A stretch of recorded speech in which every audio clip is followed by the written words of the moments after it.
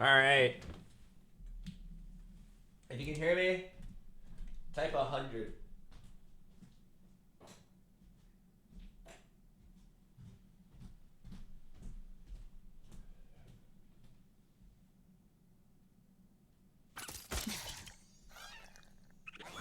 I will follow this path until the end. Let's do this. No heart binds me. All right. First tournament in so long. We got time for 1, maybe 2 warm-up games, and then it's time. I made sure I check in this time. I didn't miss the check-in time.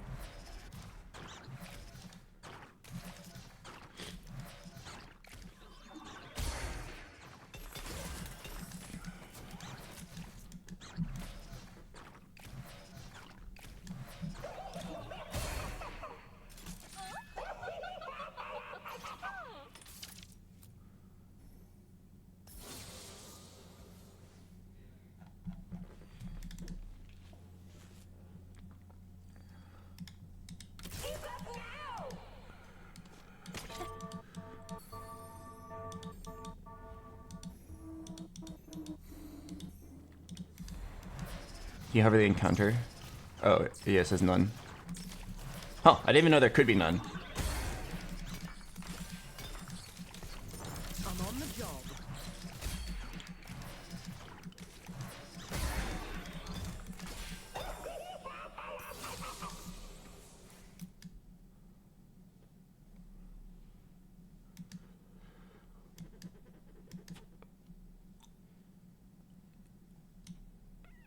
Doing it.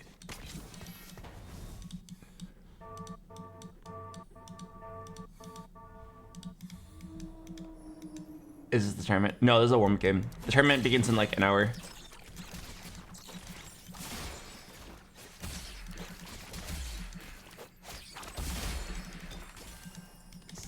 my way.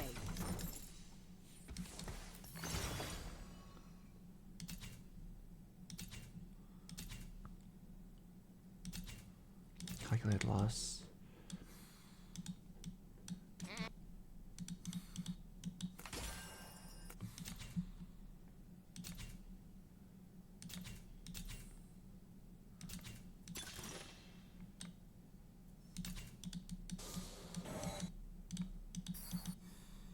We're just calculating my loss.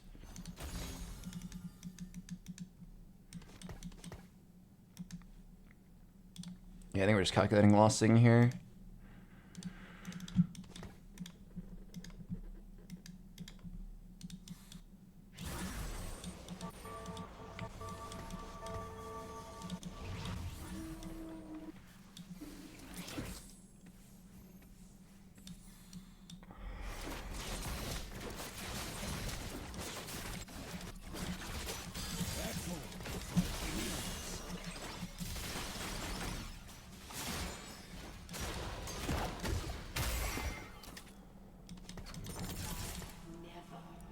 One, two, three, four, five, six, seven, eight.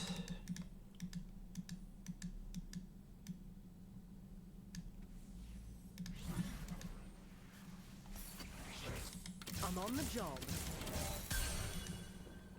Alright, roll to see if I hit the Melio. Did not hit the Melio.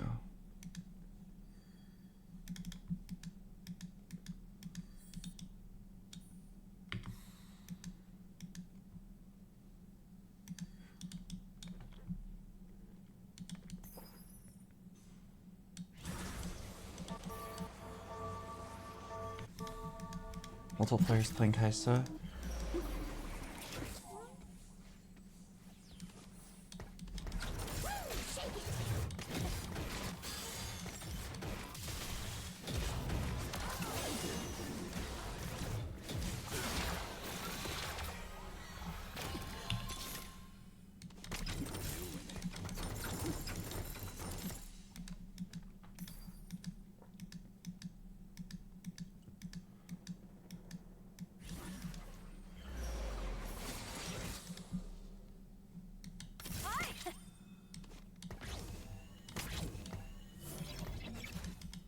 I got this.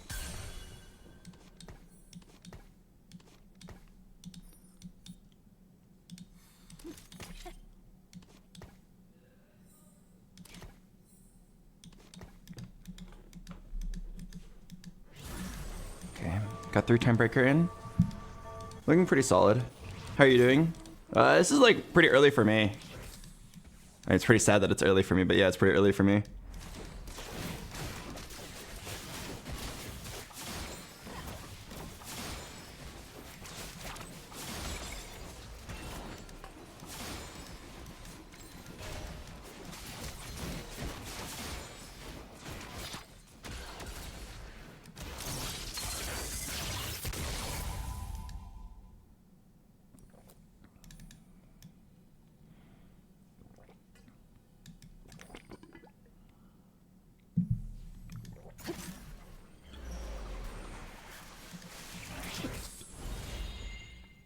Lovers, Storm Hex.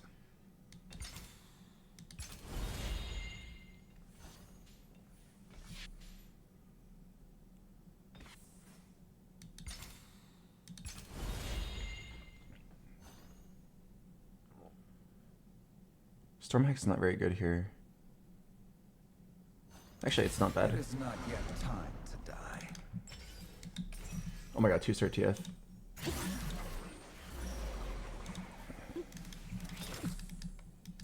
I got this.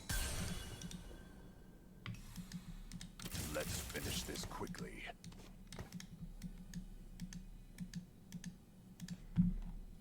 Okay, it is the mountain.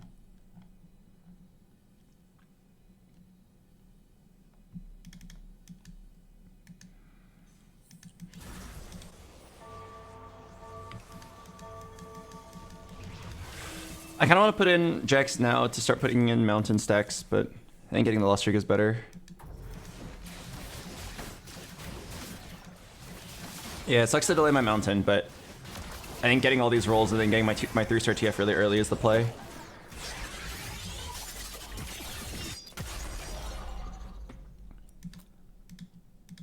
So this Storm Hex will probably go on Talon.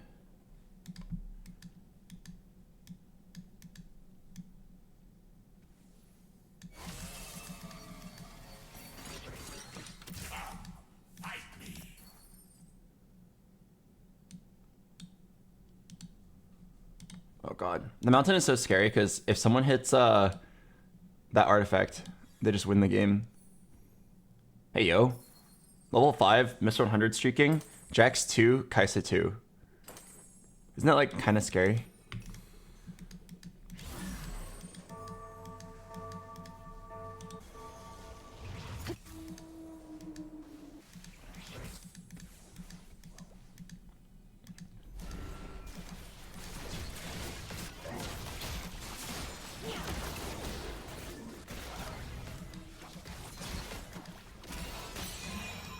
Okay, 70 health. If I can hit TF3, if I can hit all 2 stars plus TF3 here, I'm in a good spot. I'm rooting for you. Thank you. Okay, first tournament in a long time. I have no expectations, but let's just see what happens.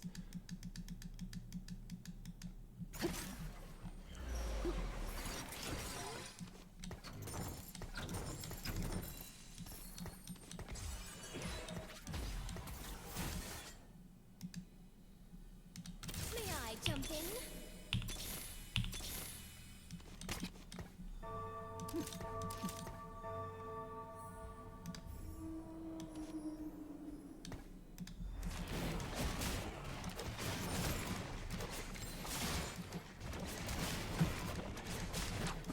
All right, now we roll.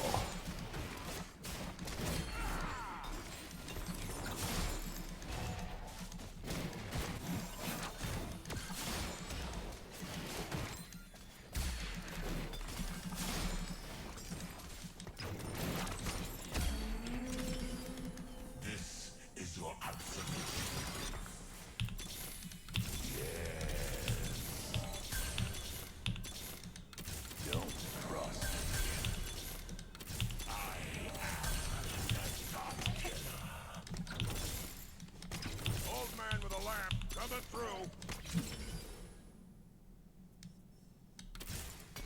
I'm on the job. I got this.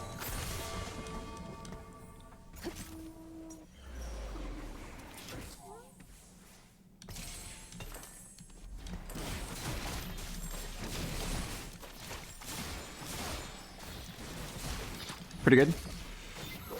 If TF could print me 1 gold, that'd be awesome.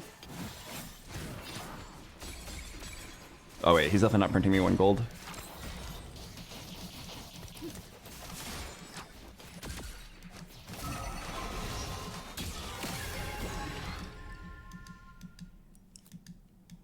He's putting Caitlyn if I want to print 1 gold. Yeah, looking overall very solid.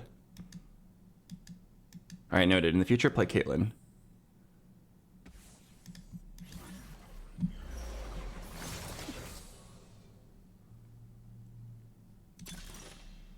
No. Oh, Cosmic Restart's normally so good. Unfortunately, it's not Earth's Gambit either.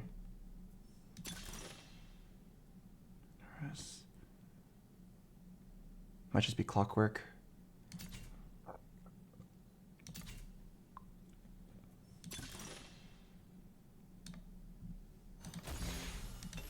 Let's wrap this up.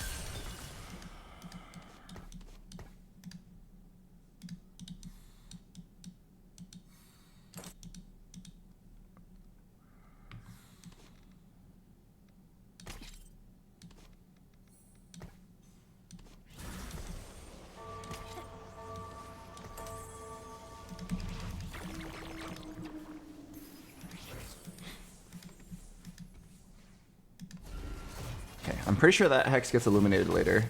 Once I hit level 6. Yeah, Pandora's just to make sure I get my items, I think is fine.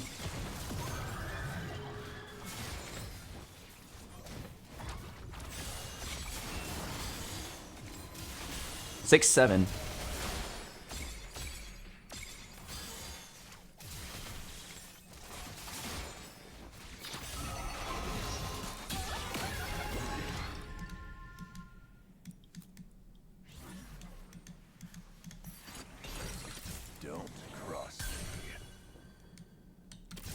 Jump in. How are your nerves before the tournament? I'm doing okay. I'm definitely like kind of nervous, but hopefully not a big deal. Wait, this guy's re-rolling? Oh, I did not realize that was contested.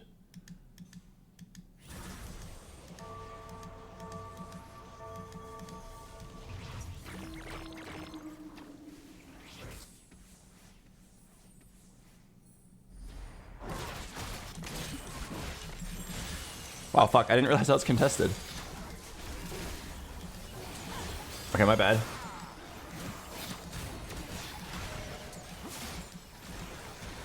I definitely thought that guy was just tempoing.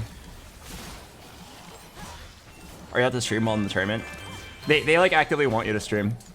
They really want the people to stream to make the game more popular.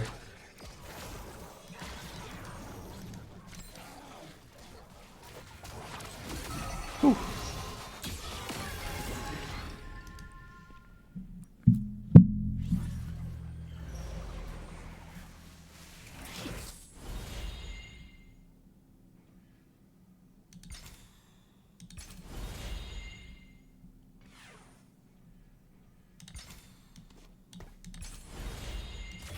At peace with yourself? You will be.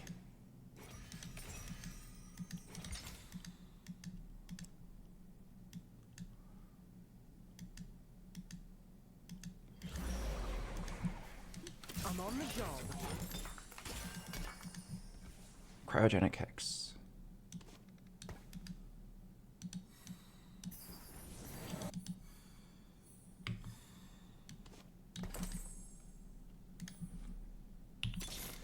I'm on the job.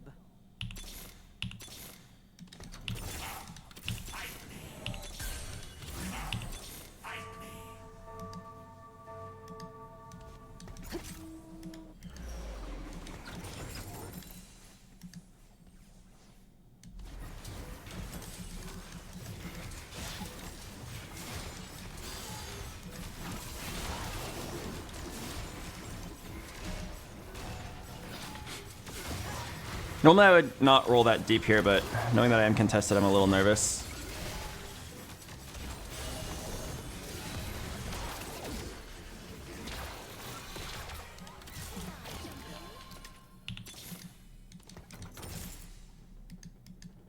Oh god, at my current rate though, I'm never gonna hit jacks. Oh, I'm shocked that I'm contested.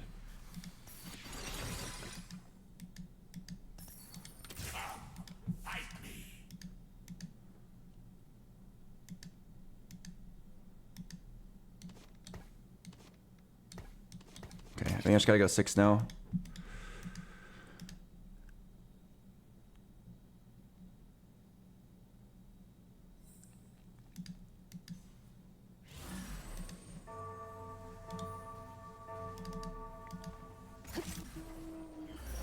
Doesn't the tournament start now? No, it starts in an hour. I already checked in. Let me go make sure my check-in was successful.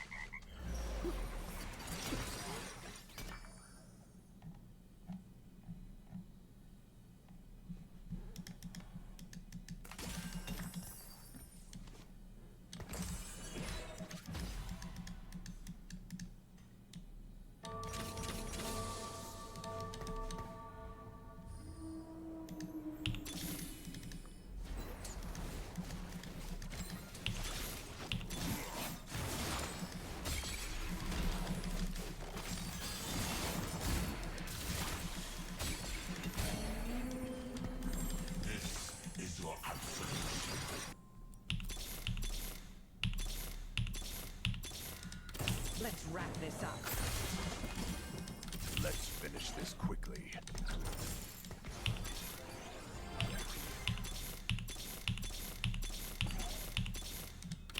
Need me to hold back?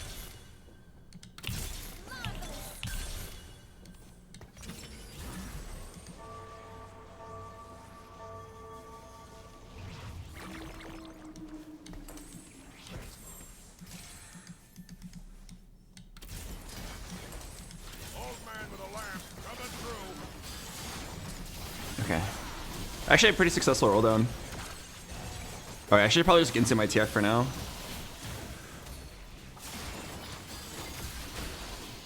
I just have to like make sure I beat my contester,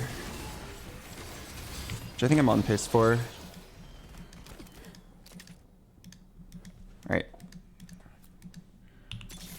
Choose a combat augment, and then just roll down a 0.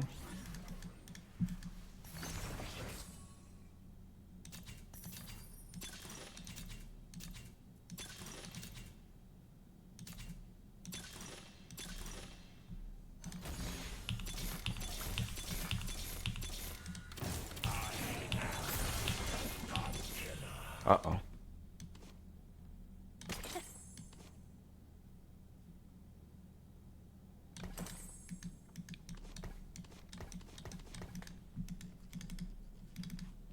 Now I'm a little worried.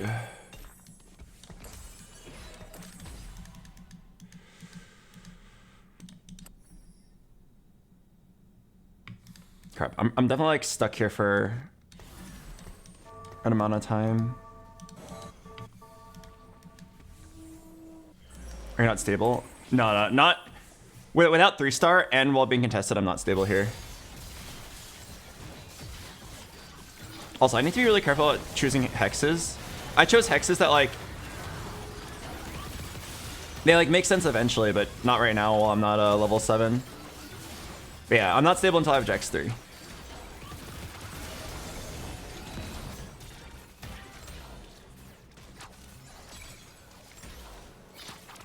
Also, I'm like pretty low, so I really need to like get something done right now. Don't cross me. Don't cross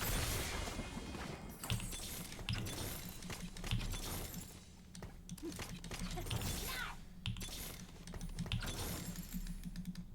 Oh boy. This is gonna be scary. I can't believe I was contested. He's like full combat.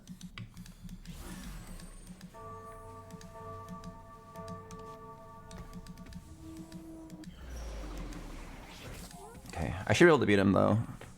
He has no 3-stars. I'm pretty sure this guy's screwed. I can't believe he chose to contest me. He knew from the beginning I was playing this.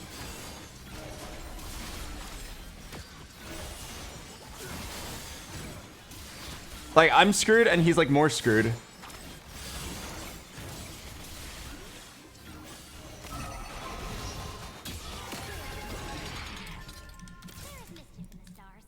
Alright, just let me hit this Jax and get out.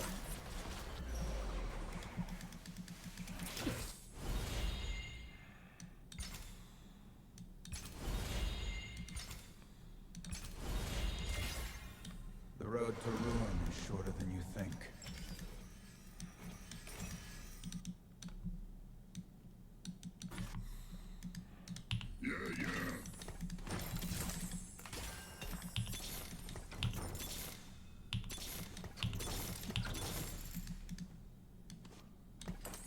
Uh-oh.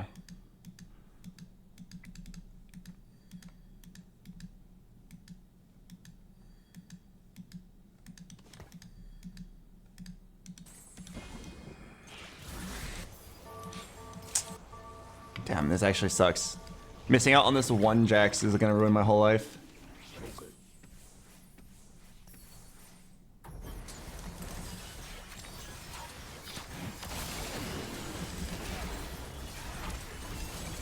Every single round's just a loss without this Jax. So important.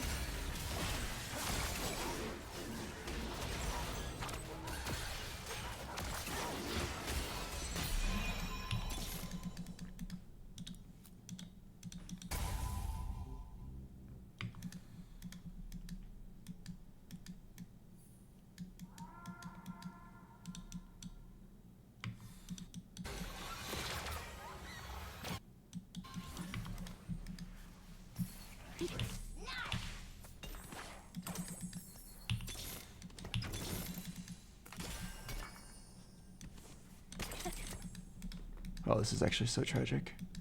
We also missed on Prismatic. I mean, triple TG is not too bad. You just gotta throw on random 3-stars. This is actually so sad though. I can't believe I just die. If I had hit the Jax 3, I would be easily top 4, and then my contester would be dead. But he's somehow like hitting everything with 0 econ when I had most of the units first. Oh my god, I actually hate it when this happens.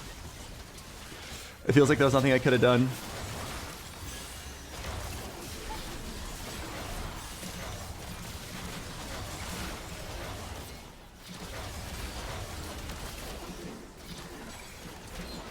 It feels like the most undeserved 8th.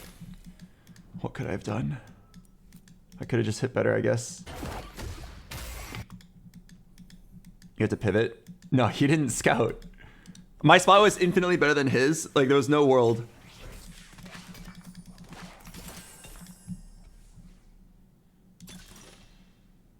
I can't roll this much.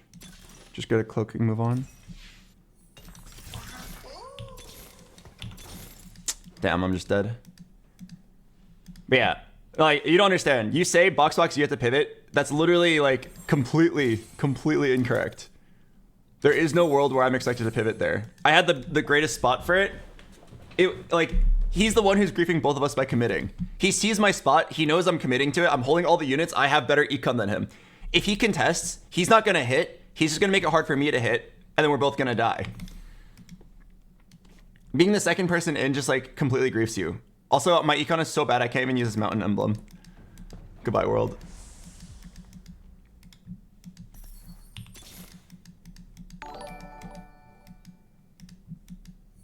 Ah, it's so sad. Hello, Keen. Thank you for the raid. You're actually witnessing the ending of one of the saddest games of all time. We just got, like, target griefed this game, and now we're dead. Oops. I moved my guy off the hex by accident. It's okay, it literally doesn't matter. There's a 0% chance I can win the fight.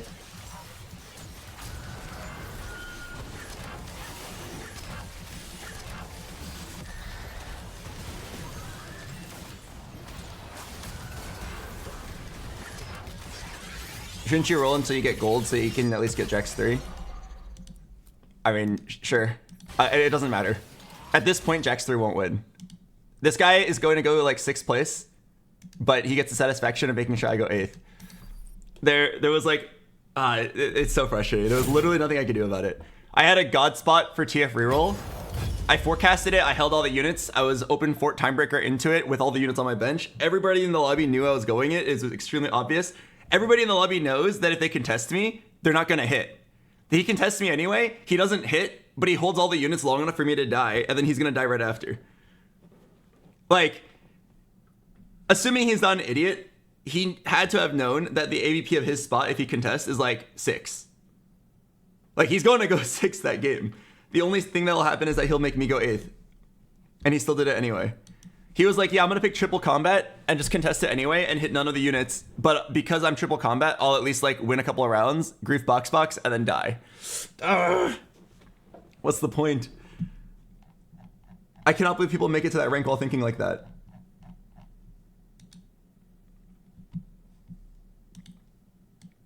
My mistake was trying to play a line that can top 4, I guess.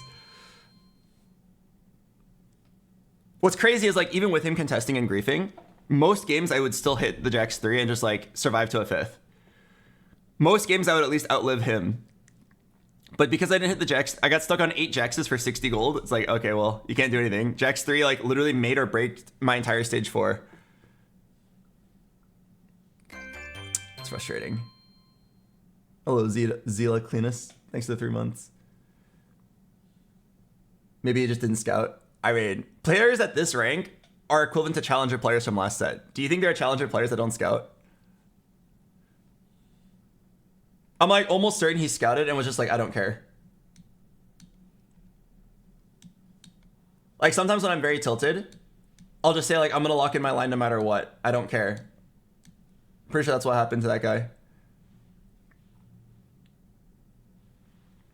Anyway, thank you, Kyun, for the raid. To everyone coming in, I'm playing my first tournament in years. It starts in 1 hour. And this time I remember to check in.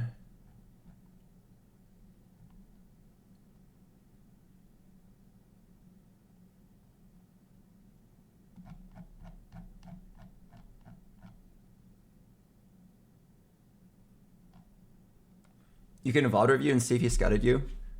That literally doesn't matter. Like, I'm not gonna VOD review and see if somebody was paying attention. If I were in a tournament playing for $150,000 at Worlds, I'm not gonna guess if someone scouted me. I'm going to play the line that I'm given, whether it's reroll or not reroll.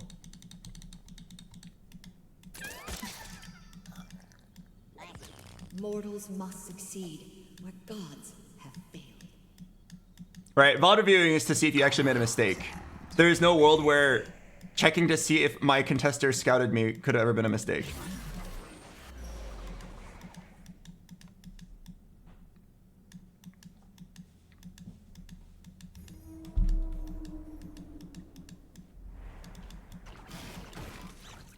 Like, my best play in that game was always to reroll Twisted Fate. I had a good spot for it. Even with him contesting and griefing, there was still like, I was still very likely to outplace him and go like 5th at worst. Uncontested, I'd probably go like 3rd or 2nd. It just so happened that despite having a massive econ lead and all the units first, I still missed everything. Sometimes it just happens. Anyway, enough complaining about that game and the griefing. I'm gonna go hopefully get my LP back here.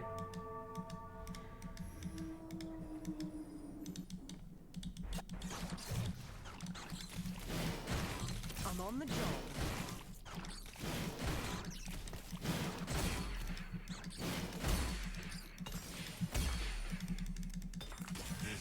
Is your answer?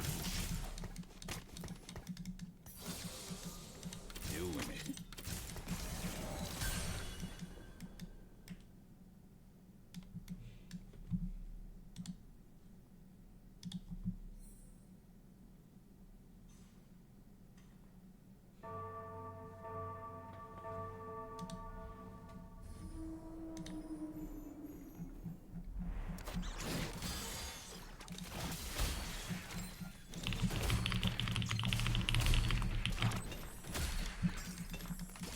Really, Jax? Destiny.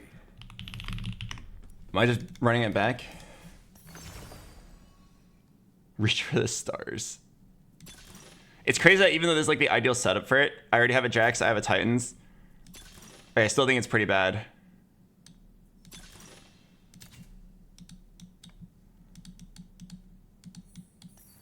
I'm still pretty bad, or I'm still pretty convinced that's like worse than average.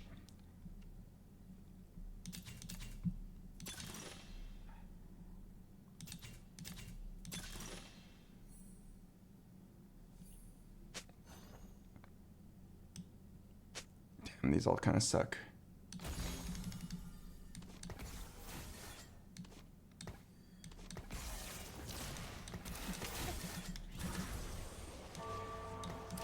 Oh my god. Being forced to take Sunfire board is actually so tragic. Okay, I'm pretty sure I'm rerolling again. I was down to tempo or reroll based on what augment I got, and I got all like really mediocre augments.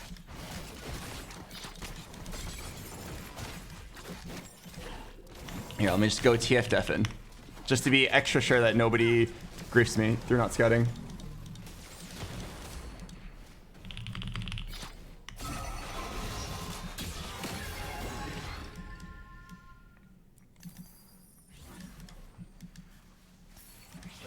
Doing it.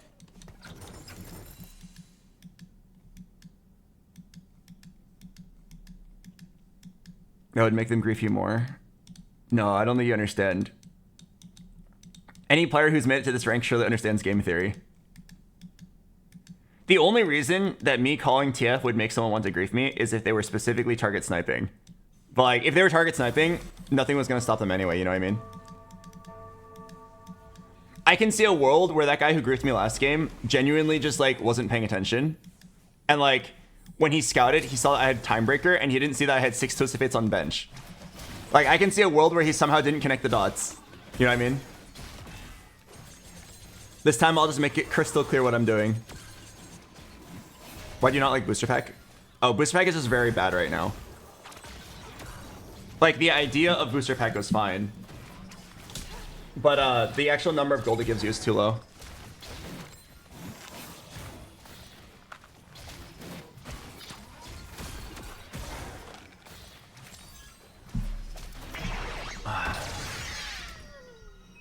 Yeah, if booster pack gave like 3 more gold, I would take it.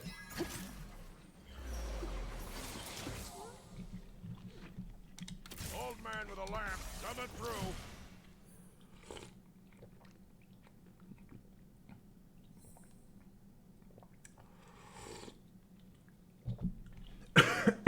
Sorry.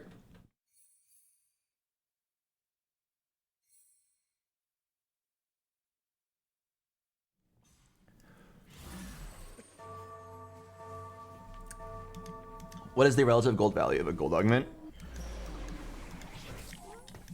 I'm not sure exactly how much gold I would want from a gold augment. Well, like raining gold gives 8 gold plus 1 gold every turn for the rest of the game. The booster pack was 10 gold in the form of champions. Like the advantage is that it gives you the money in the form of champions, so it helps you get direction. But like I already know exactly what my direction is. So most likely I'm just getting 10 gold from that. Gain 21 gold. No, okay, a lot of people don't understand this. It actually surprises me a lot. A lot of people don't understand that 3-2 augments are only on 3-2. Oh, this loss is actually really good for me. Chance of TF2. Oh, yikes. I do not want to mini recombobulate. This divine conflict Yeah, like... must end. Oh, we missed. Gain 21 gold is a 3-2 augment, and it gives you 21 gold because they value a gold augment on 3-2 at 21 gold. Gain 21 gold does not exist on 2-1. But like, whenever I say like, oh, what is the value of a prismatic augment here? People will be like, oh, well, Money Monsoon gives you 7 gold per turn. But no, you have to understand that Money Monsoon on 2-1 would literally have an average placement of 1.5. If that were somehow offered. Sorry, I'm just like really pissy because of the target griefing that happened last game. Your question isn't actually that like abnormal. I'm just really upset. I cannot believe I just went 8th place because of a guy griefing me. Okay, anyway, to everyone coming in, this is my second practice game. After this, the tournament's gonna begin. It begins at 1, so 45 minutes from now.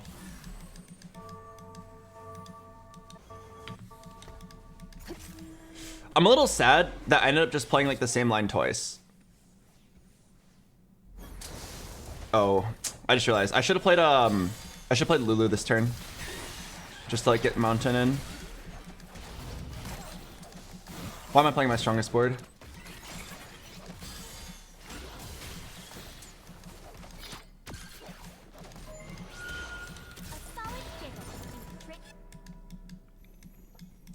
Yeah. I kind of wish I got to practice a tempo line. I was like very down to just play like this Jax into tempo Stargazer. Let's finish this quickly. Yeah, I was down to play tempo into Stargazer into Zaya. This guy's gonna int me. Actually, it's only a 4-loss streak. Do I even try for the lose streak?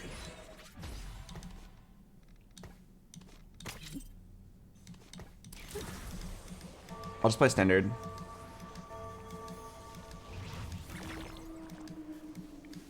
I will say, I think this spot kind of sucks. I liked it originally because I had TF and early Jax. Like early Jax is usually like on the mountain is usually like the most important thing, but now that like I'm still at TF1, I feel like this is very dicey.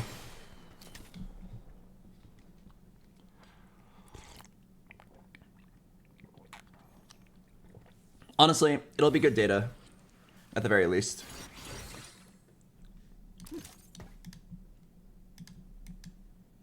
Mountain doesn't count in this round, right? Every 5 player combats? Okay, I'm just gonna play my strongest board.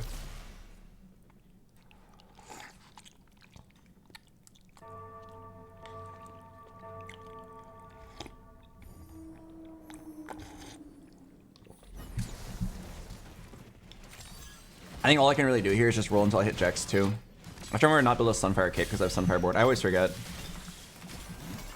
Oh, dude, these items are not it.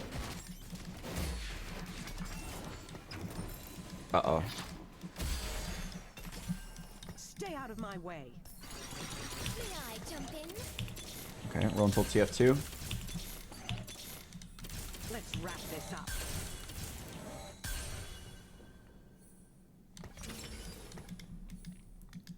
I can make Jack's item, Crown Guard. Can make Guard Breaker.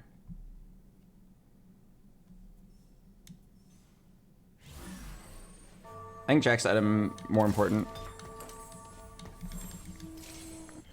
This is this is difficult. Oh, I keep forgetting to play the mountain. God damn it. Guard Breaker and start killing belts. I'm pretty sure like the most HP saving move here is Crown Guard. I don't believe I can make a Warmogs though because Nashers and Guard Breaker are like this. I thought it was Guard Breaker, Vow, Sunfire. Jack's itemization is really niche. You have to go for specific items. Also, I can't go Sunfire. Am I really going Hedge Fund? But like, I am really far away from hitting. Oh, I think this game is over. I definitely think I lost. I needed items here. I think I'm forced to take Hedge Fund. And like, it will help me hit my board, but that's it. But like, everything else doesn't make sense here.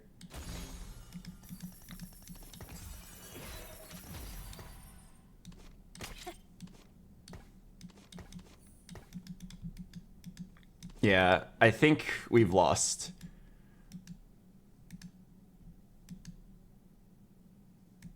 I might have to slam a Warmogs here, which is sad because it kills off my best possible items.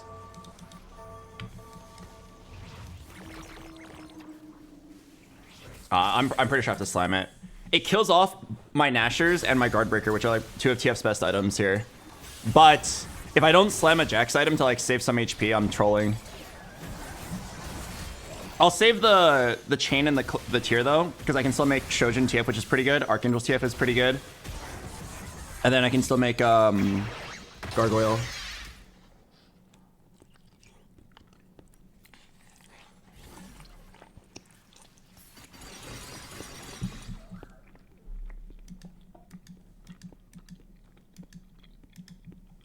Here we go. Can you just tempo now? It's not a terrible idea, especially I did just hit a Nunu.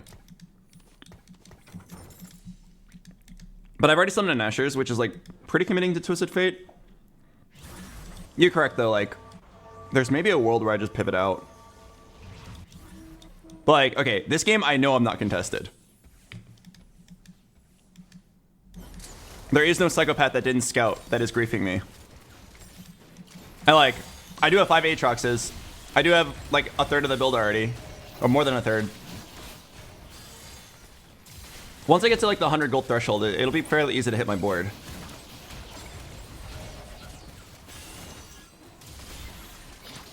What about play Lulu? I've actually never played Lulu, so I have no practice on it.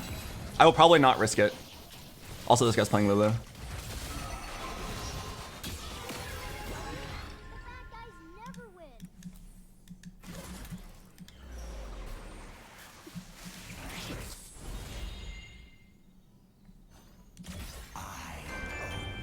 Gargoyle. No, we missed again.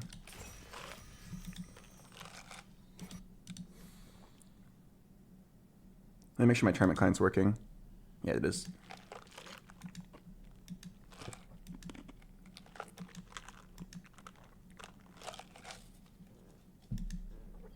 All right, any chance that this mystery loot is specifically the Varus Boon Tiny Duplicators? Oh, Component Anvil is really nice.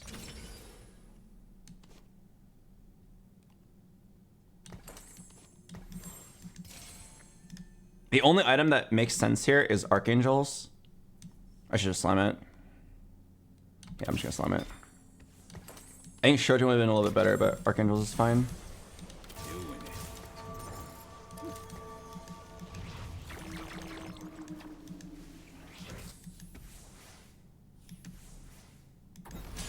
Okay, I'm gonna try to point my Jacks at the opponent every round. Do you like gacha games? I think they're okay. I think they take a lot of time.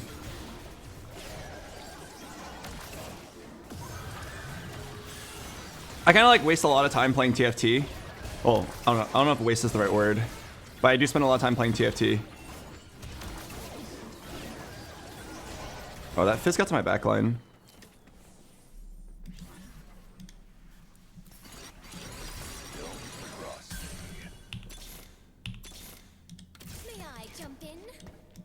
think in this spot I should go for Gwen 3.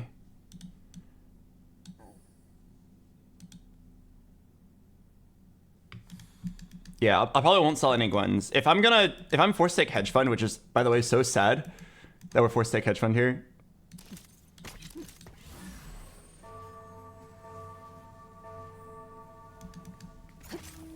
Wait. Oh, it doesn't even matter if Caitlyn's in a hex right now. Noted.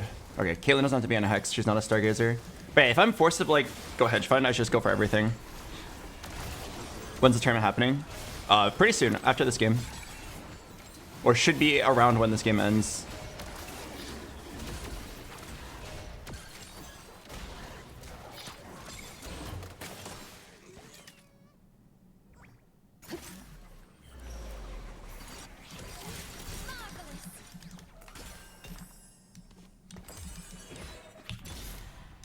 May I jump in?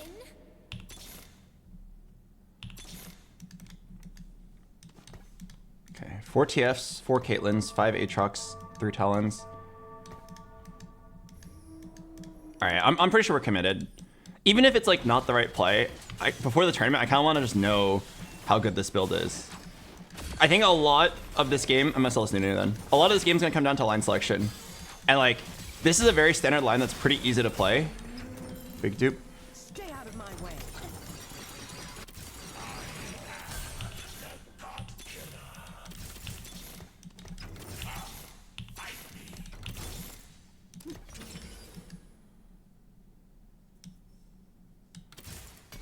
I'm on the job. Old man with a lamp coming through.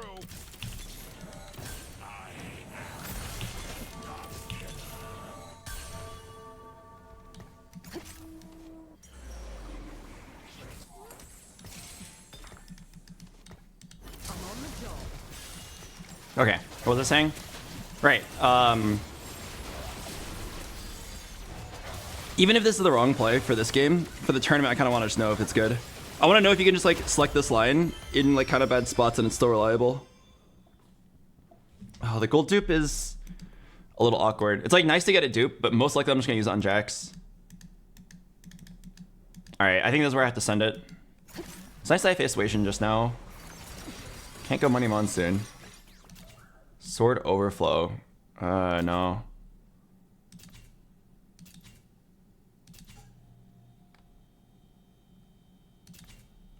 Three TGs.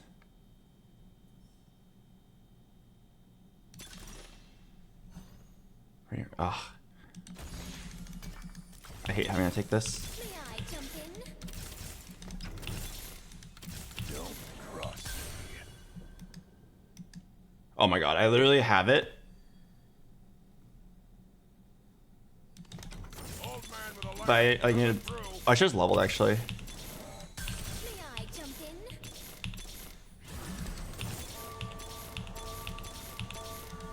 Let's wrap this up. Okay. I should have just leveled, honestly. Having to sell Caitlyn was a little sad.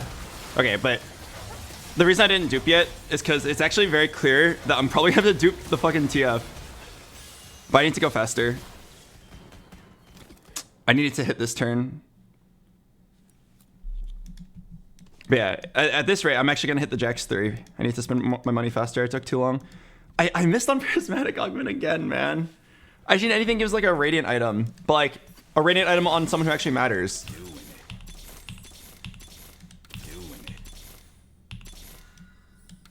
Need me to hold back? May I jump in? No way, I'm duping a Talon. All right, Don't cross. tragic.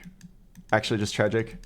But yeah, Radiant TG on Talon. That's like such a bad use of Prismatic, but like the other ones were terrible. Money Monsoon was instant 8th place. It's either Radiant TG on Talon or the triple TG augment, which I don't even have like a third 3-star for her.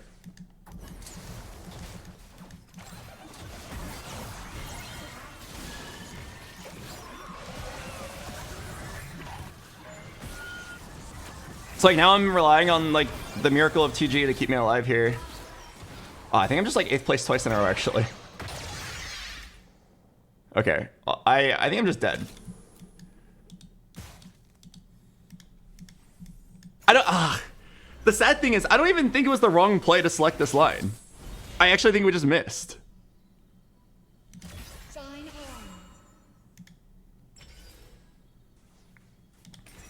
Like, I think we actually just got fucked on 2 prismatic augments in a row. And then, like, we were just, like, dead. Well, actually 3 augments, because any econ augment on 2-1 would have been amazing. We actually just, like, missed every single augment, knowing exactly what we needed.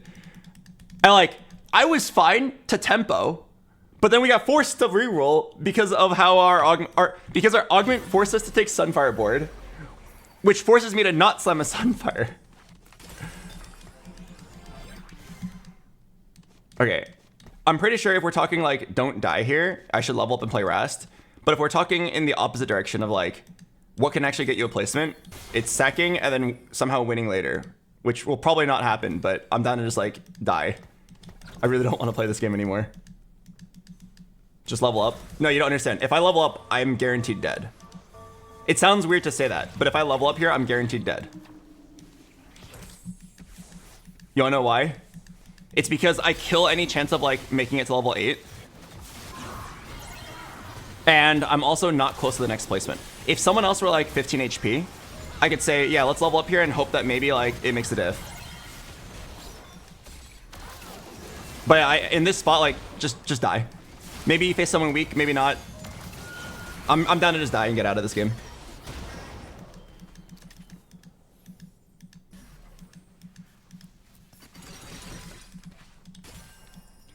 Like, let's be realistic here. If I level up here and put in this Rast, I probably would have won that fight by like 1 unit. And then what would happen? And then I have no chance of making it to level 8, no chance of beating any of these players that are about to spike. Again, these are players that were challenger in the last season. They're not bad. They're not gonna have a board that falls over to fucking hedge fund Radiant Rascal TF reroll. The only out I can think of is somehow just like winning this next fight, then going 8 and then sitting up a board. And I mean, even then, that just sounds so unrealistic. I'm pretty sure we're just dead here. Dying with 47 gold Sag. I mean, it doesn't matter. Dying with 47 gold, dying with 0 gold, they're both the same. You're both 8th place. The dying with 47 gold is arguably better because there was at least like, it showed that you had an angle and the foresight to understand that you had to like play for your out. Goodbye, world. Never mind, Joseph's a beast. Like, we missed on 3 augments in a row for this build. Like, I'm over it. What do I need here? I need Caitlyn item, Caitlyn item. Ginsu's Gunblade.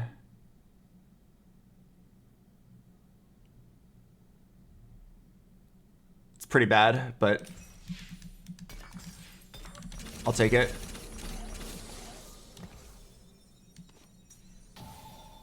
Actually, wait. I can do... No, you can't do Rabadons. We already have Archangels. I can do Kraken Gunblade. Is that better? I do think that Kraken is better.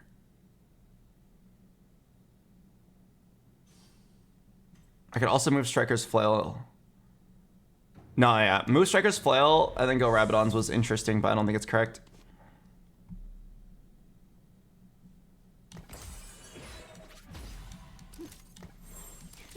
Pretty sure Kraken's better in isolation. Alright. You can go kill us now.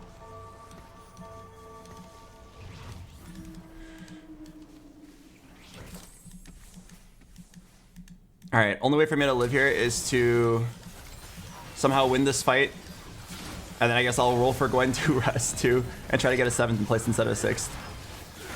Pray that Talon pulls like the best items possible.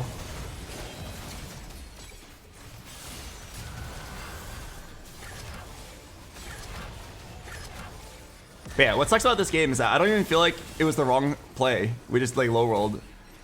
I feel like I'm still gonna be decently likely to play in the future.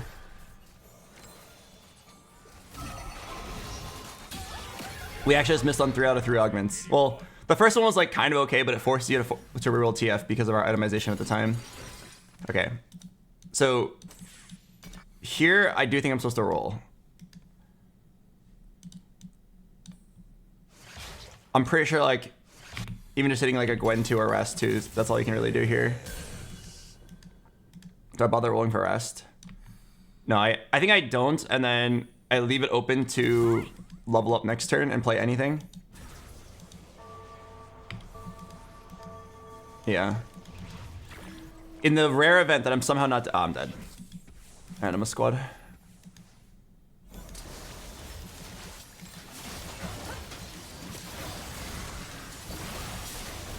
Oh yeah, I should move Stargazer to Gwen. That is true.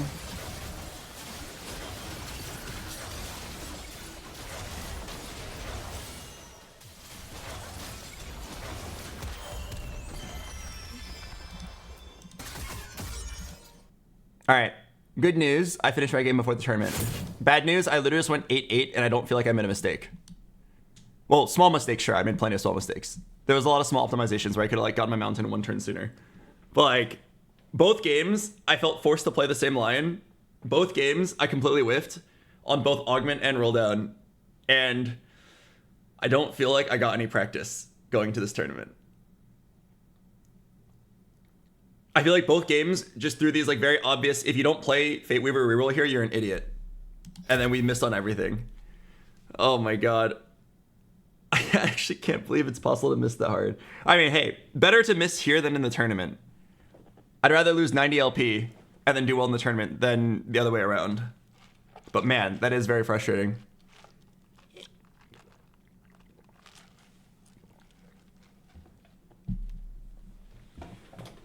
If there's no mistake and you went 8, there's gotta be something wrong. I mean, I actually don't think so. I think in short, isolated bursts, like you can just go 8-8 out of your control. If someone came to me and they're like, BoxBox, I keep going 8th and it's not my fault. I'd look at them like, sure it's not your fault. Let me open my tournament client, make sure I'm watching for the invite. I'd be like, yeah, sure it's not your fault. And secretly, I'd be obviously thinking it's hella their fault. In isolated rounds against good players, like going 8-8 is actually possible. And just to be clear, I'm not saying I played perfectly. I can already think of like 5 small optimizations I missed in that game. What I'm saying is that those optimizations didn't matter.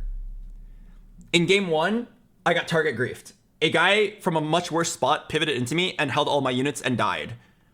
And he held all my units long enough for me to not hit Jax 3, and then I died too. But like, my spot was insane. Calculated loss, timebreaker, and then early Jax 2, early TF2, 6 TFs on stage 2 while loose streaking, TF3 on 3-1. Like, my spot was amazing. If that guy didn't hold 7 Jaxes the entire game so that I couldn't hit Jax 3 and then die right after me, like, I probably would have gotten second or third. And in that spot, you can't predict that a psychopath is going to not scout and contest a much worse spot. You have to play assuming that everyone's going to do, like, their reasonable plan. I saw him with, like, an early Jax and no econ. And I was like, oh, he's obviously going to tempo. Right? Because that's what I would do. I'm a reasonable guy. If I saw a much richer guy forecasting that they were going to TF reroll, and I have much less econ, I know that if I contest him, like 90% of the time, I will lose that contest. Because like, unless you're way luckier, you're not going to hit before him when he has much more econ than you. I'm going to assume that that guy's going to reroll TF, and that I'll just like tempo a Jax 2 TF2 and play into Zaya or any of the level 9 boards. And like, it's a totally reasonable play. I assumed that guy was a good player, so I assumed he would make the right play. He made the wrong play. But if you like plan for someone to make the wrong play, yes, hypothetically, if I knew that that guy was literally a psychopath and was not going to scout and was going to just force the line anyway, I would have pivoted. Well, honestly, I probably wouldn't have off of principle. Because like, if you're willing to give up good spots for any build, if I have 5 Kaisas and a guy has 2 Kaisas and he says, I'm forcing Kaisa, if you pivot off, you're kind of a dumbass. You kind of just have to put them in spots where it's like, hey, if you're a smart guy, you will know that if I have 5 Kaisas and you have 2, you should not contest me. If they are psychotic and they contest you anyway, there's not much you can do about it. Right? So like, it's not even the right play to pivot. You definitely just stick the line, and if you don't hit, it sucks, but like, what can you do? It was still the right play to force it. I made a lot of small misoptimizations, sub-optimizations. Like, again, I forgot to put Mountain in for a couple turns, so I got my spat a little late. But like, getting my spat 1 turn earlier won't change the fact that I missed on 2 prismatic augments in a row. I'm playing down 2 prismatic augments in that game. It won't change the fact that I got 5 components and none of them were slammable. Right? I got forced to slam Warmog's Jax, which if you guys don't know, Warmog's Jax is terrible. The gap in power between Gargoyle Crown Guard Jax versus Warmog's Bramble Declaw Jax, it's not even close. The Crown Guard Gargoyle plus anything Jax is like twice as tanky.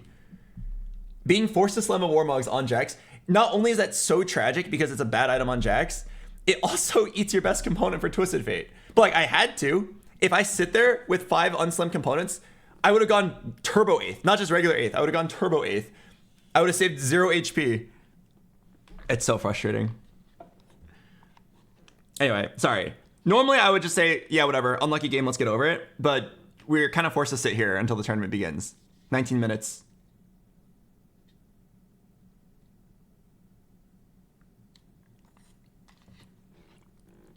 So we just have a lot of time to complain.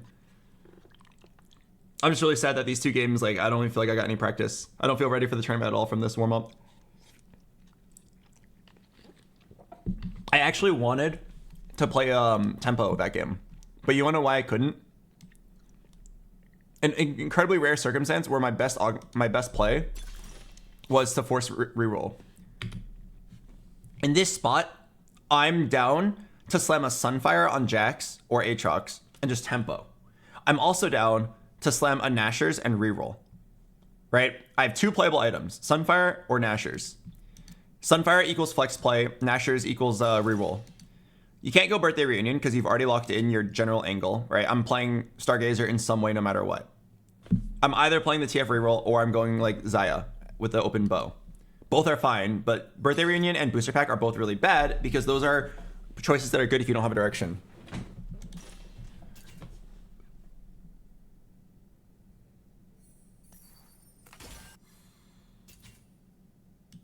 Why are you locked into Stargazer no matter what? Real question.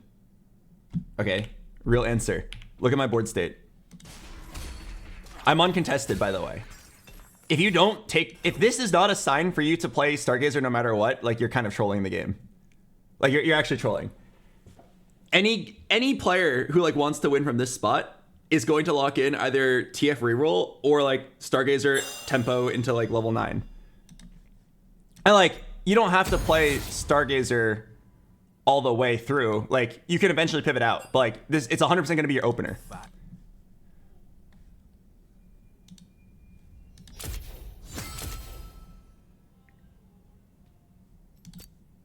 Oh, I should have checked my settings. Actually, maybe I can do that right now. You can probably do it in here. But yeah. Destiny. Unfortunately, my only playable augment, like these are all completely garbage. The Jax tier augment, completely garbage. Birthday Reunion, Booster Pack, these both like give you a random direction. And I already know my direction, so I can't take those. Late game scaling doesn't make any sense because that is not a 5 cost.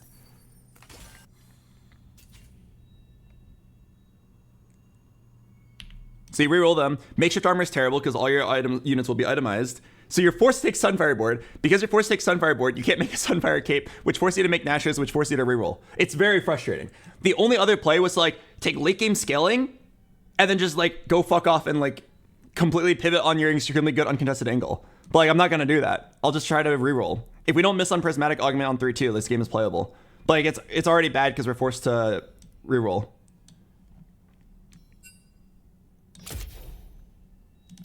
God, it's actually so frustrating. All we can do is just hope that that doesn't happen next game.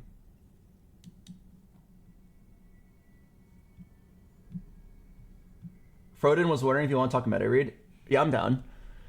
Anything to distract me from how miserable the last 90 minutes of my stream was. I gotta make sure my settings are correct. I don't know how to do it in client.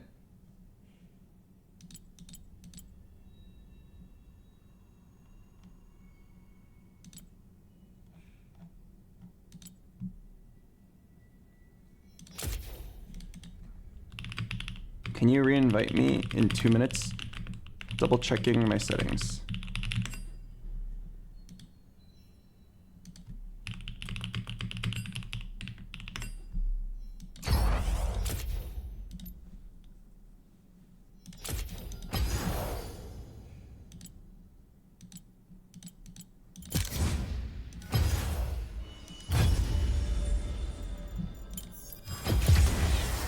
world on one arrow.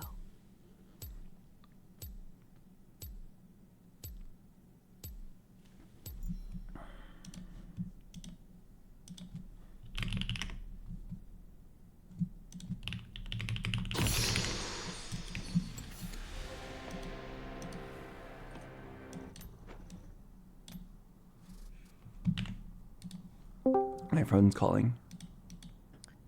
Yo, what up? Hello. How you doing, man? You feeling ready?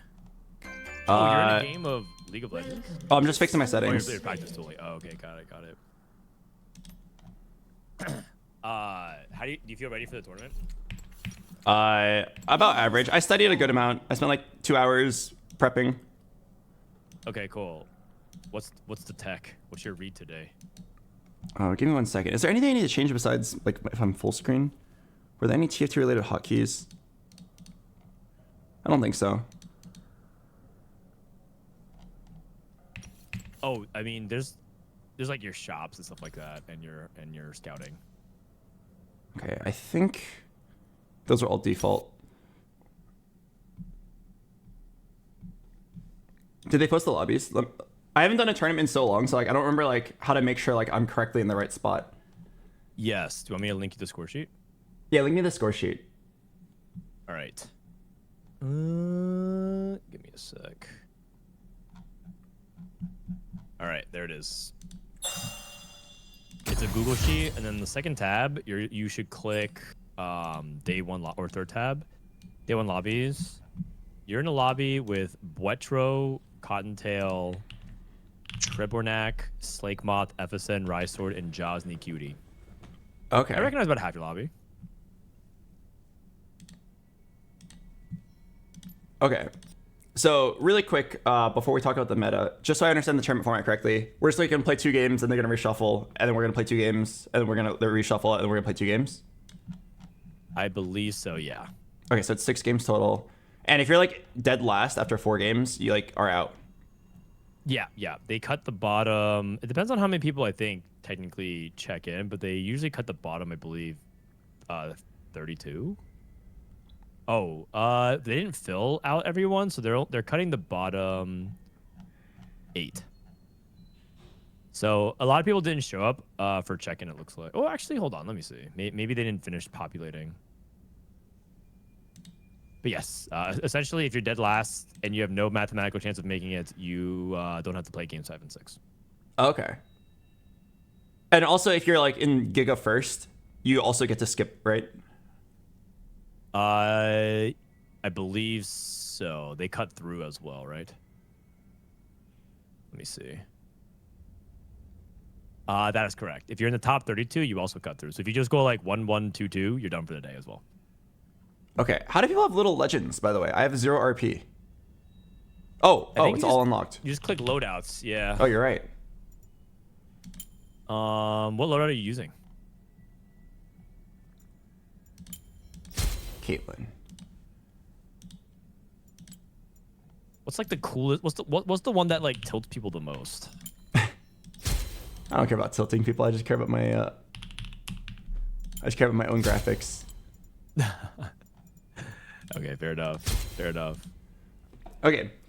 All right. Anyway, so now my meta read. I'm pretty sure Corky Ribbon's like legit like a really good tempo comp that is not that contested. I mean, maybe other people have figured out the same. I was in a call yes, with some of my friends agree. who are pretty good at the game, and we just like sat there for like 2 hours talking about the meta. Oh yeah. I mean, obviously Master Yi and Zai are really good. Corky, I'm pretty sure is not that much worse than Master Yi, but is like significantly underplayed. So I think it'll be. I don't have that much experience on it, but like 5 meeple Corky. Yeah, the thing with that is I think your Corgi item or your item quality matters a lot. Yeah, you need I Last think- Whisper, Deathblade. Yeah, but I think Rammus items also matter a lot as well. It reminds me of do you remember like last year there was a composition where if you needed like to have true tank items on your Leona, Yeah. and if you like itemize with Sunfire stuff like that, it was like much worse. I think Corki is, or I think Rammus is like that as well. You want to make sure Oh, that you yeah, actually have like good has to have armor based Bramble. items for him. Wait, what'd you say? I think you really want to make sure you have good like armor-based items for him. Good armor-based items. Makes sense. Yeah, because that's what he scales off of. So things like Bramble, Vow, Crown Guard, Stone Plate, those are like much more valuable for Rammus than like Even Shroud, Stone, Sunfire stuff. You know. What do you think about what rerolls are you looking for? Let's see. Urgot reroll if you have an artifact or radiant. He's only really good if you can go like 4-item build on him. I heard about the new Kaisa that involves Alawi 3 rather than Fizz 3. Yeah. I think that one's very tempo. scary because wait, what? I think that one's like really tempo driven for the most part. Like you tempo to 9. You can, but what I mean is like Thank you, you Defect don't. Cave. In the past, I think people used to play Kaisa Fizz kind of like if you take calculated loss, you would lose until 3-5 and like all in for Kaisa Fizz and try to win. I don't think Kaisa's like that, but you'd rather play from ahead and like play tempo oriented, and then you decide if you want to reroll or push levels. Okay. Yeah, that's the main thing about Kaisa. That's it. I generally feel like Kaisa is a very popular unit right now, so it's very hard to get a 3-star. So I think usually early 2-star Kaisa equals just go fast 9 Yeah. and try to get into Jin. I haven't I had agree. that many reps on like how to play it without a spat though. Like with a spat, it's so easy. You put it on Riven, and your level 8's like really solid with Riven, Kaisa, any frontliner really. It's fairly flexible. If you don't have a spat, you play 4 Dark Star, and then Thank you, you Kelbo sort of Shark. just play whatever flex you can around it. 6 Dark Star is just essentially making your carry stronger and giving you more frontline. So just focus more on frontline to compensate for it.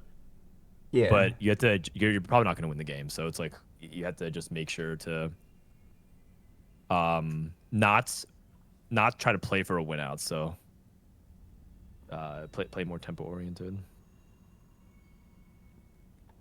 Okay. And then Lulu Real looks pretty good. I don't have any reps on it though. I do know that Mountain Lulu with Horizon Focus is an instant first place at Lulu 1, which is kind of gross. I really cannot believe that. Allegedly, you have to remember that like the sample size of it is like really small, and you have to start going down to like gold and silver, where like doing a lot of those things is like insta win. But yeah, Horizon Focus Lulu on Mountain is apparently very good. Yes. What do you mean by you have to go down to gold? Like the sample size of it is like so small. Oh, I'm not in going order off to of sample size. I'm going off of what I've seen with my own eyes. Oh, Mountain Lulu stuns okay. 3 targets and then replicates stuns 3 targets again, and each time it stuns, it deals 30% of their max health. So mana item, 2 mana items plus Horizon Focus on the Lulu 1 will one-shot like any tank. Like instantly. Yeah, I believe it. Okay. I mean, I've never seen it, but I've heard of it. That's all. It's actually like an abomination. I'm pretty sure if you rip open Forge or Portable Forge and hit Horizon Focus on Mountain Stargazer, you just like instantly pivot even if you're contested. You can just like Lulu 2 to 9. I mean, everyone I've seen has rerolled it, but like in a spot where you're contested, I would just Lulu 2 to 9 and I'm pretty sure it's like unbeatable. Yeah, it makes sense. Are there any other combos like that in the meta that you know of? I have a document of all of the strong artifacts that my friend prepared for me. I mean, it's just like a list of like which artifact is OP on which unit. Titanic Hydra, insanely good on Briar, Zaya, Graves. Death's Defiance, great on Briar, Zed. Infinity Force, insane on Briar. Like, he just marked all the artifacts that have a greater than 0.5 delta. So it's like Okay, you rip got open it. Portable Forge, you open this screenshot, and then you just see what you can do.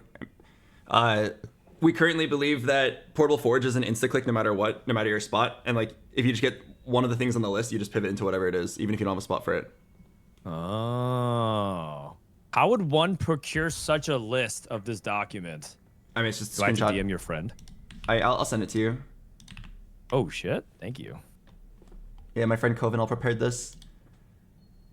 Oh, nice. Okay, I'm ready to win.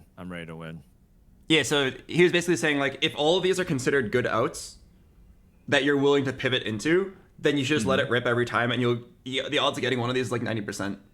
One of the ones on the list. That makes sense. Do you are you open to any hero augments? I don't have reps on them, but like, I do believe some of them are good. I've played against some of them, and I feel like it's like suffocating. Like the Meepsy hero augment. Once you get like the comp rolling, it feels unbeatable. Okay, that one's like a little dangerous to me because I don't think I'd be clicking the Meepsy hero augment today, but I definitely have seen it pop off. Yeah. Wait, are you playing today, or are you do really well? Watch partying? Oh, I'm playing as well. I will see hell you yeah. in the winner's side. Wait, you're playing too? Yeah. Not that many of my friends are playing. I only have like 3. So I'm glad to know I have they another all one here. qualified ahead of us. It's okay. We'll meet them next week. Oh, it's kind of hype that you're playing. Yeah. Hopefully we'll stay together. That's right. Do you want? We can put a wager of who does better on the line. Yeah, sure. Yeah, why not? Okay, but you can set the stakes. Oh, you know me. I've been streaming for a long time. Money means very little to me now. What I want instead is 30 minutes of your life. Oh, but you already owe me, I think, 2 minutes, or was it 2 minutes? 1 minute. 1 minute. Yeah, so I was would be late in and I debt said I for would give you 1 minute. 29. Okay, yeah. We can bet 90 minutes. Oh, sorry. Yeah. 90 minutes. Sorry. Oh my god. 30 minutes. You're 30 trying to minutes. bluff me out. 30 minutes of your life, and I'll wager 30 minutes of my life. Okay. I don't have that much time left, but I will wager 30. Yeah. And just so you know what's on the line, if I were to win and get 30 minutes of your life, I might make you stream yourself rolling dice until they all hit a certain number. Something really torturous Not in and TFT, monotonous. you mean in real life? Yeah. You're just sitting there with the camera pointed at your hand and you're just rolling dice. Like, I want you to feel like your time was wasted. Okay, fair enough. Maybe that'll motivate you to play well. I don't have a yeah. 30-minute activity plan for you, but I will make it as equally exciting as rolling dice. Yeah, could be 30 minutes of push-ups. 30 pull out minutes. the hot tub. I can't do 30 minutes of push-ups. Can you do 30 minutes of push-ups? I can do 2 minutes of push-ups. Maybe 1. Oh, okay. So here augments. The only ones that I think that are like really good is if you get sympathetic implant on Gragas. That one's really good. And if you have, and the Leona one's actually really good in the stats, but I've never played it. But I think that one's also potentially pretty good. You just play her like the same build as Briar with fighter items. If you look at the stats, let me see if it's still true. Oh, okay. I had a spot for that earlier where I had like chain cloak, and then like 3 Leonas, and then Leona hero augment. And I didn't take it because I was like, oh, I don't have an item I can slam right now. I wonder if you can just like take it, Like force lose, it, yeah. and then get the items later. Yeah, what I'm not entirely sure about is what arbiter you're looking for. I have a theory that it's kind of like the Poppy hero augment where you're trying to just print Leona for tempo. So like my belief is that the best one would be one that can give you a chance to just get Leonas. So that way you natural for free and you can just level. Oh, I see. You don't even roll the other things. Standard. Yes, very similar to Poppy hero augment because that's what you want to do with the Poppy hero augment. You just want a 2-star tempo and then get 7 meeple to finish Poppy 3. I think it's the same with Leona, but I have never played it nor have I seen anyone succeed with it. So, but the stats say it's really good. Oh, something I thought was interesting. You know how like Echo's patience Zoe with like the right arbiter is insane? Yes. Okay, but the correct Zoe arbiter is different from the correct Leona arbiter, which is different from the correct LeBlanc arbiter. So my question is like, are you supposed to wait until you see Echo's patience and then check your arbiter? Or are you supposed to check your arbiter first, lock in the Zoe one, but then you've locked out your LeBlanc angle? Yeah. I mean, I think So, you're like, supposed to check what's the to see right if you play? can reroll first, and then if not, just consider the backup LeBlanc. And if you hit the Exodia one for Zoe, then you just pick that one. So you would check your arbiter on like stage 1 if you could, see if you hit the Zoe one. Yeah, exactly. It's like Zoe, then reroll, then LeBlanc is it back? Because you're not exactly happy to play LeBlanc, right? Yeah, it's true. LeBlanc's not that great. So yeah, so like I would just put that as the lowest priority. But it is sometimes something you could think about in the worst case scenario. But I would try to avoid LeBlanc today. But sometimes you might have to. Okay, my game is starting. All right. Good luck, BoxBox. You got this. I'll see you in 4 games. We'll both make it. Okay. See you soon. All right, bye. All right. Hello, Pop. Thanks for the prime. Okay. All right, guys. First tournament in years. Just so we're all clear, I don't have that many expectations. Honestly, I don't think I'm going to play well. Historically, I've played really badly in tournaments. I always get really nervous. I play a lot worse than my average. So I don't have any expectations, but I just wanted to like start getting back into competitive play. So this is like my first attempt. Honestly, I give it like a 50-50 on if I make it to day 2 or not. This is like the easiest day because like there's like 300 people in the tournament. About half of them, wait no, more than half of them are gonna make it to day 2. A lot of them like through really high rank have already like qualified to like the later days. I think the exact way it worked was like the top 30 or so got to qualify directly to week 2. And then like 250 people are fighting in week 1. And then I think 64 of them will make it through week 1. Something like that. It's this weird format of like, there's a lot of people who have already locked in spots. So they're just like chilling. We're fighting for spots and we're going to see who makes it. And then we're going to meet back up with the people who've already locked in their spots from higher ranks. And you get these, you lock in these spots by being like very high rank. Okay. All right. I'm not really going to read my chat. I'm playing this a little bit differently though. In the past, I would sit there and like I would fully close my chat and I would just like focus. But I always get too nervous and I put a lot of pressure on myself. And I just like don't speak and it's really awkward. So this time I'm going to just like play as if I'm streaming. Well, I am streaming. But you see what I mean? Like I'm just going to play and it's just another Tuesday. Might even play for a tuber.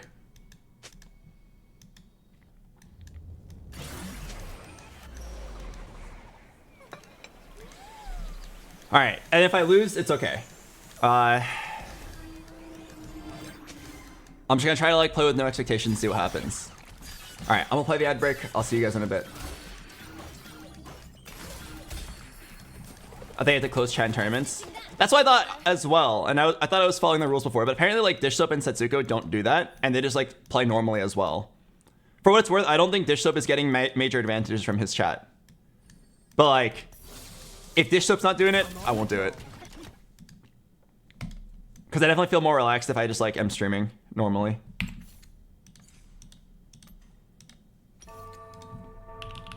Alright, I'm playing the ad break. I'll see you guys in a bit.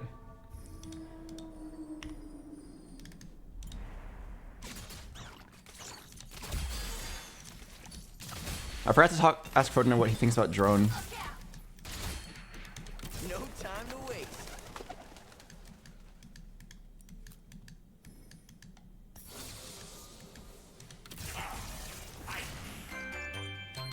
Let's wrap this up. I should just tempo to me every single game.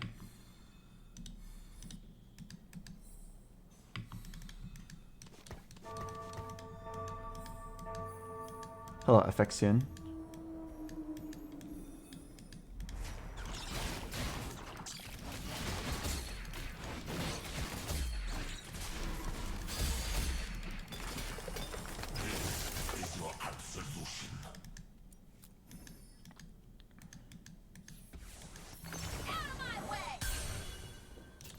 Okay, I'm pretty sure I'm gonna just tempo.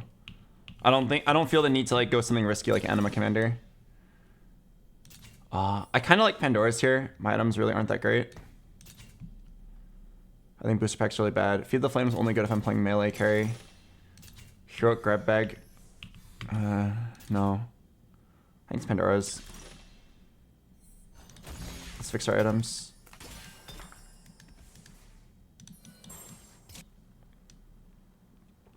I'm just gonna try to play Zaya from this spot.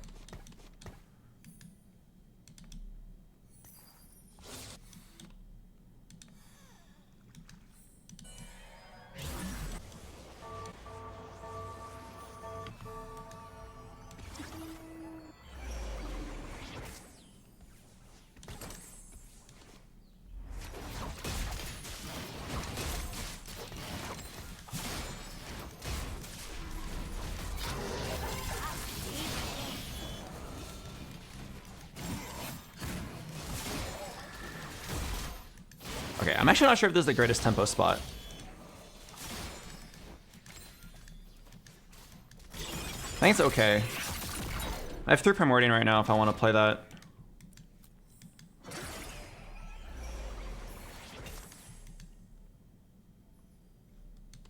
Here's Gargoyle. This guy's rerolling something. Probably Fate Weaver. Flicker Blade. Oh no. That probably means he's going to play Zaya.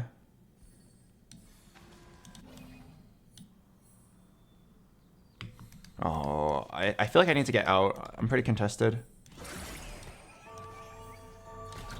Like right now, this is definitely my best play.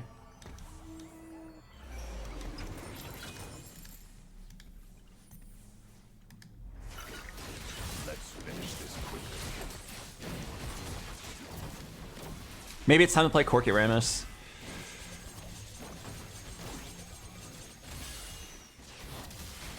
Last Whisper, Deathblade.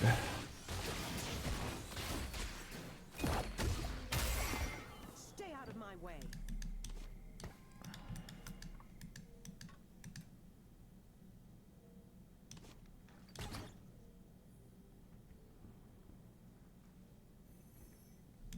I don't want to hold bow here, or rod. Holding rod is only good if I get a bow. Doing it.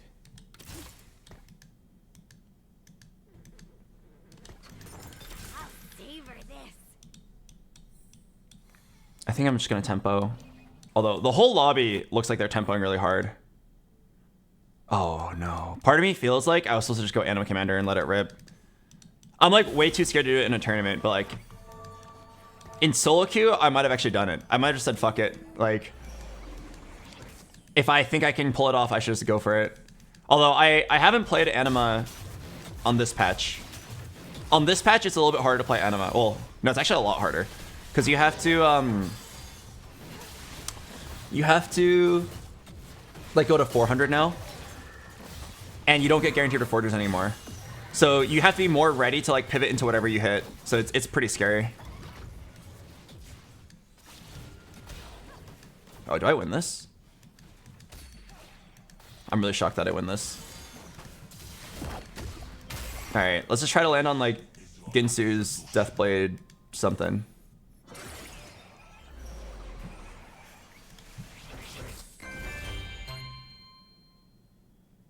Mini Recombobulate. That's like kind of interesting. I do have Pandora's items as well. It's crazy you have to go Steamroll or Recombobulate here. Alright, I guess we're Recombobulating. I do think there's a lot of things I'm down. Can I like adjust my board here? But like, I'll get 2/2-star 2 costs, which is not bad. What I get?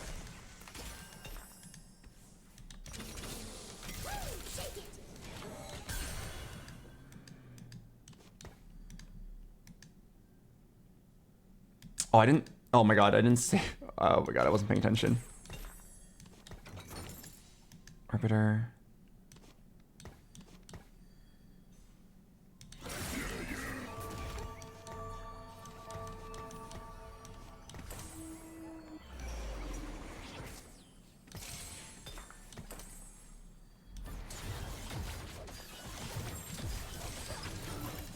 Fuck. I was too busy thinking about the, oh my god. Alright, my bad. I was too busy thinking about the Recombobulate. I didn't think about the fact that I had a Ginsu's if I slammed Rod. Okay, honestly not even that bad, because Ginsu's is... Oh, do I lose this? Okay. I didn't think about, like, the fact that I had to slam my Rod. Or maybe it's fine. I just need a front line, and then I'll check my Arbiter. Interesting tempo spot. They'll have to get through me. Guess we angle LeBlanc. Is spend 50 mana or attack 3 times better? 5 AP. I'm pretty sure spend 50 mana is better.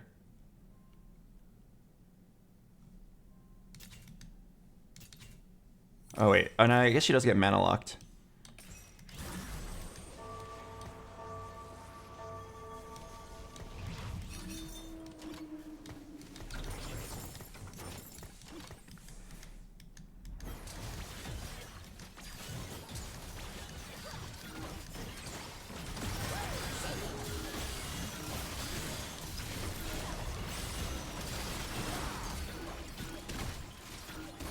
Alright, I'm getting carried by like this random Gwen 2. God, Gwen 2 is such a beast.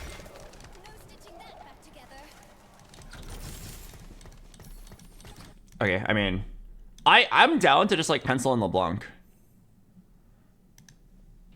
I don't know if you're like allowed to use overlays on the tournament. I asked a couple of people and they said you're allowed to until like the bigger tournaments like Worlds and Regionals. I assume that if I'm not allowed to, an admin's gonna tell me not to. But like, if they say I'm not allowed to, I'm happy to turn it off. Until then, I'll just use it normally. Conduit. I'm gonna clean this galaxy from the inside out. Shouldn't you start practicing not use it? I mean, I don't think make it to Worlds.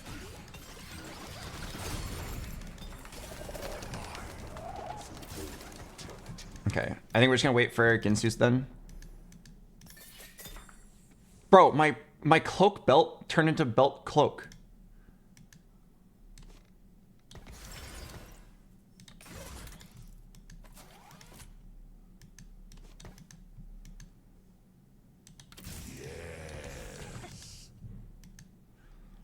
Am I willing to level here?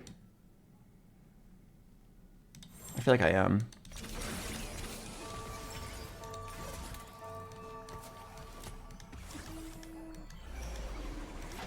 I think leveling will make a diff.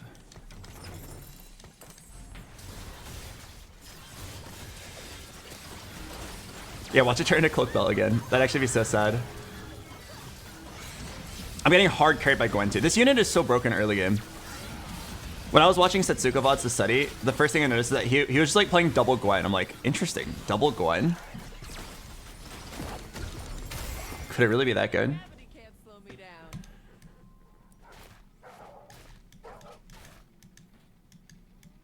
He was playing like double Gwen, like completely naked, no rogue, no space groove, and like that was like a level 5 board, and it was winning.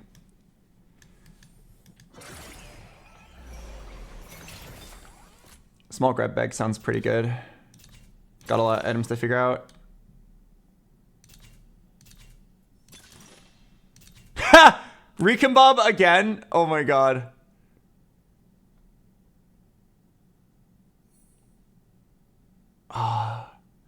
No, my board actually has good synergies. Otherwise, I would have done it.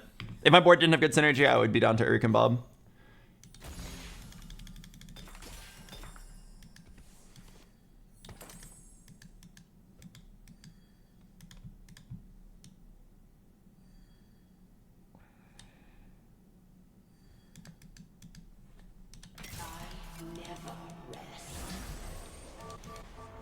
Really need a front line.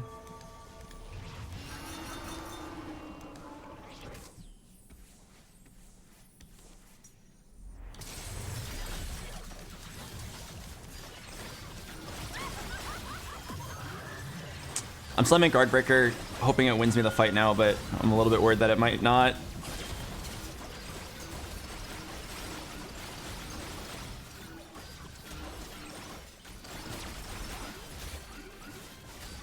Huh? No, it did, it did. Alright, got a Ginsu's and then a JG. Check Sonic for E. It's drone.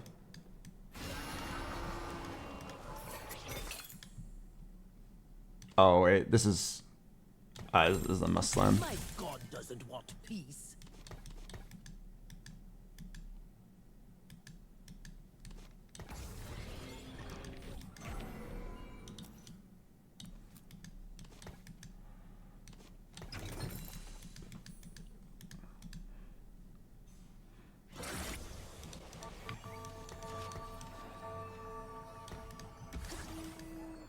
Is this the first game? Yep. I'm gonna try to tempo Timmy every game. I'm gonna play for like solid top 4s. I'm gonna try to make no risky plays. I think I'm only gonna do a risky play if I'm like on the brink of elimination.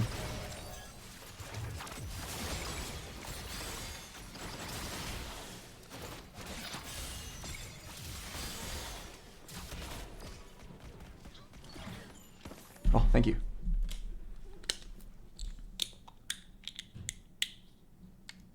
Man, sucks I couldn't find a front line.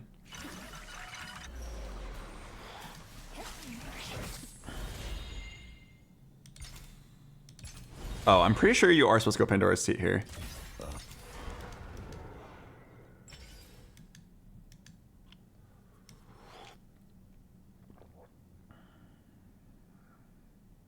Oh, you know what I just realized?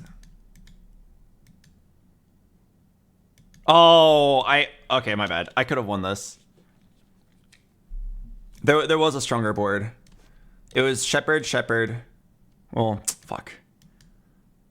No, actually, it's a bit awkward. Is it stronger?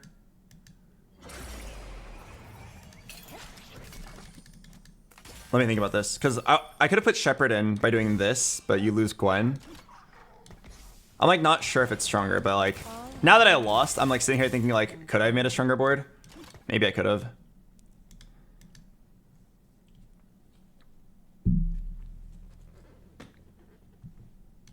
All right, I'm gonna try to hold JG here.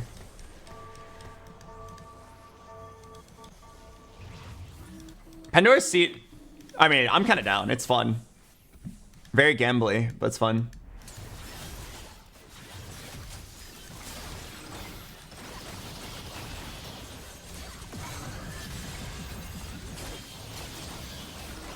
Play it over Rust. I'd have to level, which I can't afford. Mordekaiser, I think, is too useful right now. Every single synergy is being used. I'm not 100% sure that this board was stronger, but because I lost by such a close margin, like if my Zoe had cast it, I think I would have won. Like just a couple auto attacks. I feel like there was a world where Alawi was better. Also, Alawi's tankier than Mord. So I think there exists a board.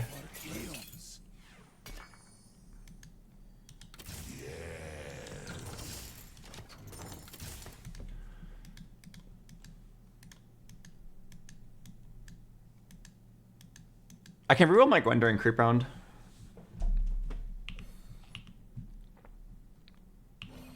Team reroller. Yo, this guy's too LeBlanc. God, I wish I were him. Oh no. Wait a second. This guy is directly contesting LeBlanc.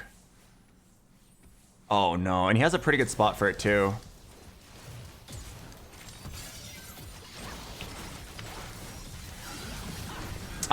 Contested LeBlanc.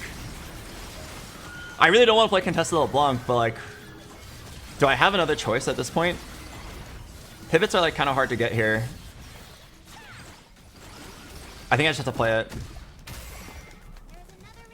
You can go Vex. I mean, LeBlanc plays into Vex. LeBlanc is just the level 8 version of Vex. So like, they're kind of the same build.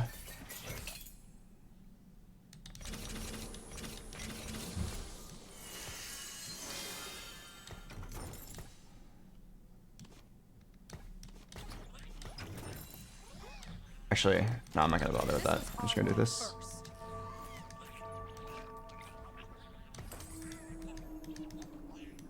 I think I'm just gonna like play it anyway. Sucks that we're contested. You can play Zaya. I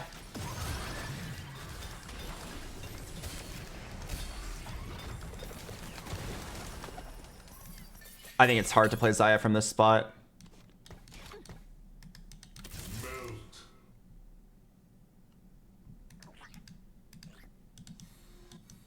I could like do a full sell of my board into, but like, how am I gonna find 3 Jaxes? And it's also like already pretty contested.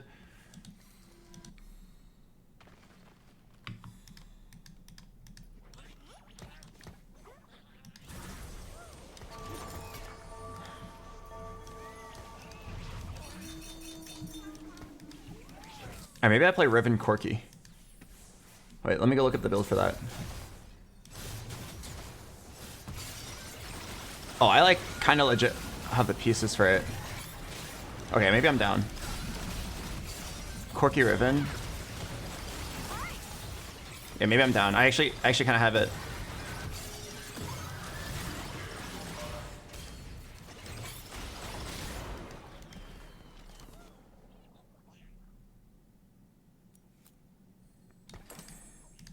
Gonna save this sword. Okay, kind of a cool pivot, honestly. Explosive growth, no.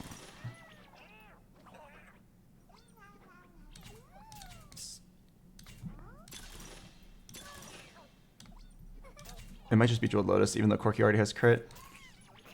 Yeah, it'll be good for Riven.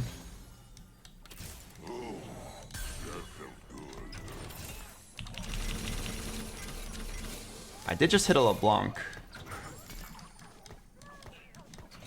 time for talk is over.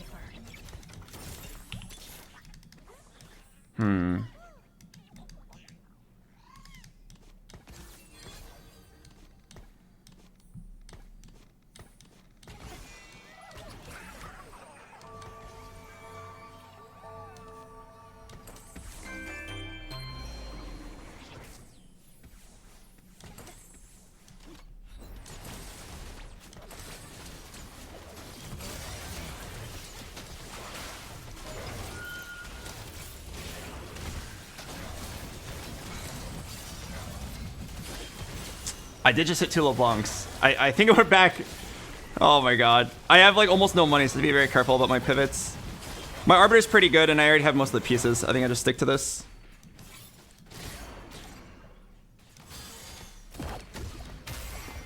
You will not be missed.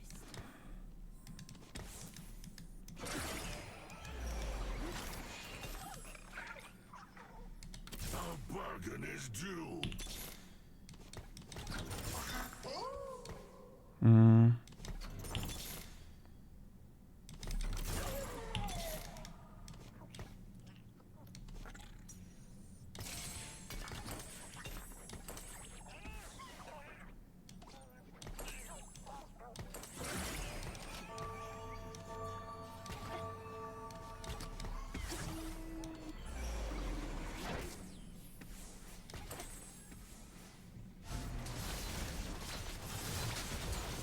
Okay, this is actually kind of tough.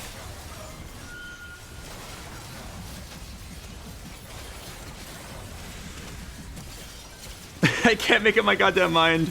I feel like this always happens whenever I play Pandora's. I at this point I'm committed LeBlanc for sure. I have so many of the pieces. But I also have so many of the Corki Riven pieces, but I already kind of locked in my items, and even though I have Pandora's, it's gonna be kind of tough. Oh, wait.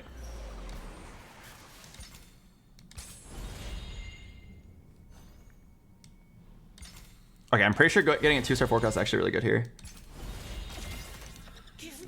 Also, I just realized I Jeweled Lotus, so I didn't need to slam the glove. Oh, my brain's not on.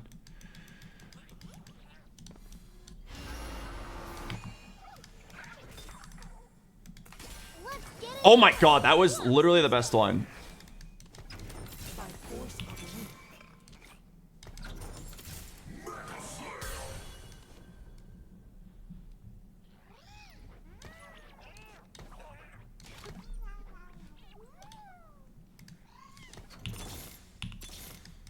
Here we go!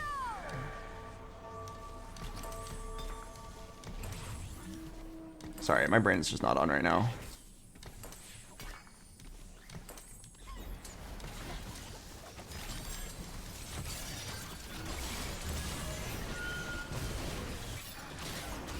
Why are you playing the mech there? It was just a flex play.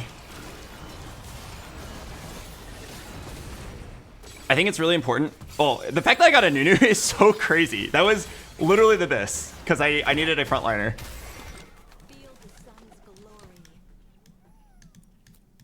glory. My brain's definitely not on. I need to rush to LeBlanc too, and then I think I can stabilize for a top 4 pretty well. I have to check on my contester as well. Here we go! This guy randomly has 2. Oh, he's trying to combine.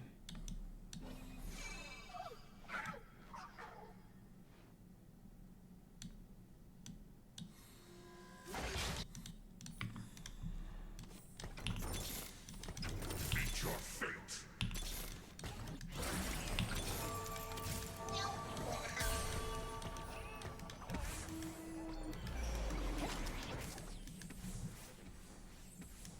Okay, there's a lot of LeBlancs out of the pool. One guy's holding 2 and another guy's holding 4.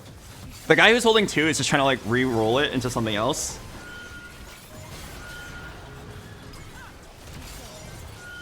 And the guy who's holding 4 is trying to hit a 3-star, but like, surely he's scouting and he sees that I have 2, right? I do have 5 Nunus.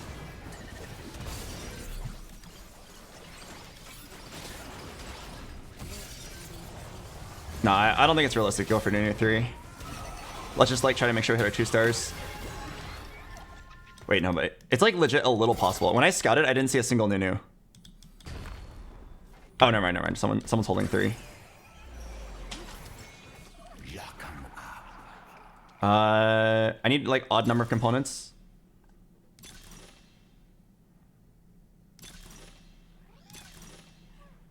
All right, I'm down. Just take money. You will be destroyed. LeBlanc guy has 3 LeBlancs. This guy's 2.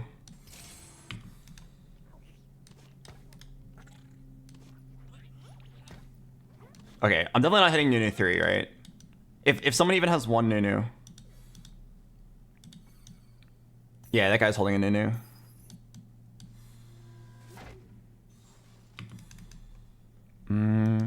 The question is, do I roll?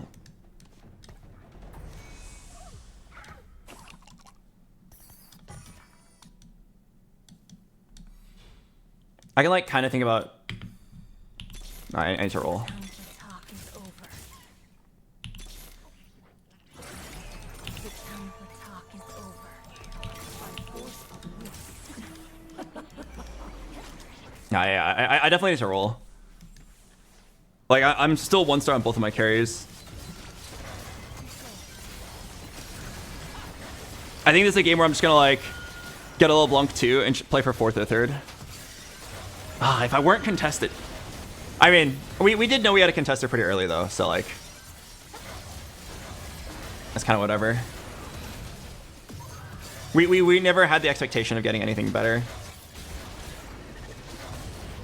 Oh wow, I'm shocked that am I really beating a level 9 board?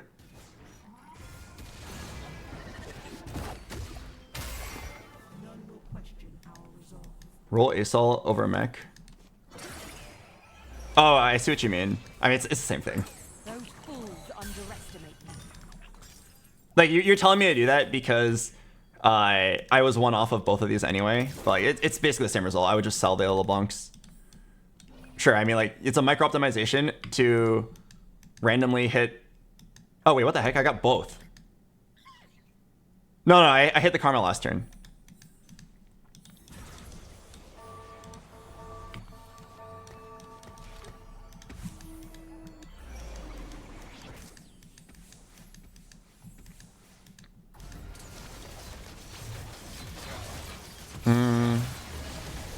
Okay, I think the responsible play is sell all my 4 costs now and go 9.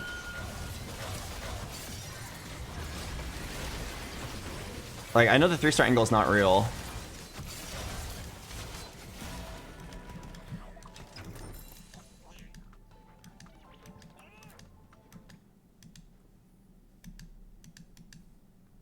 Let me think.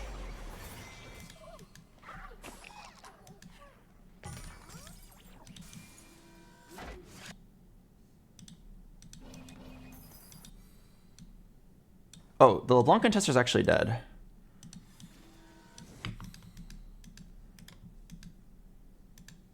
Okay, I'm down to just roll them.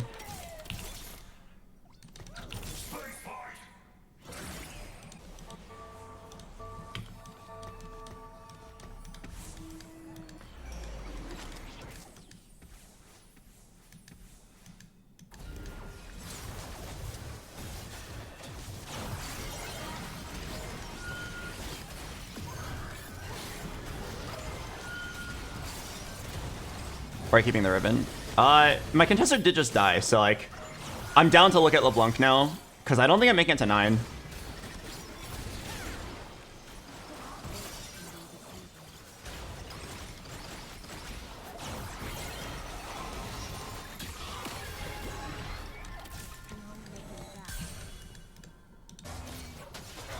Okay, top 4. Woohoo! Okay, it's most likely a 4th with like a tiny chance at like somehow both these turn to LeBlanc kind of deal. Torment comes in so many flavors. All will know us in time.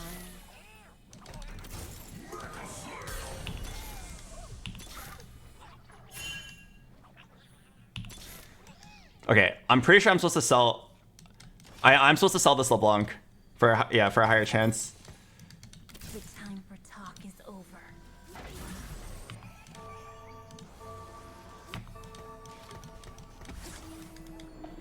I mean, hey, there's like a tiny chance.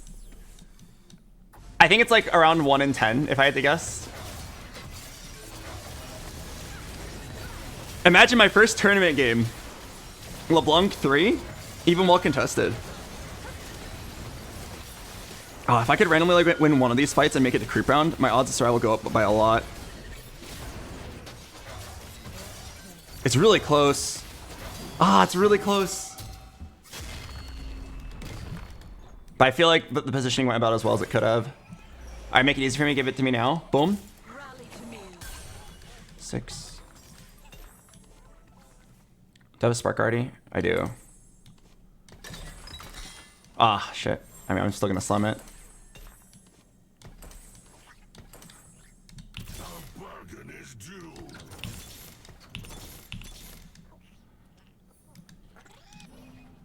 Ah, I think I'm dead, unfortunately.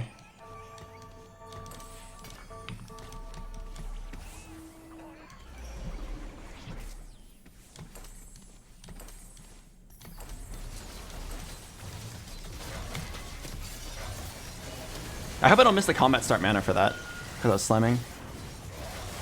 I had to make sure to do Crown Guard first.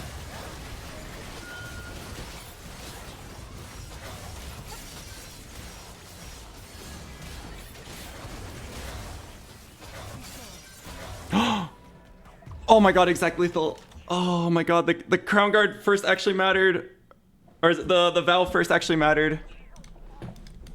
Wait, I actually can't believe that. I slammed Crown Guard first to make sure I get the shield, but Vow also has a combat start bonus, and I didn't get that one on time. And because of that, I didn't cast the second time, and oh my god. I'm not sad about dying. I'm sad about dying specifically because I didn't slam it in time. That was actually just an APM check.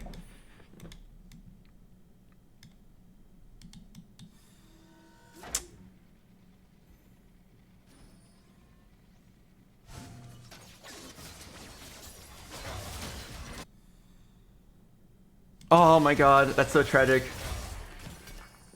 I would get 2 more chances at the LeBlanc 3 here. Which actually like fairly decent shot. Each one's like a 10% shot. Oh god, to lose both of those by 1 and then 2 to get exact lethaled.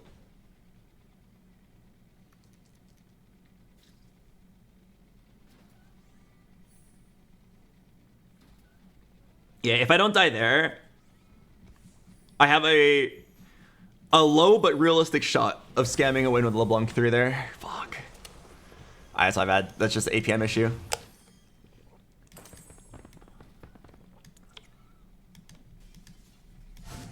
He transitioned 5 times this game. 4th is pretty sick.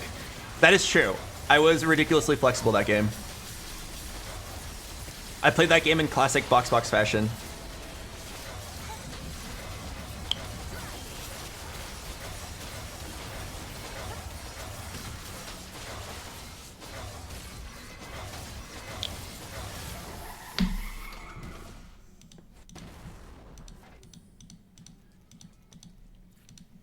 Actually, wait. There's something I want to take a look at in the replay.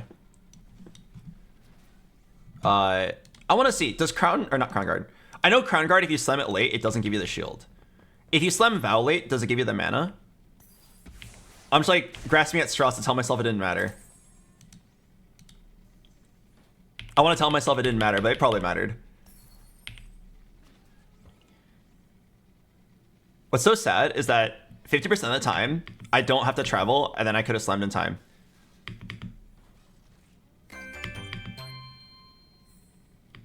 Oh, yeah, I don't get the mana. Oh, my God, yeah. So it had to be Crown Guard and then Vow immediately. Look how close this fight is. Because I didn't slam the Vow in time, my Nunu is 20 mana short. And look at when he dies.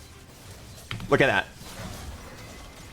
So if you're wondering what happens if he casts but then dies immediately, what happens is he drops the snowball and it stuns the people nearby, but it doesn't roll. So it would have stunned these guys and did a little bit of damage. And what's tragic is that I'm pretty sure it actually matters here. Because I can lose by 1 and still live here. So if I had like an extra, you know, 100 damage from Nunu Snowball. Not to mention the stun. Oh my god. If I don't travel, or if I just remember the slam order. I mean, remembering the slam order is actually something that I can control. Traveling is not something I can control, so that's my bad.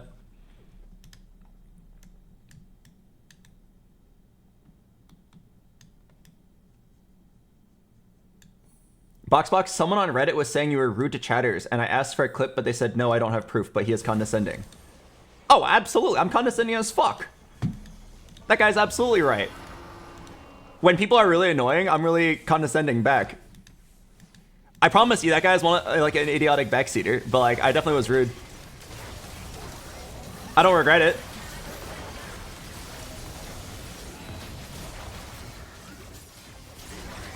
Some people give me like the worst backseating of all time. Like, I don't care if you're right or wrong. I care if you're annoying. And there are people that are just like hella annoying. And I'm not afraid to just be like, you're a dick. And that guy was probably really upset that I said you're a dick.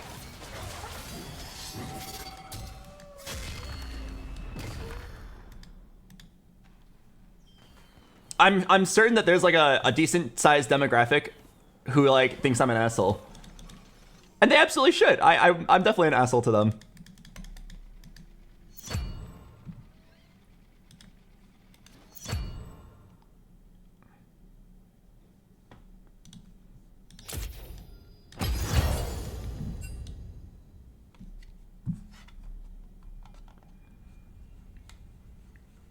I was happy that you went 4th and now I'm sad. Oh, I'm sad too. I mean, like, there was a pretty good world where if I live with 1 HP there, I still just like don't hit the little bonk 3 and I die. I like, but to know that it was because of an APM issue, oh. I mean, my brain definitely wasn't very on. I can think of like 5 small mistakes there. Like, I forgot to save the rod with Pandora's, which led to me missing out on an early Ginsu's. I'm pretty sure one turn I did not play my strongest board and I barely lost because of it.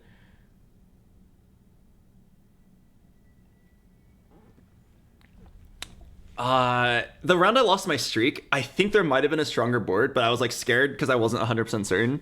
It would involve losing Darkstar and Conduit to put in Shepherd. But like, it might have been worth it. I do know that 3 Shepherd's really good. I wasn't certain it was stronger, so I didn't do it, and then I barely lost, and now I'm just thinking, like, what if it was stronger? How'd the game go? 4th. It's the 4th that could have been a 1st. So I'm pretty sad.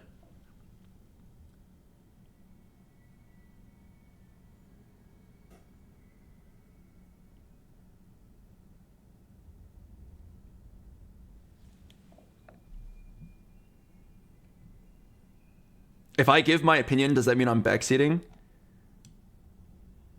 Yeah, but I mean, like, backseating is fine. I'm totally fine with backseating. The only thing I care about is if you're an asshole or not. Just so we're clear on, like, what is being an asshole and what's not being an asshole. If you say, is this augment good? Or why wasn't it this augment? Is this item good? Is this unit good here? That's completely fine with me. Even if you're completely wrong, I'm happy to answer the question. The annoying backseat that I'm talking about is people who are like, you are such an idiot for not building a Ginsu's here. It's even worse if you're wrong. Sometimes they're an asshole and they're right. And like, I'll acknowledge that they're right, but that they're also an asshole. But like, it's worse when they're an asshole and they're wrong. That's just like triple annoying. Every now and then we'll get chatters that are like very confidently incorrect, and it's really, really frustrating to deal with. I always say the same thing. Soju will be live tomorrow. Please bookmark his stream. And like, they'll welcome you better there.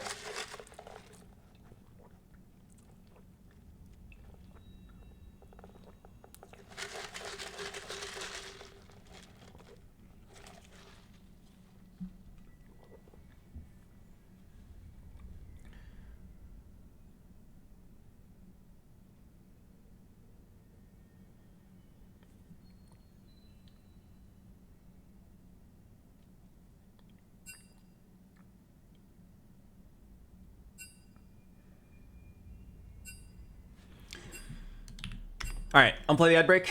I'll see you guys at the start of this game. Game number 2.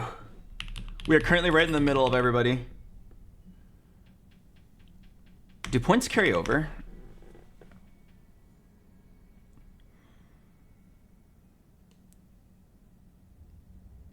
Do points carry over to the next day? Thank you, lol relic.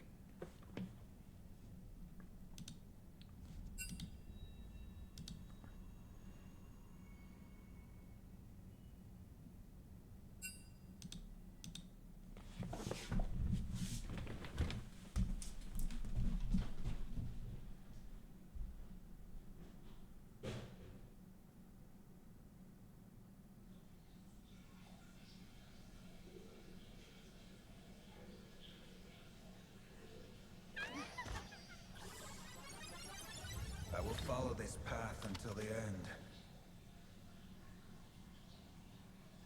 Worship me.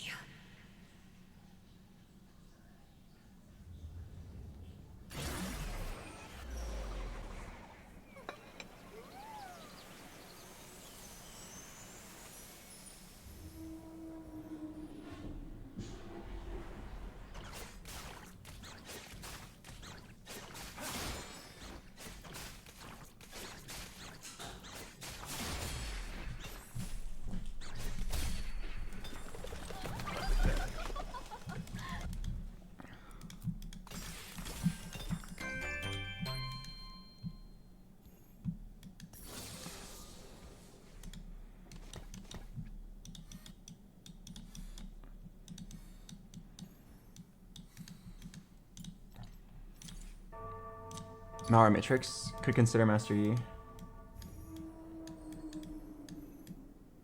BoxBox, I don't understand why Shepherd is good. I need a unit that gives your whole team AP. Oh my god. Thanks for the gift sub. Thanks for the gift sub. Thanks for the gift sub. Hey, nodders, hey, nodders. Oh my god. Lol Relic, thank you so much for 20 gifted subs. Randomly in the middle of the tournament. Thank you so much. I hope you're having a good time watching the stream. Hope you're enjoying the tournament arc. I need to buy this Belbeth. What am I definitely not oh fuck. I'm like kind of down to consider every angle from this spot.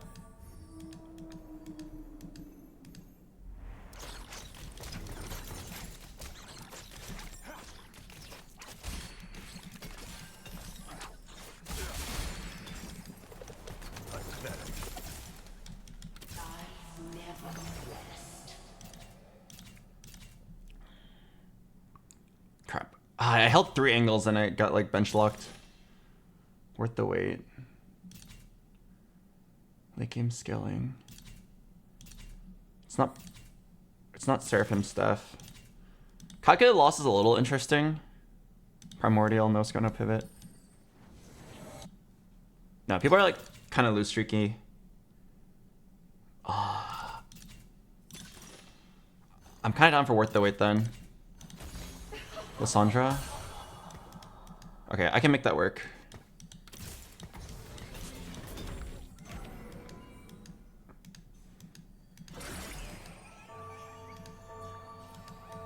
It's nice that I like happen to have a or 2 Lysandras there.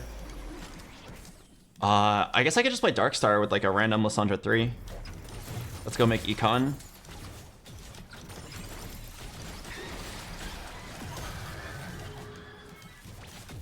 I actually did have 3 Primordian.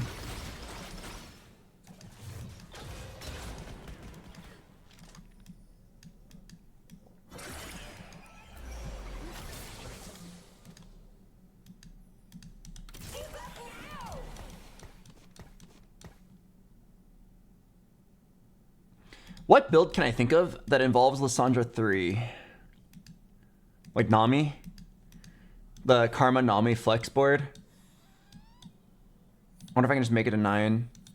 Teemo reroll. No, you can't reroll with this build. It's a bit of a bait. Here, let me try to explain here. You can't go reroll with worth the wait. Well, you can. It's just not very good. Like, you're guaranteed the Lysandra 3, maybe Lysandra 4, right? So, like, are you then gonna, like, roll for everything else? You could get a lot of pieces, I suppose. and then just like get the guaranteed Lissandra 3 and then use it as econ. But at that point, you know what I mean? If I was gonna roll like 60 gold to get a Lissandra or to get a Teemo 3, Leona 3, Nasus 3, I would win if I slam this, but I'm kind of down to not win.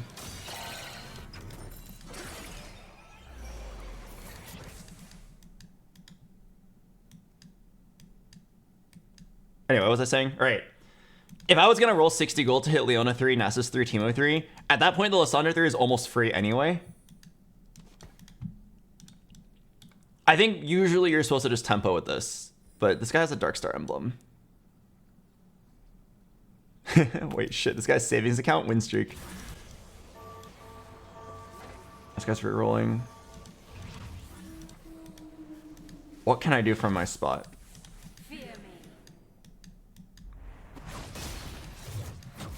I know for sure I'm going to have a Lissandra 3. And I know that Lissandra 3 is actually pretty good if you play around her traits. Maybe I can do some like weird 4 or 6 Darkstar flex to 9.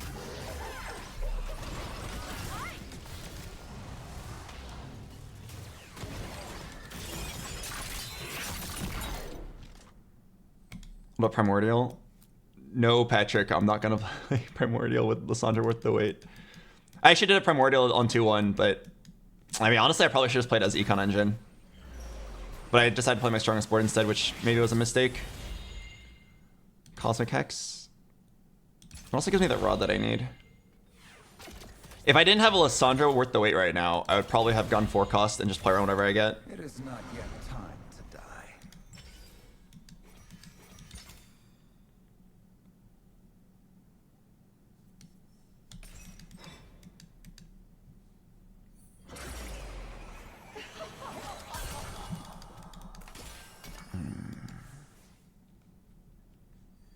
Cosmic Hex. Okay, I'm pretty sure this is the spot that I want to... This is my default. Wait, that was the HP Hex, right? Yeah. And then... Could go JG. Pretty sure he does not know the portal. Oh yeah, I was in the bathroom. Cheaper levels. Okay. Oh, that's actually like really good for Fast 9 then. That's like an extra, what? Going from level 3 to 9. That's like an extra 12 gold.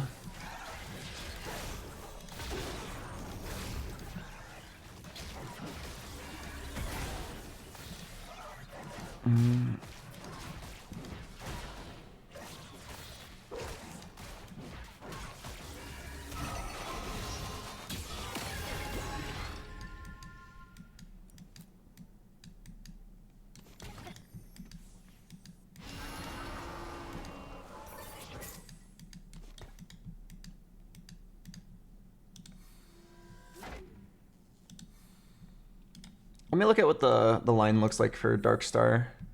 It does involve Lissandra. But I don't have an emblem.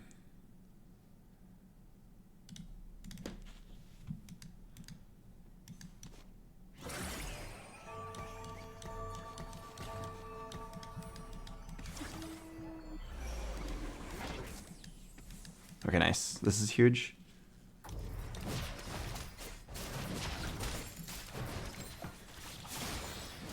What is my mid game gonna look like?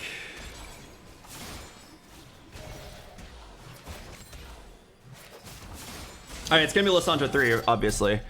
But, am I gonna go for Darkstar? I think I am. Should I keep modifying off of that?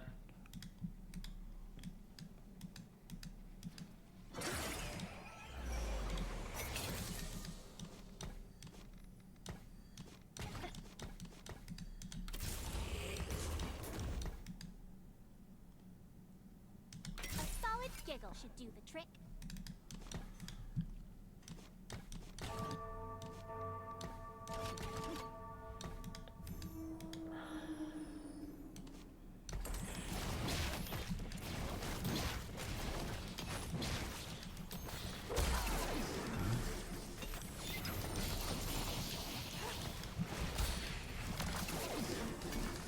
Oh, JG Nashers. Wow.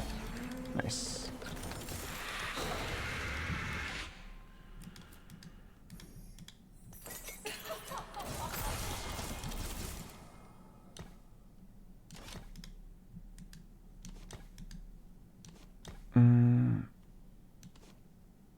Yeah, I'm definitely down to just slam this and then save Anvil. Looks fairly good. Okay, I need another Shepherd. Let me start thinking about what my endgame's gonna look like. Cho'Gath Lysandra for sure, which means you're always gonna want to play Pantheon, which will probably link into Kaisa plus Riven. Would like to go 4 Brawlers if possible. Jhin in the endgame if you can. Mordekaiser can easily link to Nunu. There's a lot of pieces.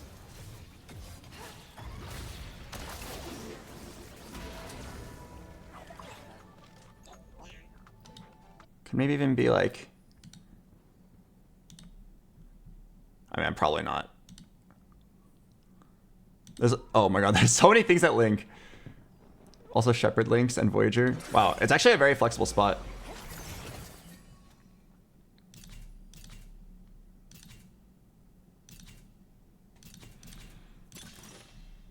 Probably not Climb the Ladder. I don't think I'm going to play that many Dark Stars. Charge Transfer. I think that's kind of good in my spot. I also like Slamming. Pretty sure I want to make it to 9. I wonder if I'm willing to roll once here. There's like a lot of pieces that would be really good here.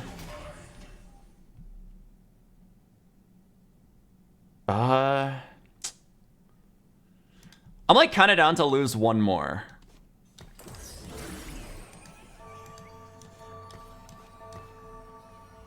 Yeah, I'm down to lose one more before I start going in. I think that there's a pretty good chance that my level 8 is just gonna be like decently win out. I think I'm gonna go 7 and roll like twice. But like there's a lot of things I can hit in a couple rolls here that would spike me. Cho'Gath 2, Kaisa 2, Meepsy 2, any Shepherd. Like it's not even like I'm that weak right now. I still have Lysandra 3. Okay, we didn't even lose. Oh yeah, 1 Mordekaiser is also really good. Yeah, there's a lot of things. I think I'm gonna level up and like roll twice.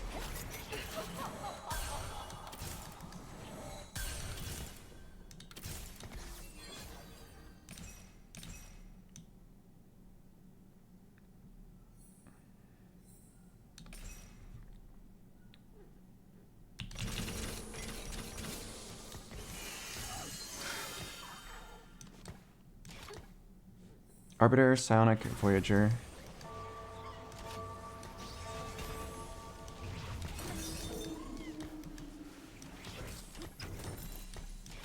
Okay, and I'm gonna... Oh wait, I just realized. I don't think I'm allowed... Wait, can I do Anvil Trick? I don't think I can do Anvil Trick with Slamming. I think it's gonna like interfere.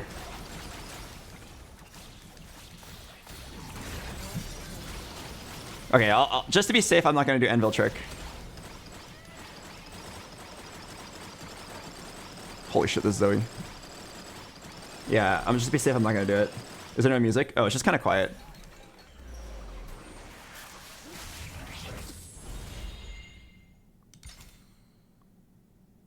Is it crazy I'm thinking it could be a LeBlanc game? It could also be a Steamroll game.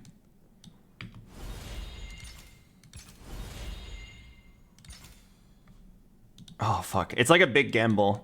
But I'm pretty sure I can. I will guide thy hand.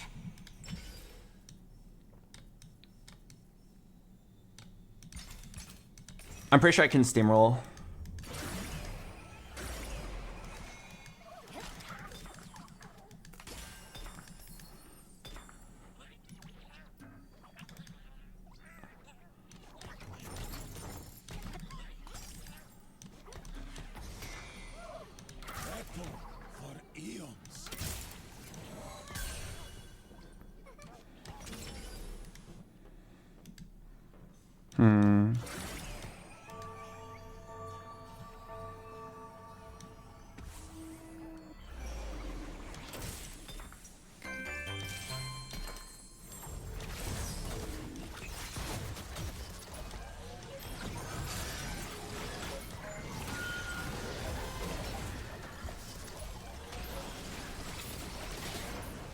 Let me think about this.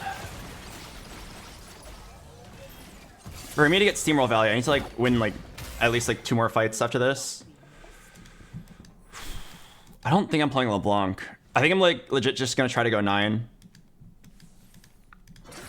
Need one more brawler.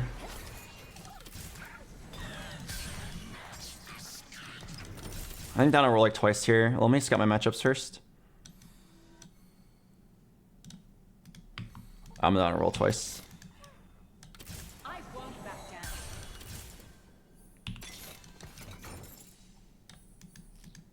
You cannot hide from me.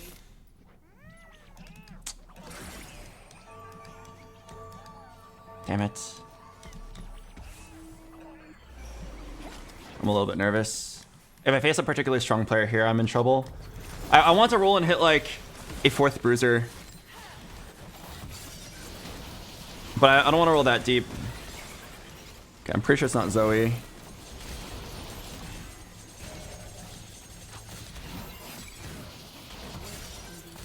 Oh no. Well, I lost by so much I can tell myself it wasn't a steamroll diff, but that was a sad steamroll.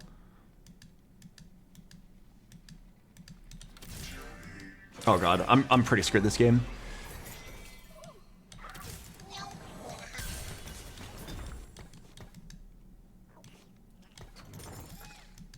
Oh god. That was a 1 in 3 chance I faced in that guy. Although, I can safely say it didn't matter if I rolled or not there. That guy was too strong. He rolled down to 20. Just sucks for me. Why did you not level for Rest? First of all, Rest wouldn't win that fight. Second of all, that would completely throw the game. Sunfire is good. A solid giggle should do the trick.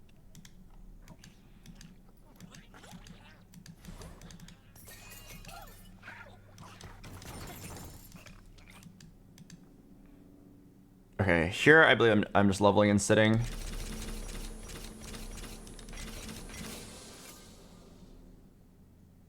Arbiter, Marauder, Sonic, Voyager.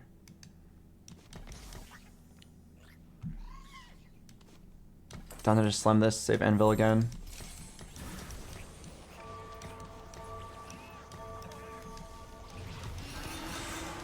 I feel really lost this game.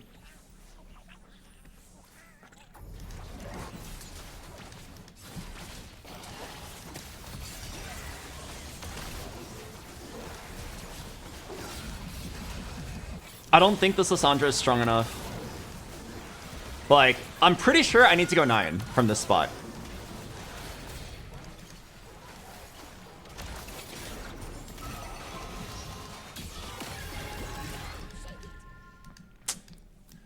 I'm pretty sure I just need to try rush to 9. Click econ here, go 9. Commerce Core. Earth's grab bag is a Darkstar emblem, guaranteed. Earth's grab bag is a Darkstar emblem guaranteed, which is quite nice. I think I'm gonna do it. It keeps my game fairly simple. Okay. What? Wait, 3 random components? Are you sure it was random? Sword at least? Okay.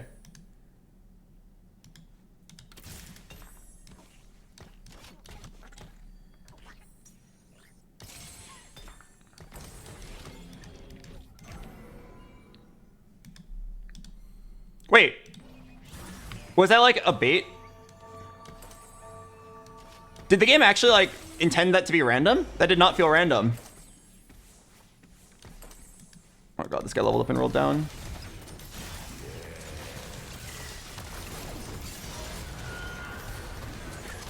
Okay, I'm gonna go 9 and just play for Jin. I have a very bad feeling about this game. I'm pretty sure I'm like legit 8th, but like... Oh, it's because I tried to solve out a unique board. Fuck. Alright, it's my bad. It's my bad. I also knew that someone was already angling Darkstar, but because I have Lissandra worth the wait, I felt like I was supposed to try. I think I'm just gonna go 9 here and pray, but like... I don't have that much money left. I'm just gonna try to hit like 1 Jin, 1 Mord.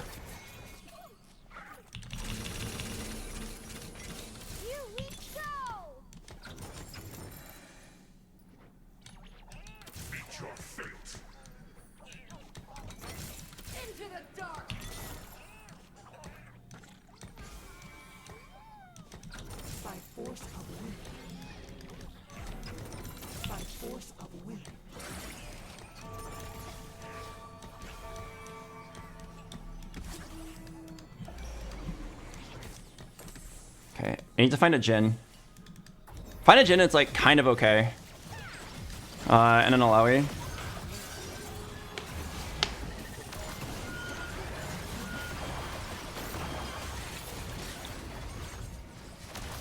I do have like a little bit of econ from worth the wait at least.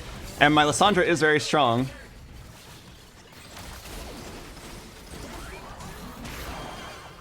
This Blitzcrank just one-shot my whole board. Uh-oh. Wow, he actually owned my ass. Okay, at least that was like a minimal loss. Look on the bright side. Okay, find an Alawi. We don't need anti-heal. Fuck, I don't need anti-heal, but I don't want to lose all that HP. No, I'm gonna do it though. Like, if this is a Riven, that's like my out. I also need the money. Graves could legit be a play here. It's like an all-in play though. It's banking on me winning the next few turns. Riven? Oh, Nami. Okay. Replicator.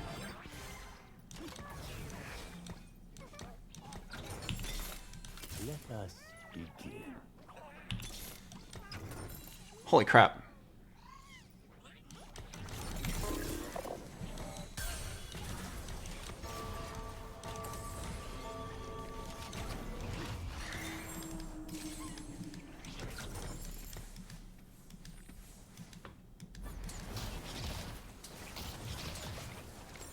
Is it swap items to Nami? She would need to be Darkstar. I'm pretty sure 6 Darkstar is like 6 Darkstar Lissandra 3 is stronger. 6 Darkstar buffs a unit. Okay. I guess we're just coin flipping this basically.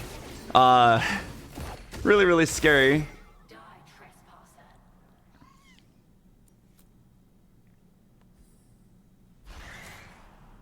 You cannot hide from me. Okay, I'm pretty sure I go power frame. Here's Jen. Okay, who does Jin go over? Karma? That's Voyager. Over Kaisa for now. I think this is just my board. I just roll for 2 stars now.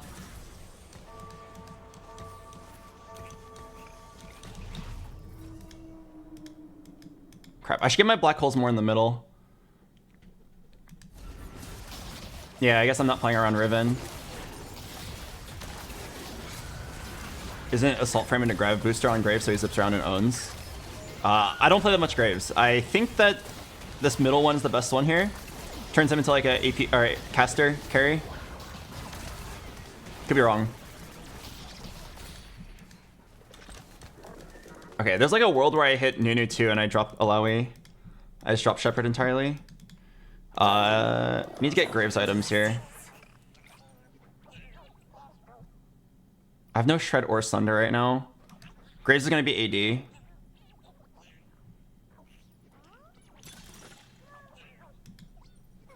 Okay, I'm just taking this.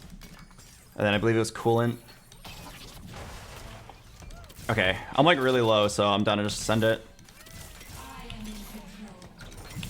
Just whatever upgrade you can.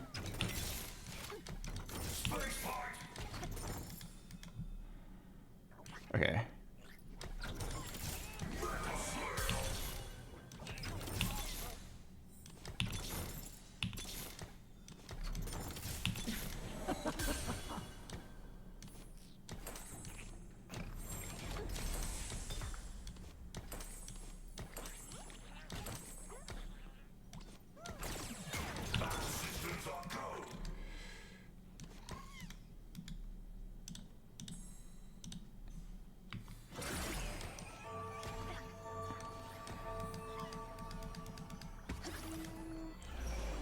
Nami did more damage than Graves. Yeah, it's because Graves, like, if you get to his, what, the void coefficient, you, like, win the game. So, I'm 7th or 1st this game. Most likely 7th. I'm gonna be real with you guys. I'm probably dead right here, actually.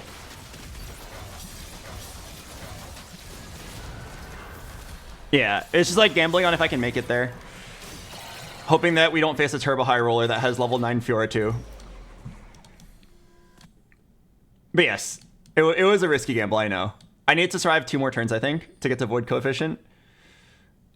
It was like most likely not happening, but I didn't really know what else to do. I don't really regret this game. Like, from Worth the Wait Lysandra, I feel like that's about how I would have always played it, just tempo. Let me think. Do I have any regrets for this game? I like our item slams. I mean, it was probably just not investing Graves at all. Like, if I can safely say here we're most likely not going to make it to void coefficient to win the game, then I should just sell him and play something else.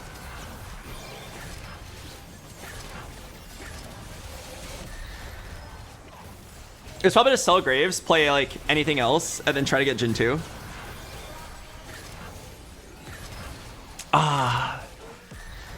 It pains me to let go of the dream of a Graves with coefficient there. Like, void Graves with coefficient would actually just win the game. Like, first place, but like, getting there is going to be so hard.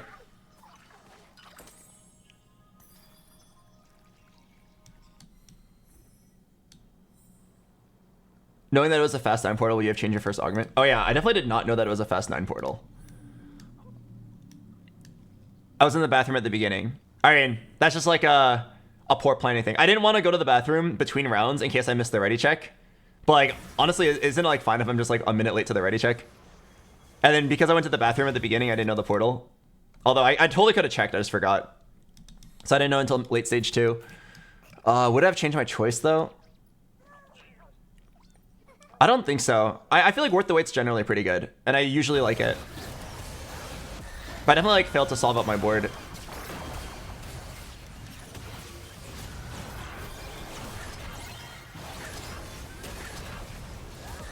It might have not been the Earth thing. I mean, okay, that's hella hindsight bias because it said 3 random components and it gave me cloak, cloak, cloak, which is like the worst thing ever because we're in an AD meta. Okay, it might have legit just been bad luck. Right, we're in an AD meta right now where like all the strongest players are all playing AD boards and Earth gives me 3 random components. And it gave me cloak, cloak, cloak. Like, it gave me chain, chain, chain. I would have won the game. I would have had Bramble. I would have lived a few more turns because Bramble's really good. And I would have made it to coefficient, or void coefficient Graves. I would have gotten first. If it just gave me, like, a healthy mix of components, I think I could have at least gotten 5th.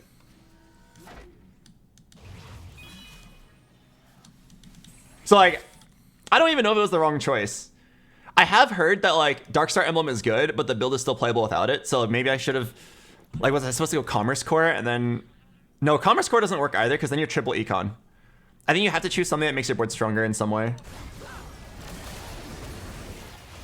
Okay, I have good news and bad news. Which one do you guys want to hear first?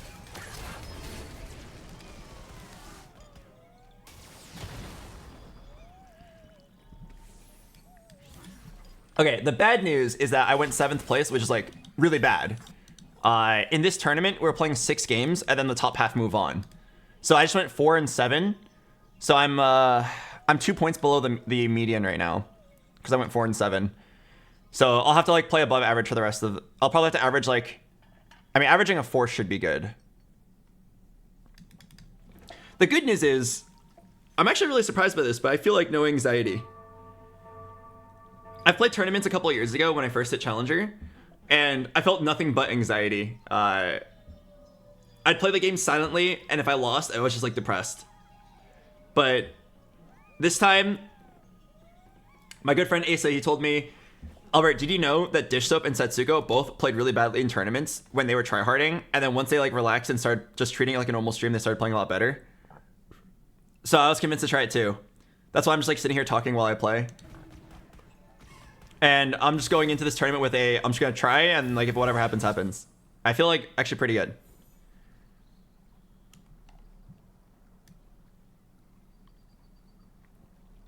I think mentally I'll be okay with whatever result. If I like get completely owned, it's fine.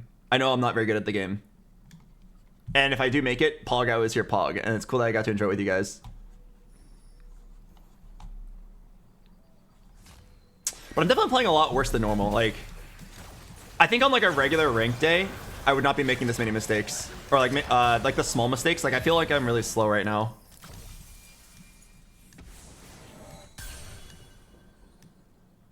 I definitely feel like I'm just like mentally slow.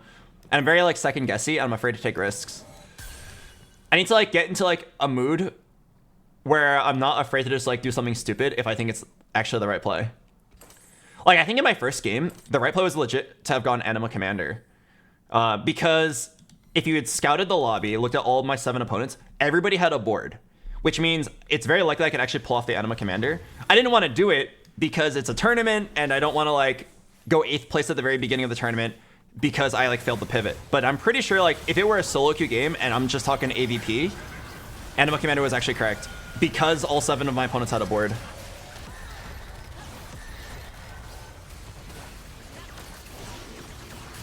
I mean, like, I played normally and I went 4th, so it's not too bad.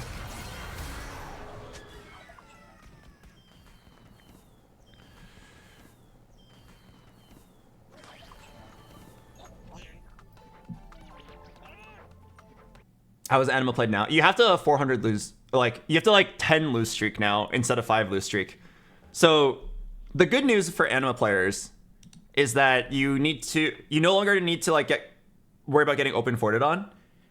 Because 2 Timebreaker is no longer OP, so it's very unlikely that people open fort now. If you have Anima Commander, it's very likely that you are going to be uncontested. Like, you can just like open fort and you'll very likely get it. The downside is you're no longer guaranteed Reforgers, and you need 400 cash out to get the same power as a 300 cash out from before. Well, I think it's slightly stronger than the old 300, but like the reason why you went to 300 before was to get the item, and now you're gonna get the item plus like a little bit of gold, I think. Or it might be like that item plus like a random weaker item. The item is like basically worthless besides like the good one, the tier 2. And then you don't have Reforgers anymore, so you have to be ready to pivot into whatever. If you watch me play Anima into mech before, I was just making the mech items in advance because I was prepared to reforge the Anima item until it lined up with one of the 3 that I needed. There's like 8 Anima items total, and 3 of them were good for the mech. 2 of them were like instant wins, 1 of them was pretty good, and then 5 of them were bad. There was also the BBC, the Battle Bunny Crossbow, which was instant win for Xayah. I don't know what the other 4 are. I barely play Anima, so I don't have that one memorized. But my understanding was like, you could just slam the ASL items to save HP, play it on like an Aurora, and then you just keep reforging until you get one of the 3 items. And like if you don't, then BG. But like with enough reforgers, like I haven't missed, and I played it like 8 times. I have not missed on getting the mech item with 2 Reforgers. But now you get 0 Reforgers. So it's now like you have to play whatever you hit. So you can't slam any items, which is actually like pretty stressful because you have the component anvils on your bench. How long do I have to wait until the next game, by the way? Does anyone know?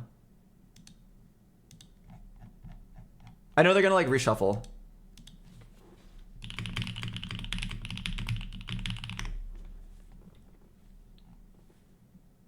Why does Xayah like the BBC? Oh, you already know why she likes the BBC, man. The BBC is huge crit, and Xayah loves huge crit. Well, actually, she doesn't normally love huge crits. But it's because she hits multiple targets. And then she can apply the BBC to like everybody. Most people can only like BBC 1 person at a time, but Xayah can BBC 4 people at a time.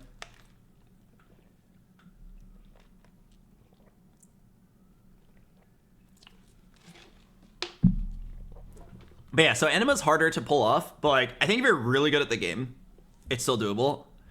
If I wanted to believe I was good at the game, I should have done it.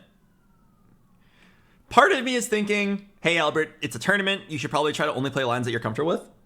The other part of me is saying like, if I'm gonna go into this just like treating it like it's a normal stream, on a normal stream I would just play Anima Commander and try to like get good at the cash out, because like, you know, eventually you want to get good at it.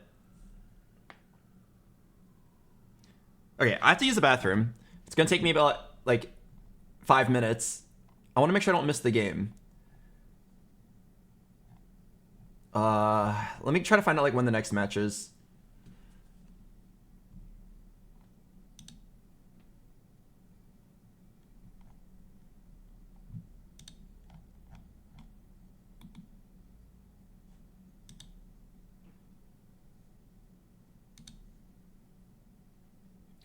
I'm just gonna go to the bathroom. I'm gonna assume that I have like a few minutes while the other games are wrapping up. Okay, I'm gonna give you guys some Wordle, okay? I'll be back in a couple minutes. If I'm not back by the time you solve this word, you can safely assume that I died. Okay, there's like a 1% chance that I fall into the toilet and die. And if I'm not back within the first Wordle, that's probably what happened.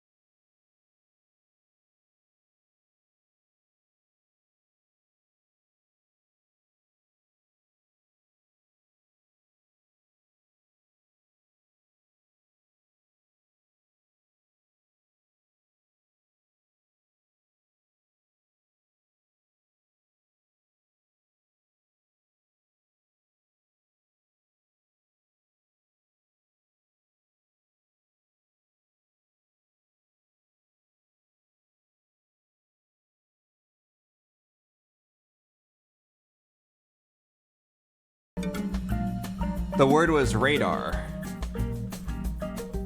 All right. Anyway, welcome back. Thank you guys all for your patience.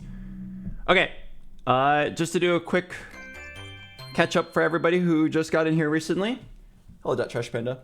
We are 2 games into the tournament so far. My first tournament in years. This is the Tactician's Trials. The way it works is like, it's like 300-ish challenger players. The top half move on each day. This goes on for like 5 days. And if you do well, you get to make it to regionals. And if you do well at regionals, you get to go to worlds. I think the exact specifics are kind of complicated.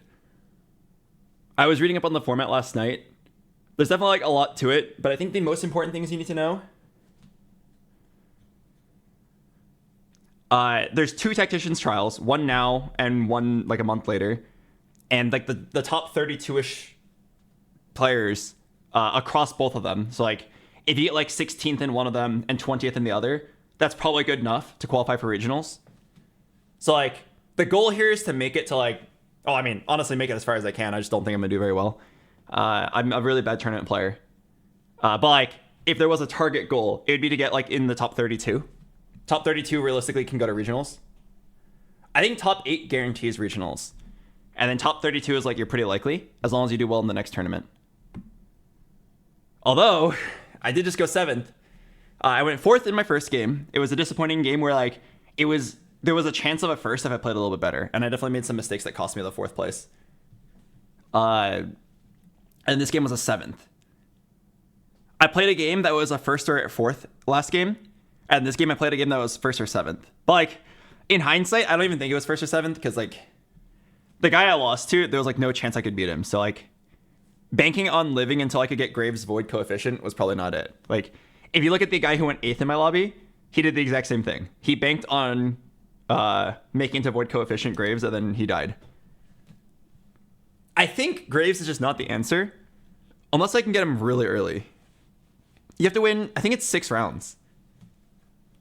So like, I should just not be playing Graves. I should have sold the Graves and just try to hit Jin 2. Like, I'm not likely to hit the Jin 2 in 15 gold, but I don't know. Maybe I hit something better.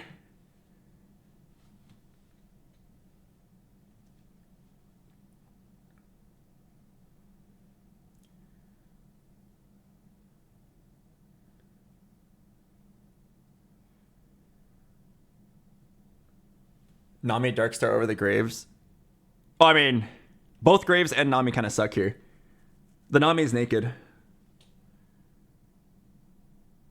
But like, it should have been something else. Like maybe even just a Morgana over the Graves. 6 rounds is like asking for too much. So like, I need to just like not play Graves. I keep on hitting Graves. It's probably because nobody's buying him, so you hit him really easily. But like, I need to just like not play Graves here.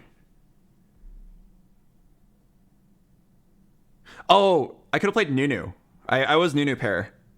So like, maybe I hit Nunu too.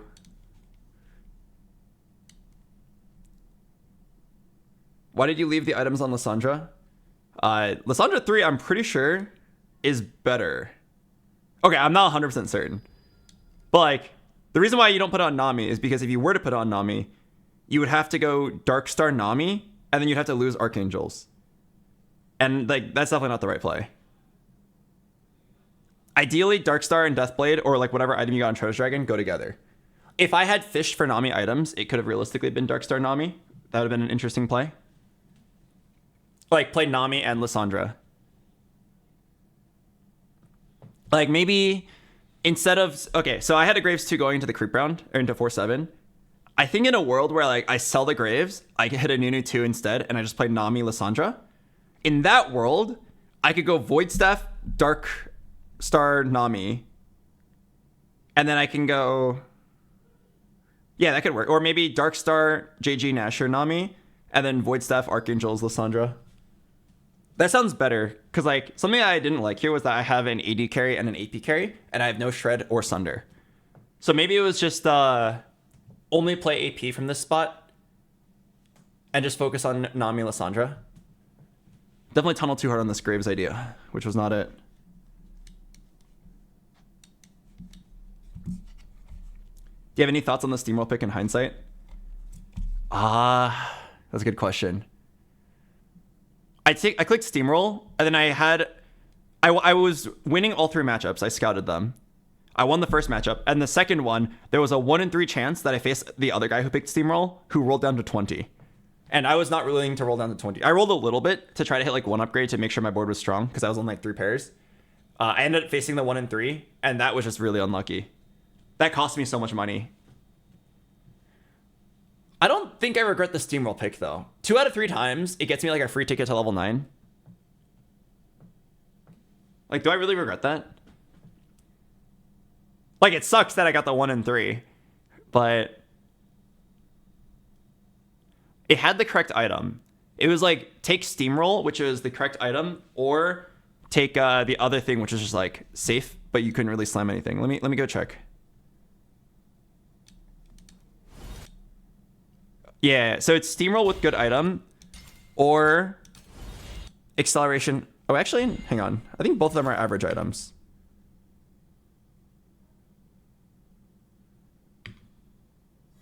Yeah, they're actually like both average items, because I have a component anvil. They're both half of a void staff. So actually, no, hang on. It wasn't a better item. That's a good question. When I scouted, I thought I was going to win all my matchups. So I was like, oh, I want to go 9 and get to Jin 2. So I go Steamroll here. I also felt like I'm freshly spiked. I feel like there was no world where I don't pick Steamroll here. If I can scout and see that I'm strong, and I know I need the econ, I feel like I'm always picking it here. But I should think about the fact that like other players, like I can see here 2 people for sure already picked Eve. So like I think it's very unlucky that we faced the guy who leveled and rolled down like 30 gold this turn. Or sorry, it's on 3-6. On this fight, I faced the guy who leveled and rolled. I roll a little bit to try to finish up my board because I'm missing a couple synergies. This guy like rolled down to 0 to activate his, or sorry, he rolled down to 20 to hit his Lulu 2 spike, Maokai 2 spike, and treasure. This is just bad luck. If I win this fight at least, then my stream roll's worth it. When does the next game start? I don't know.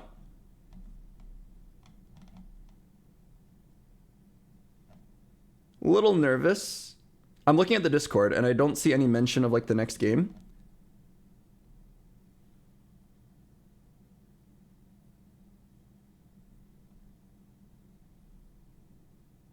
I don't know. Is like Froden in his next game?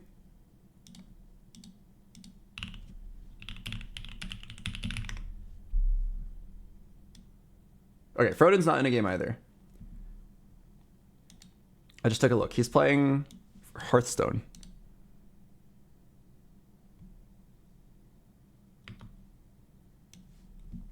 Okay, so I guess there's like delayed or something.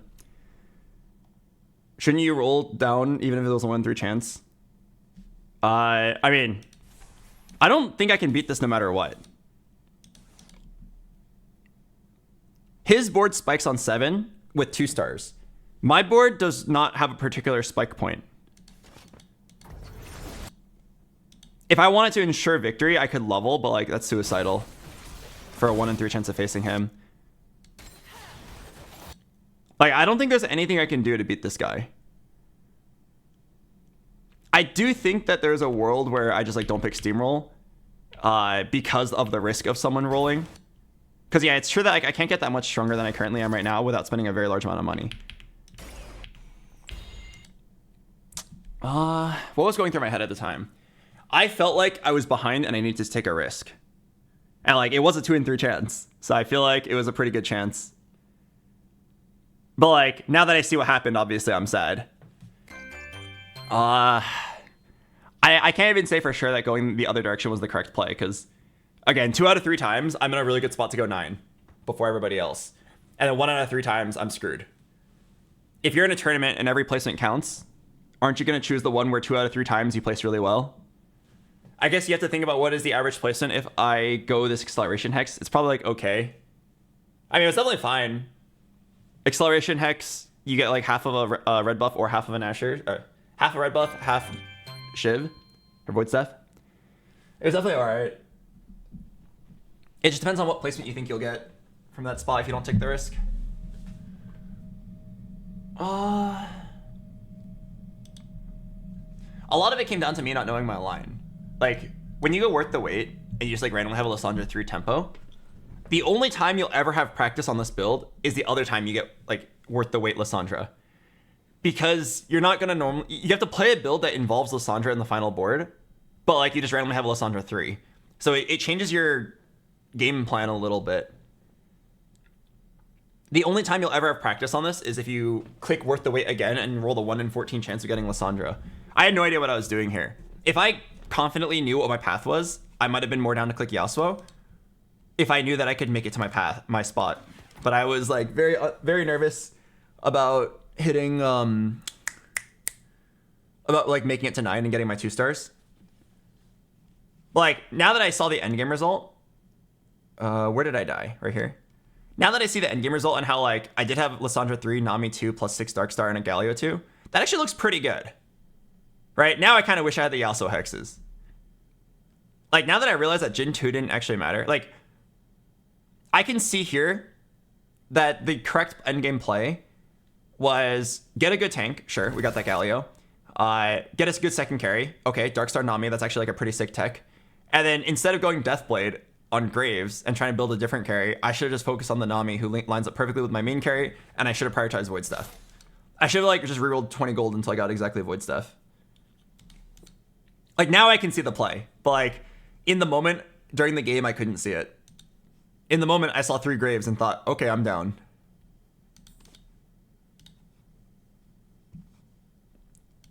I feel like if my brain were faster, if I had solved out that path faster, I think I go 5th or 4th this game. I can see a world where if I click the Yasuo hexes and then focus on the Nami rather than the Graves, make sure I have Shred. Yeah, I can see a world where I am 5th or 4th this game. And like, if I'm 5th or 4th, I'm like a really good spot to make it to the next day in the tournament. Because I went 7th, I'm like, I have to play above average for the rest of the tournament for the next 4 games. It's possible. Like, if I get first place once, I'm already like ahead. Although I hate playing for first in tournament. Playing for first. Oh wait, I think the lobbies are being made. Playing for first is usually playing like the most risky first or 8th strat. And if I go 8th, I'm like basically gone from the tournament. Most likely, I'm gonna just want to tempo to like a 2nd to 5th place. If every game for the rest of this event, I go 2nd to 5th, or even 2nd to 6th, I think I move on.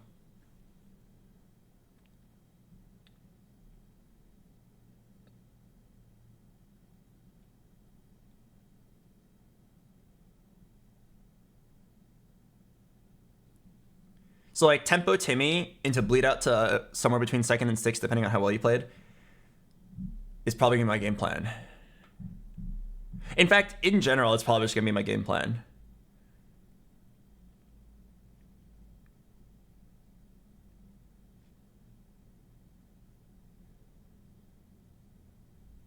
Because as I play more and more TFT, as I get older in TFT years, I just like want to win because I'm better. And winning because you're better is usually just like playing a solid game plan and just like beating all the people who take risks and don't hit.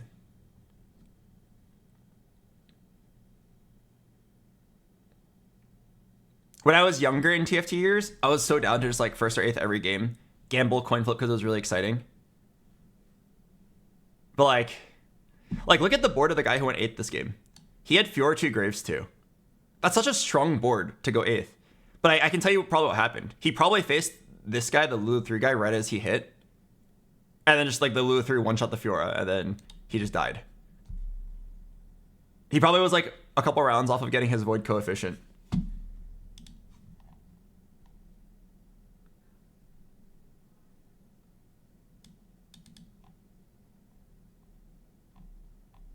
Okay, so the lobby has been made. Now we're just gonna wait for the invite.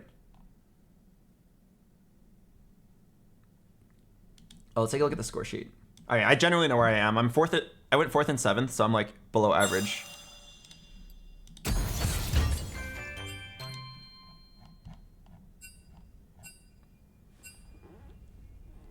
Yeah, I'm 7 points, and the threshold is 9 right now.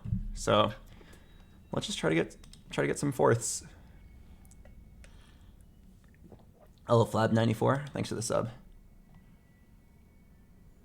He had fewer engraves and 0 frontline. That's usually what happens in Fast 9. If you're not very lucky, or you don't have enough money, you usually like won't have a 2-star forecast.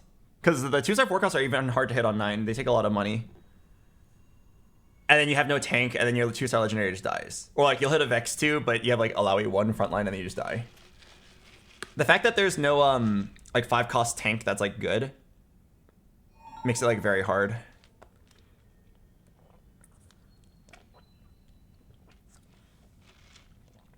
But yeah, if you like lose streak into level 9 on 4-5, yes, the legendaries are mostly untouched. So you'll hit like your 2-star Vex or 2-star Graves or 2-star Jhin or whatever really fast, but you're very not likely gonna hit that like Rammus or Kench. And hitting 1 2-star forecast tank is so important. I do think you could maybe just like tank an Alawi 2 or Rast 2. I kind of think that rolling on 7 might be the correct play for Fast 9. I did run into this guy in one of my games last night named Chuyen, who's I think one of the best players in Vietnam. And he did a play that really surprised me. I was rerolling Kai'Sa, and I had a lot of Kaisas in a dupe. And then he on 7 rolled for Kai'Sa 2. And I was like, what? No way, he's contesting me? But it turns out he actually just like rolled 20 gold to hit Kai'Sa 2, Alawi 2, Rast 2. And then that board won out his stage 4, and then he went 9. So like the specific game plan of you roll on 7 instead of 8, build a board that lets you skip 8 and then go 9 was really interesting. He built a board that was good enough to beat anyone who didn't hit their 2-star forecasts.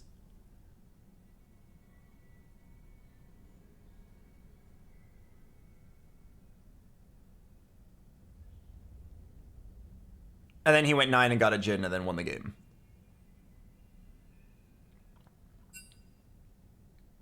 It makes me think about like rolling on 7 for the sake of tempo is really interesting. If we can agree that like 2-star 3 costs are good enough for stage 4. I feel like they're not. I feel like they're not good enough. Is a 2-star Kai'Sa really going to win stage 4? I mean, in that game it did.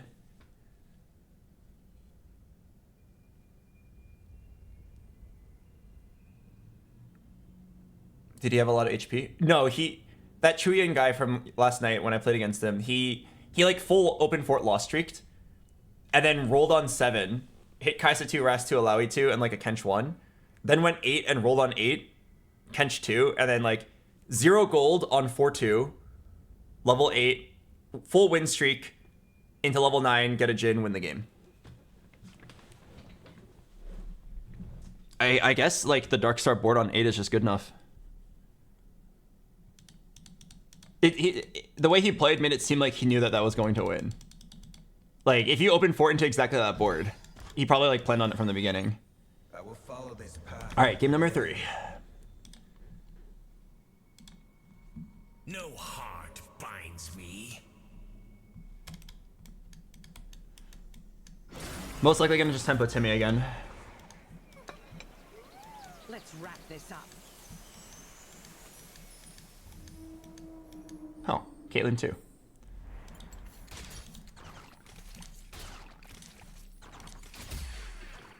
Medallion.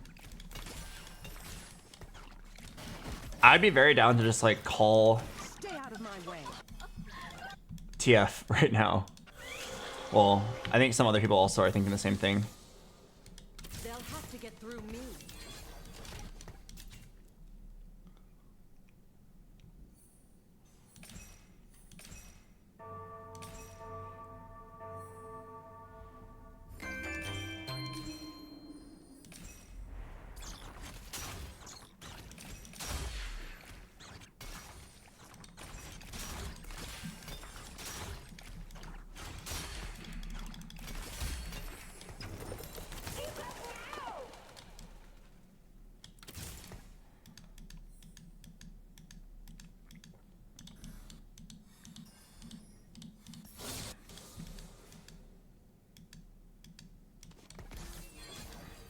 Okay, I have like a decent tempo arbiter.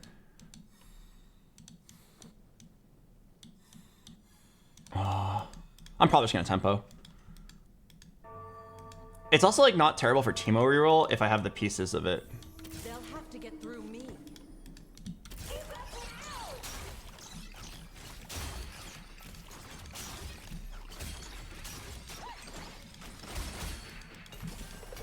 Feel the sun's glory. Rally to me. Okay, I don't think it's heroic grab bag for 1 costs. If I had a good Gwen item, I could maybe consider that. Seraphim stuff.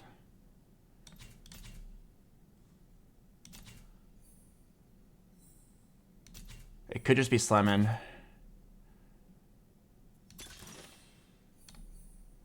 Oh, I think backline blueprint's kind of good here. Sure. I kind of want direction. Rogue. Fizz.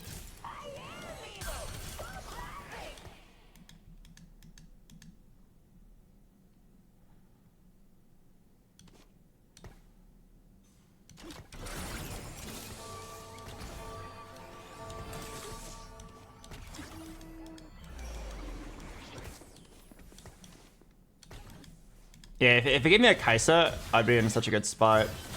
Am I just making a Hodge here? Feel the sun's glory.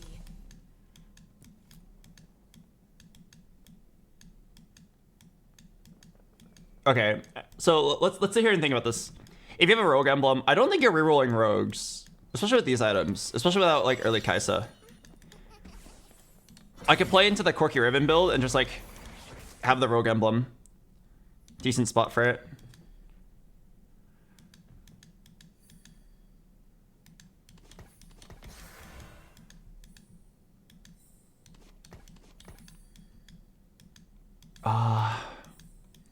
What item am I gonna slam? I'm probably gonna slam a Vow. I think go for Last Whisper then. I think Hodge is a bit too risky here.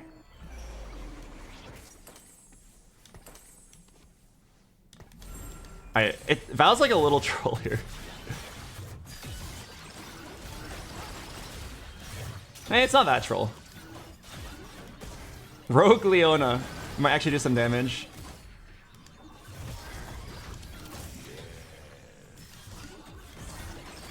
But yeah, I'll just play some Corky Ribbon. It should be uncontested, good for top 4s. And then I know you need Last Whisper Deathblade.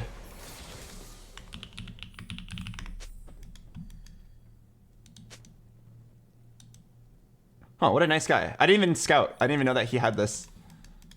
Huh. What a nice guy he is, really. Oh, isn't this like so good?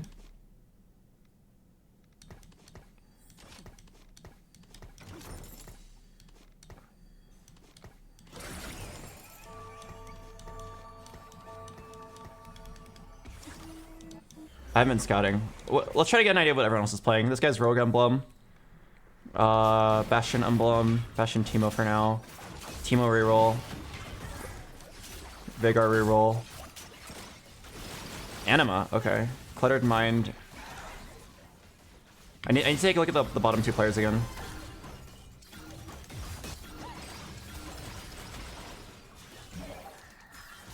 Okay, we need to talk about my fucking Bow Slam. My Leona is getting a gigantic shield, and then she's dropping aggro! Feel the sun's glory. Come on!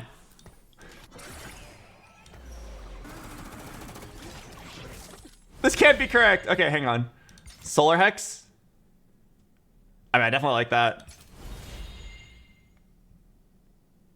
Yeah, Solar Hex is good.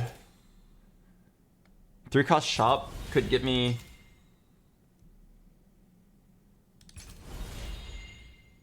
Oh, fuck. This is actually probably better.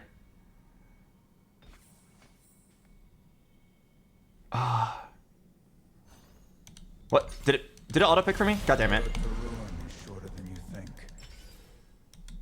Okay, they're both fine for me. One's better now, one's better later. Okay, I picked Yasuo for me. I couldn't decide.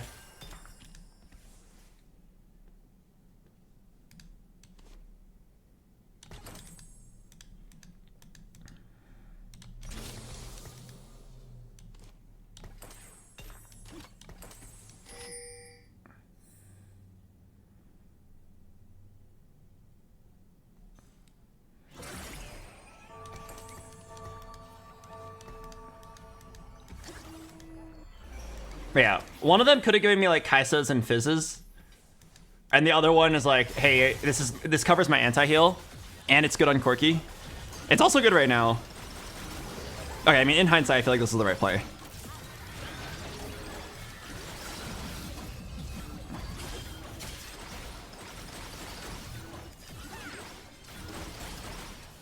Is it a Rogue Corki game? I don't know if Rogue Corki is good, but like, I know that I prepped this line. If you're wondering what I mean by like I prepped this line. Oh, Zaya. Can I? It's like hard.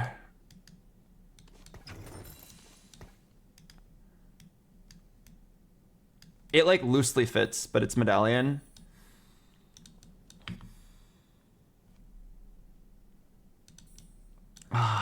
I don't think I can fit it.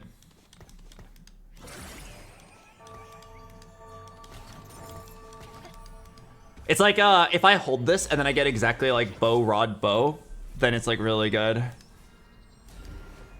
Lulu too. Uh-oh. Maybe it's a cloak diff. Alright, he has no front line.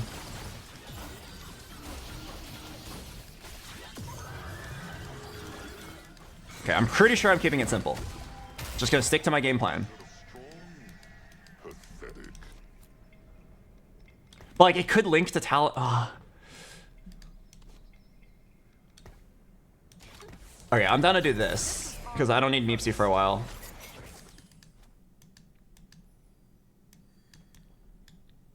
Yeah, I'll do this, and then if I get exactly bow, rod, bow, or even just like bow, bow for Kraken, Giant Slayer or something, then I'll keep this. But yeah, it's kind of hard to link because I would need a Vanguard Stargazer, which is only Nunu.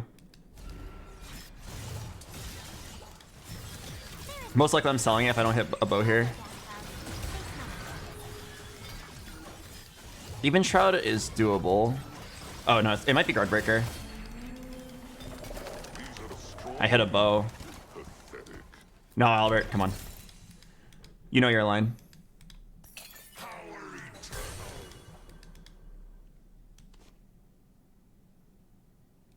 It came with a dupe.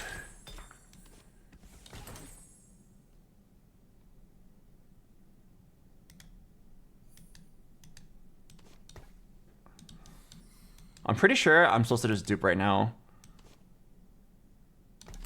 Pretty sure it's just dupe Gwen for streak.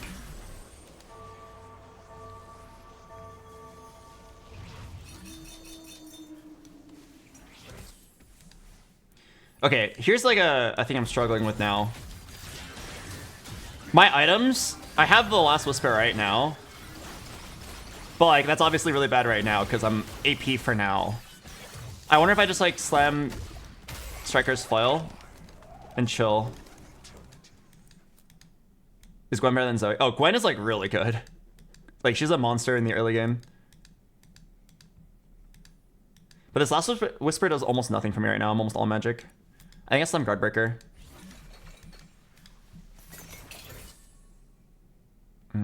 It's not new recruit. They nerfed this so hard. Is it tiny but deadly? No, I think Golden Gamble is generally really good. Band of Thieves. I think it's Golden Gamble.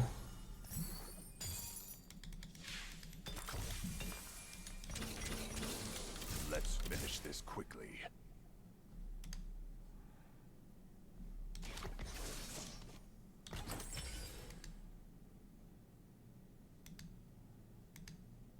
Okay, Sterix for Riven.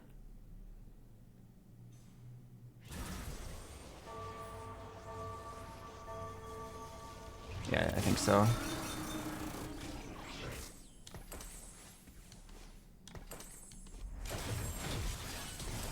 was kind of hoping. Fuck. I'm a little stumped. I want to get something that was like good on Gwen right now, but also good on Corki later, which would basically only be like a GS. Did Talon have GS available? He did. This will be really good on Riven though, so it's not terrible. It feels a little bad. I'm on a win streak.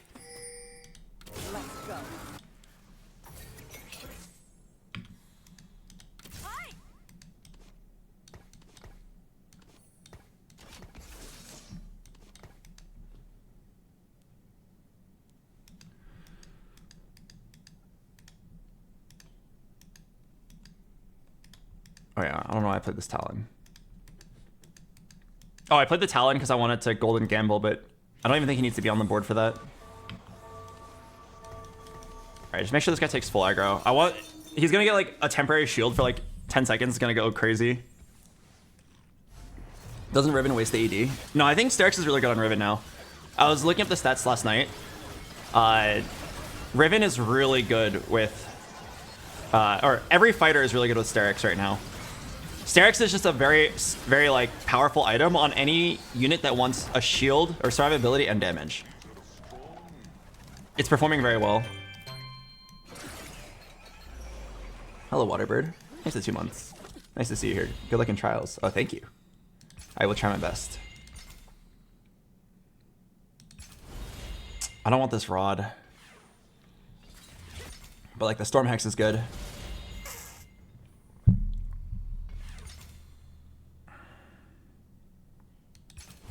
I also don't want Declaw. I think I'm just taking the Storm Hex. I'm sad. You will be.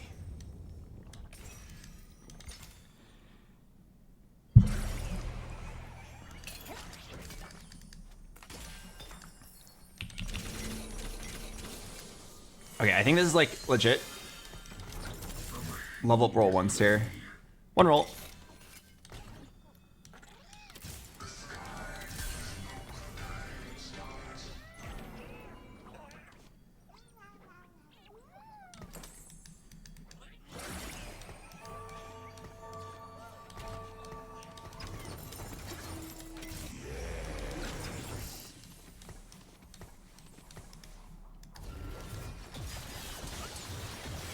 I'll try to slam this. I don't think. Whoa! What? My Gwen is cheating! How did she go straight to the Teemo? Hello?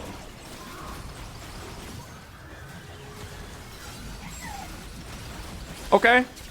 Okay. Wow, I mean, this game's just going extremely smoothly. Me on Gwen. Alright, I mean, at this rate, I'm down to just randomly natural, a Kench, or a Riven, or a Corki.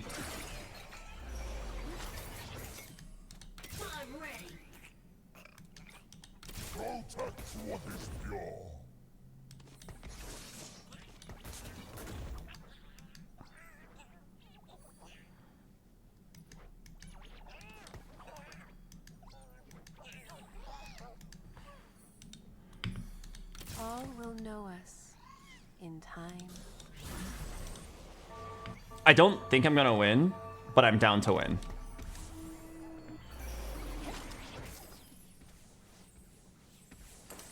This guy did roll down. Oh. He does only have one item on his Kaisa. Maybe I can win? Has my Radiant Sterix gone off yet? I don't think so. Oh, it has. It has. Okay, as long as my Gwen does not take aggro, we're good. This Mordekaiser is still alive somehow.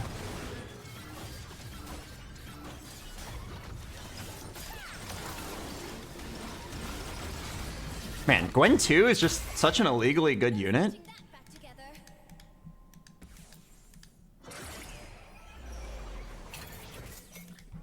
Like, all of this is just because I duped Gwen 2. Big tempo play, Albert. Okay, am I sacking one? I think I'm supposed to sack one. One guy's contesting me, but he's just gonna like slowly roll in 7. I don't think anyone else is like hard contesting. I guess this guy's going for mech. Oh, he got the Linus's Lament. If I level now, I can maybe keep my streak by hitting one Corki, but I think I'm supposed to sack. I feel like every time I don't sack, I regret it here.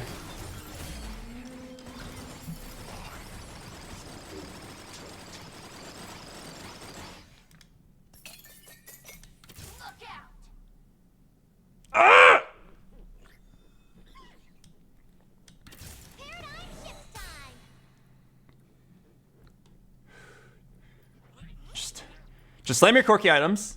All right. It's going to feel really bad. But just sack and lose your streak. Don't level up. But yeah, I'm just going to slam the last Whisper as troll as it sounds. And then... the last item, I mean, BT. BT for Riven. I'm down. Okay, yeah. No, see, Albert? See? You faced the Anima Cash Out guy. You weren't going to win no matter what. This was a good sit. You sat there and did nothing, and that was the right play. And now you have a lot more money to roll down. Yeah, good sit. Whew. Now we can level up and play the game. Might be boxing lessons. I feel like my items are mostly fine.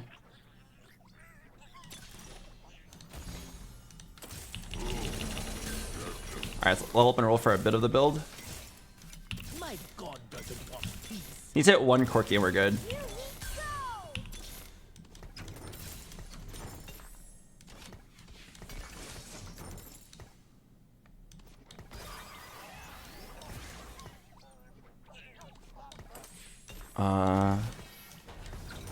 Am I missing something?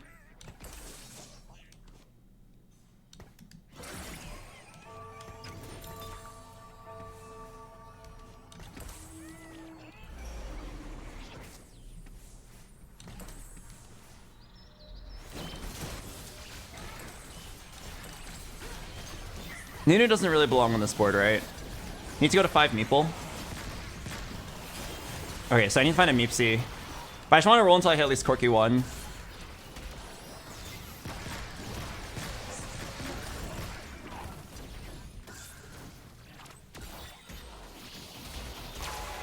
It's actually really close. Yeah, I don't think Nunu belongs on this board. Okay, let me roll for like... Holy shit! No! Don't get baited by an early Graves. Okay, just... Okay, hold it for a second, sure. But you need to just like roll until you hit a Meeple. But I wanted to dance.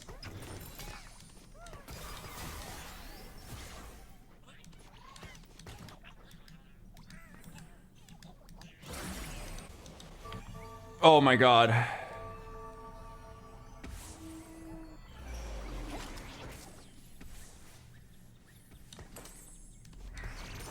Oh, fuck. Okay. My brain is telling me, Albert, it's 4-3. You don't even have Corki pair. You could just play Graves. You would sack 6 rounds for it. But yeah, my heart is saying, Albert, keep it simple, my guy. You can already top 4 guaranteed if you just stick to the goddamn plan.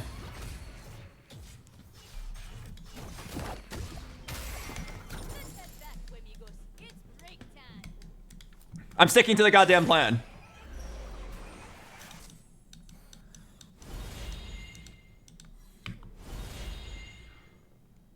Owned forecast. Oh, that's actually really good, but I'm gonna go full Yasuo Hex for full combat power. I can probably get like top 3 here. Okay, I'm gonna roll here until I hit 1 2-star. Whether it's Riven or Gallia. My units are like lightly contested.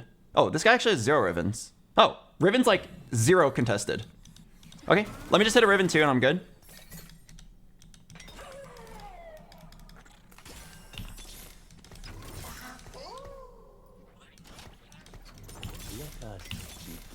Oh, wow. Is that good enough to sit on? I think at this HP, I'm going to sit.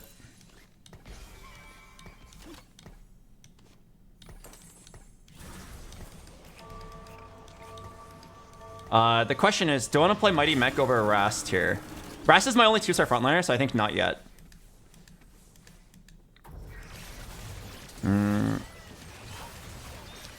Okay, so what do you remember from Froden? Froden said Rammus is really item dependent. Like, you really want Bramble specifically. Okay, well, I don't think I'm going to get a Bramble specifically.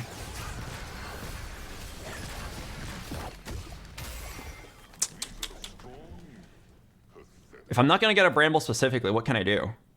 Oh, I can go Crown Guard, yeah. Crown Guard's pretty good. And I need a third Riven item. Down to roll like twice here. Okay, no, I'm actually down to just roll and hit one upgrade.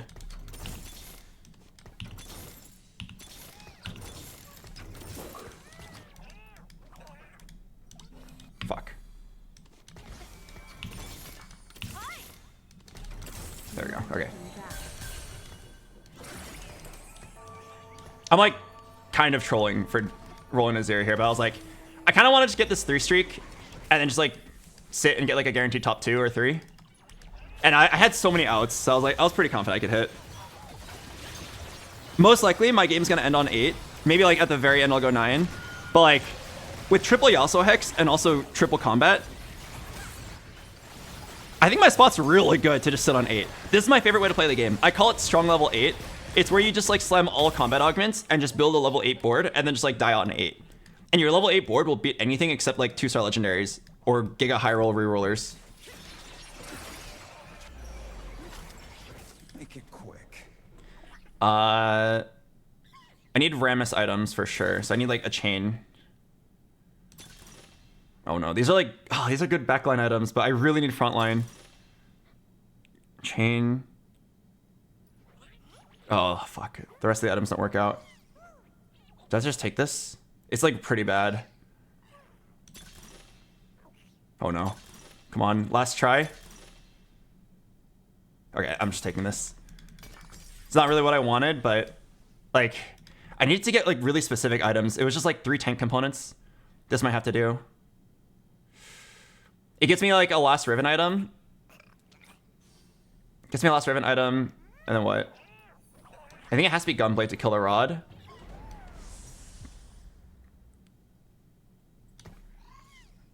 I kind of want to go DB, but no, it has to be Gunblade, unfortunately.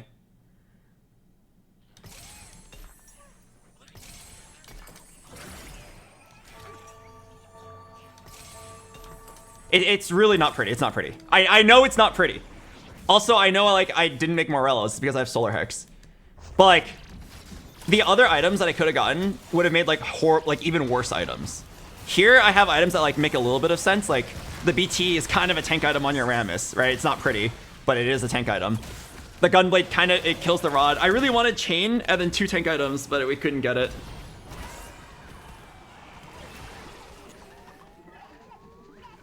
His spell skills with armor. I know, that's why I wanted Bramble, but I barely had any money. So like we just have to kind of settle for this. It's definitely kind of sad. Being forced to like play around the rod was depressing. These are really bad Rammus items. The Raven items are not terrible actually.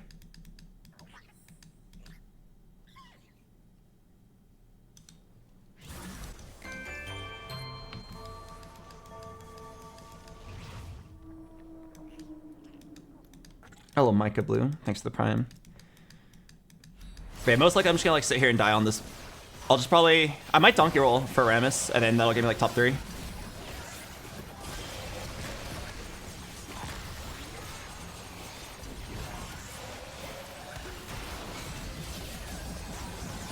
Are you reading the Pandoras? Eh, a little bit, but my items at the time seem pretty good. Like, Boxing Lessons is very good. I have no doubt in my mind that Boxing Lessons like contributed to me winning a lot of fights. So like, I don't even think I regret it. Here we go.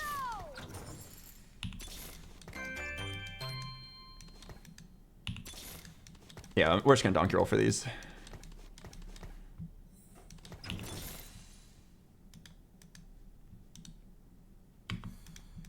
Don't put Millie in the Hex. I'll just have Riven in the Hex.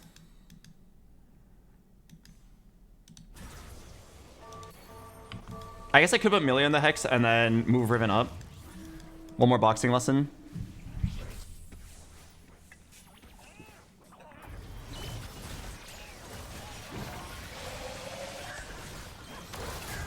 So yeah, I'm 3 Comet Augments, and I have full Yasuo Hex. So like, my board's so good. Just gotta hit 2 Saramis. If I had this Saramis items, I could maybe even just like straight 1 the game. Wait, do I win this? I just destroyed Kaisa 3?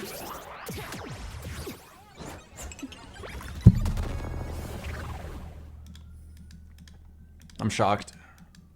That poor guy, though. He was very considerate, and he asked me what I was playing. No more running. I'm gonna try to get like a better item. These items all suck. Sorry, kid. Oh, Bramble. Nice. Wait a second. No, I can't go Bramble. All 4 of my opponents are AP. Okay, one of them has like an Urgot. Maybe I go Gargoyle then.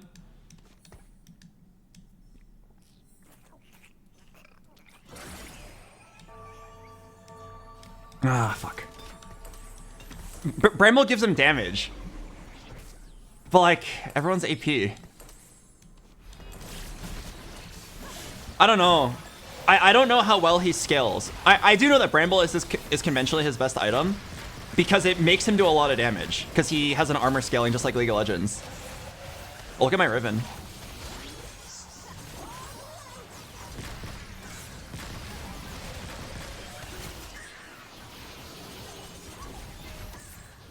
That was close.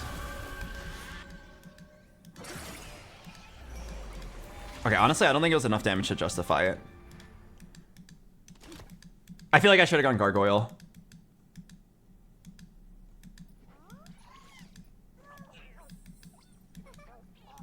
Yeah, it's probably Gargoyle. How did this Riven not kill Lulu? It's because I was forced to build Gunblade, man. Yeah, I'm down to roll. The time for talk is over. Would I ever sacrifice the kid? How much damage is the kid doing? 1200? I mean, 1200 is like an okay amount. Like, I basically can't position at all. Wait, isn't that like kind of a shame that Bramble's my best item? I finally got offered it, but all my remaining opponents are all AP. Well, there's one matchup that's an Urgot 3. So like that one, it kind of mattered. The Bramble's useful. Wow, quirky. Nice job.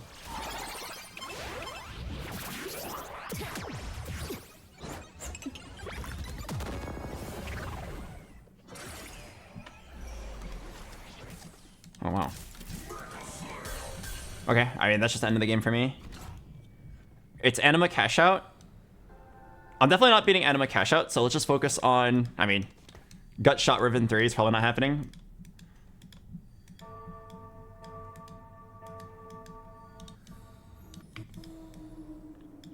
I'm surprised the overlay and reading chat is allowed. I was surprised too. I was fully expecting it to not be. I mean, reading chat helps me calm down.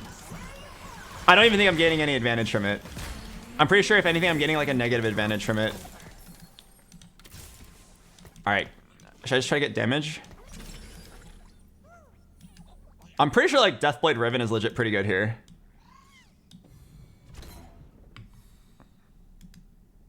I mean, it could also just be build two. It might be build 2 tanks.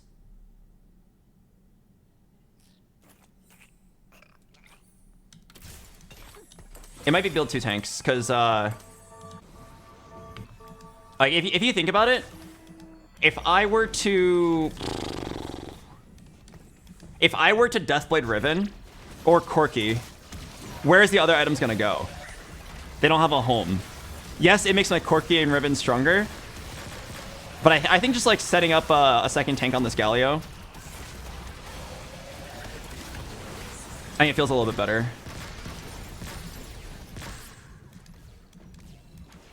My Corki is gonna be a little bit, or my Riven's gonna be a little bit weaker, but it'll result in me having a board that like kind of makes sense. Okay, this is the matchup that matters. Just trying to play for a second. That was kind of close. Yeah. I mean, I am like the strongest level 8 board you could imagine. Can it beat this reroll? Oh, he's level 9. Oh, wise spending. I feel like I should sacrifice the kid.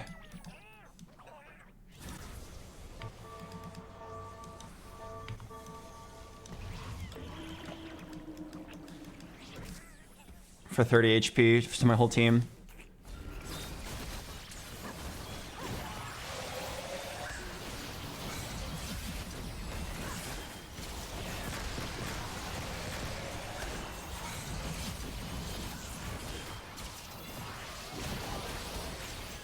Okay, wait, this guy's really strong, actually.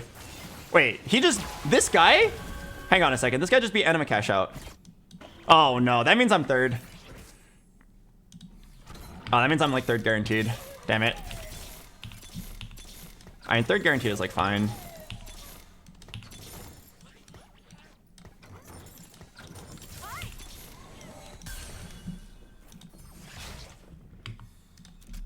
Yeah, I mean, third's like honestly pretty decent.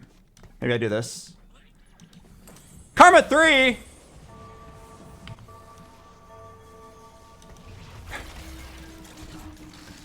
Okay, I mean, kind of my bad for not denying it. I was only thinking about my own board.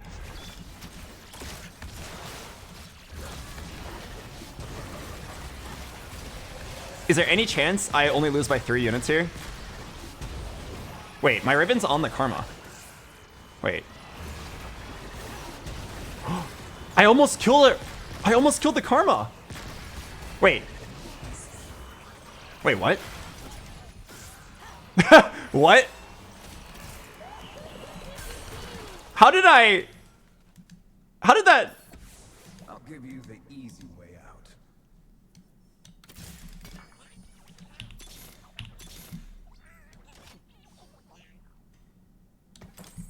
I got like a crazy rap.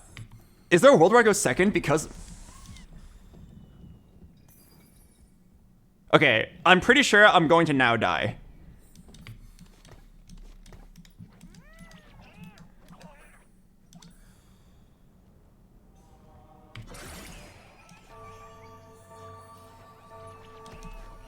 I'm just gonna do the same thing and hope it works. It probably won't.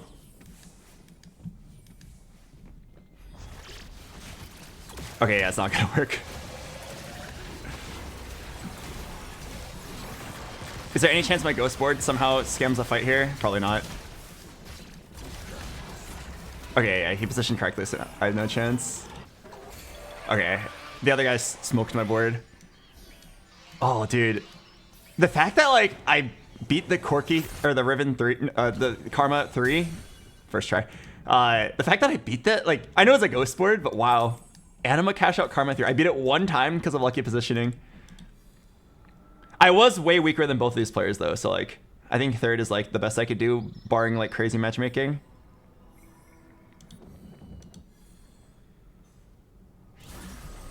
Yeah, I mean, I think it was a very good tempo third. I don't think I'm unhappy about this at all. I think third was basically the best I could do in my control.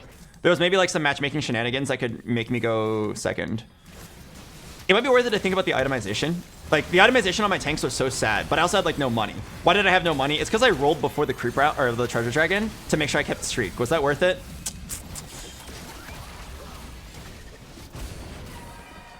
I mean, like, in hindsight, like, knowing that I missed, I wish I saved more money for it. But, like, winning that round was also so important. And I had so many outs to hit. If you did the Graves pivot, would you have made it this far? No. Graves definitely was not going to win this. And I'm not hitting Graves too.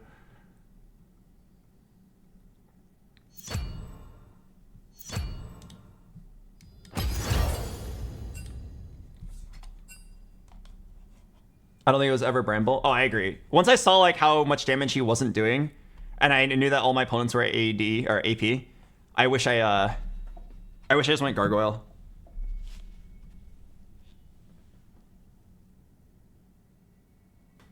Oh yeah, maybe I was supposed to just hold Karmas. If I griefed Karma, I could maybe have gone third, second. Yeah, I mean the fact that I wasn't even aware of it. Okay, I'm gonna run to the bathroom really quick. I'll play the ad break. I'll see you guys in a bit. Good third though. With that, I'm now back in the game.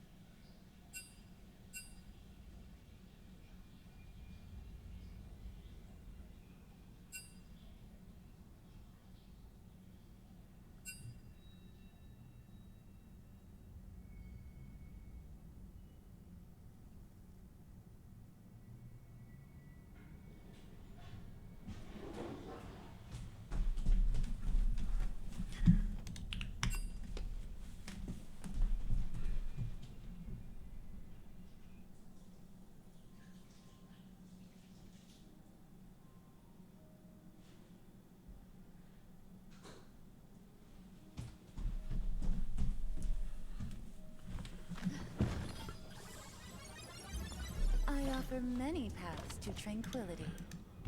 So we've gone 4-7-3. Worship me. I am like 1 point below average right now. Half a point.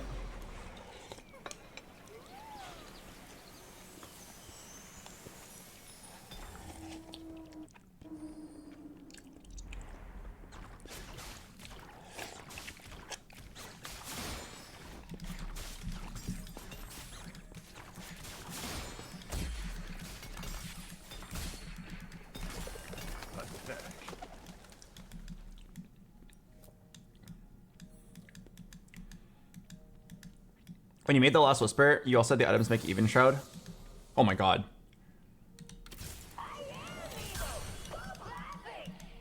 Oh, I was thinking about that, but I was told that last whisper was non-negotiable. I don't know if that's like Sunder is non-negotiable or if it's last whisper is non-negotiable, but I don't have that many reps on that build.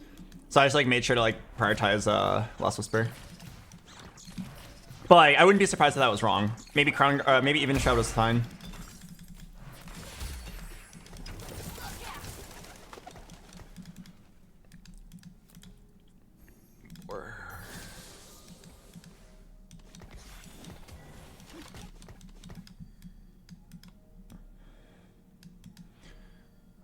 Double duplicators, Ari and Eve.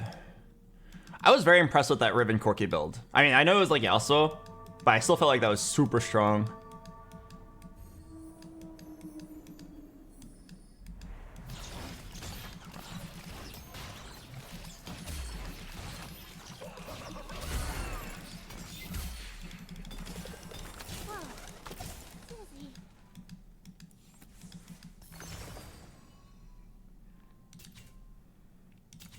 Okay, I don't think it's good for something if I'm going to slam. Caretaker's ally is kind of interesting. Whatever champion I get, I can very likely 3-star with the double dupes. I think I'm down.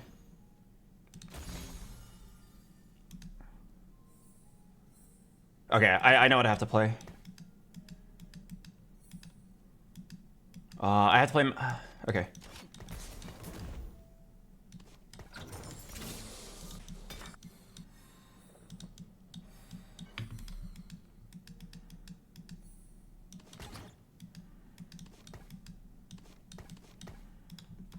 Yeah, I'm playing Mastery for sure.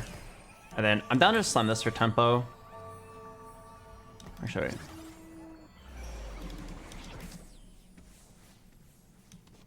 Probably don't need it this round.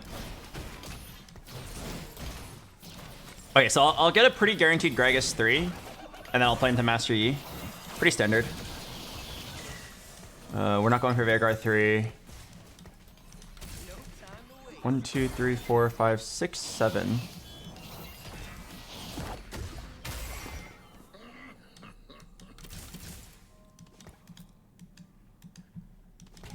Let's finish Okay, this. can't make econ.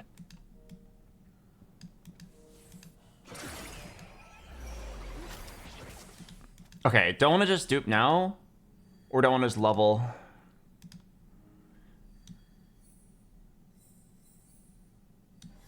I think I'm down a level for a pretty specific reason.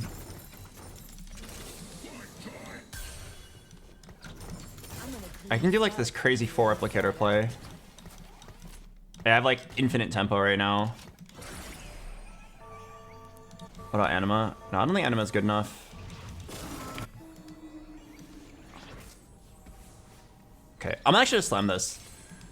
Because if you think about it, like, where am I gonna use this rod? The rod is either gonna be a Crown Guard on a frontliner, or it's gonna be a Ginsu's. So like, if I don't slam a Crown Guard now, I'm basically saying I'm gonna hit exactly like Ginsu's, and I don't even think Ginsu's that good. It's like okay on Kindred. It's one of her better items, but like, Kindred is not the reason you play this board. I'm down to just like commit to this Gragas. What about Anima? No, you'd have to like commit to Anima on 2-1 for it to be good. I'm just gonna sell now. If I somehow lose, you can like I'll eat my own ass. There's just no way I'm losing. Level 5 4 replicator.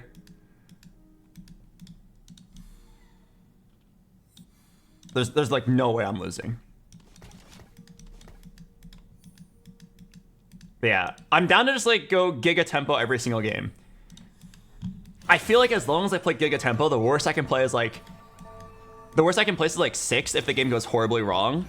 But I think most of the time I'm going to go like top 4. And in this tournament, I'm pretty sure the points don't matter as long as you're in the top half. Correct me if I'm wrong.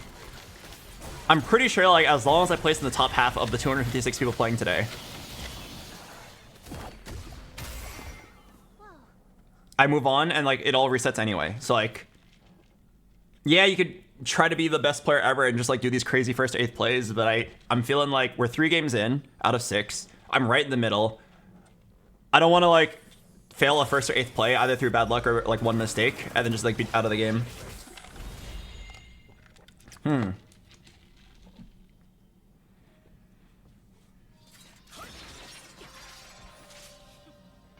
I feel like a lot of people are going to click this Chest of Greed. Oh, if you're playing Yi though, you actually do want the Eve boon. Okay, I'm going to hope everybody else clicked Ari. I'm pretty sure I want the Yi, or I want the Evelyn durability. How many people picked Eve? Can I see? Eve, Ari, Eve, Ari, Ari, Ari, Ari. Okay, 6 people picked Ari. Wait, 5? I think 5 people picked Ari. All right, watch it give me a Gragas. I just hit Gragas 3 like right here. Boom. Oh, Pike. Oh, it's Malware Matrix. I'm like probably still down. Timebreaker, Voyager. No time to waste.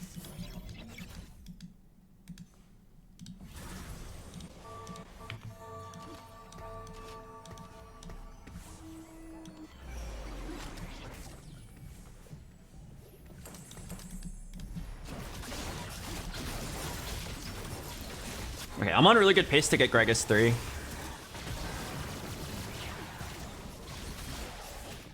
Oh, what a shot! Oh my god, good job, Pike!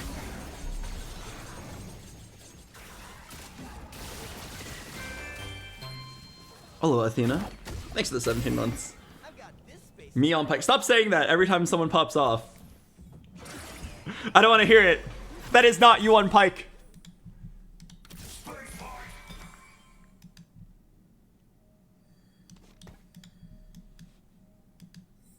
Why is Gragas 3 important? It's because I have Caretaker's Ally.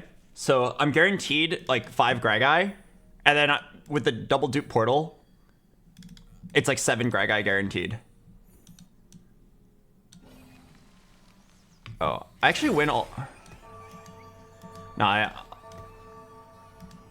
part of me is thinking you can sell this with Galio and make Econ, but I'm pretty sure I'm going to play him for a while. So like, I'm down to just like play him.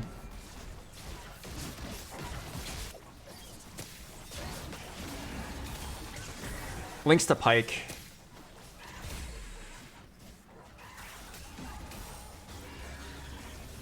Are we holding Pike 2? Oh, no, we're not. I'm not going for Pike 3.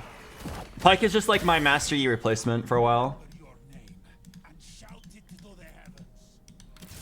I don't really know what the level 6 board looks like.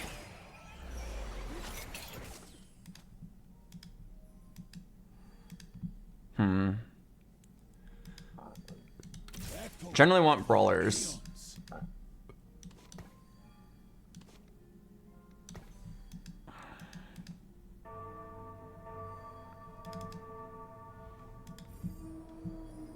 Okay, so on my way to 8. Okay, I'm pretty sure I already have Gragas 3 on level 8. If I natural more, I'll have it on 7. Missed Pike 2. Wait, I have a Pike 2.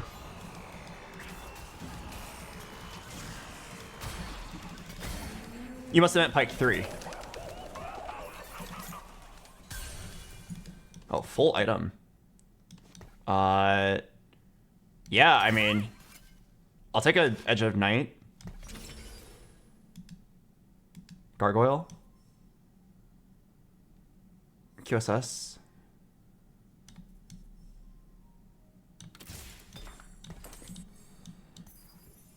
Okay, all my opponents are pretty weak.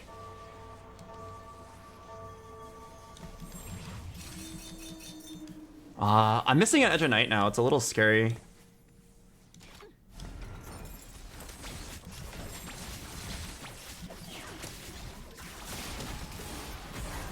I have 3 Timebreaker.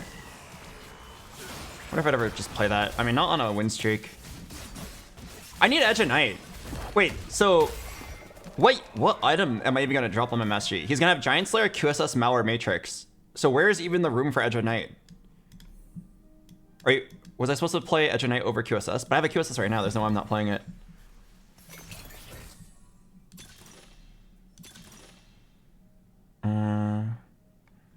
Advanced Loan is like a little tempting. It's great tempo. I feel like I'm down.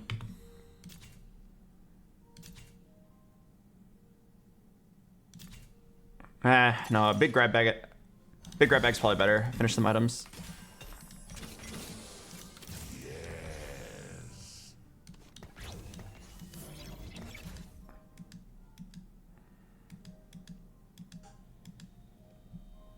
Okay. I think I'm just gonna reforge this now. Like, I really don't think Ginsu is a good item here. Oh, wait. I have Edge of Night right now.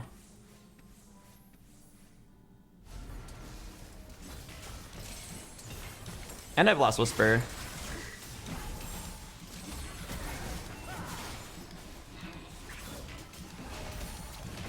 I don't know if Pantheon was the right guy for that, but I'll look how to win. Nice to see you here. Hope you've been doing well in set 17. Maybe we'll see you back for the BoxBox bash.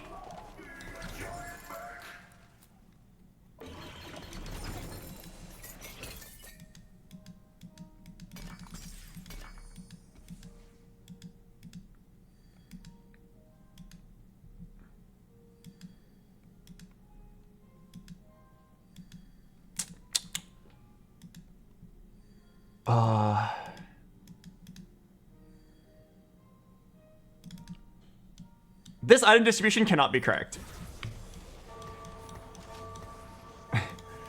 This item distribution cannot be correct. But like, am I willing to spend 2 removers to fix it? Do you want cycle level? No. Rule number 1 about tempo. If you don't have to level, don't level. If I level and like it eats my econ, that prevents me from like capping out harder later. I've been paying attention to everybody. I know I'm the strongest. If leveling made the difference, I would level. Oh, what am I doing? I just had a stroke. I just like started talking about why I shouldn't level, and then I fucking just pumped randomly and lost 1 econ. Why did I do that? Why did I do that? What is wrong with me? I literally just threw away 1 gold. Okay, we'll see if this 1 gold makes the difference. Remember this moment. I just randomly threw my money away.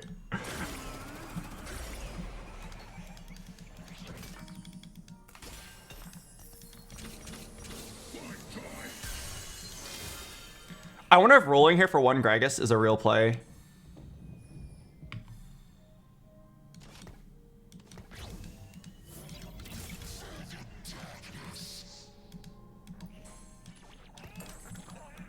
Oh wait, yeah, no, hang on. I get it guaranteed, so maybe not.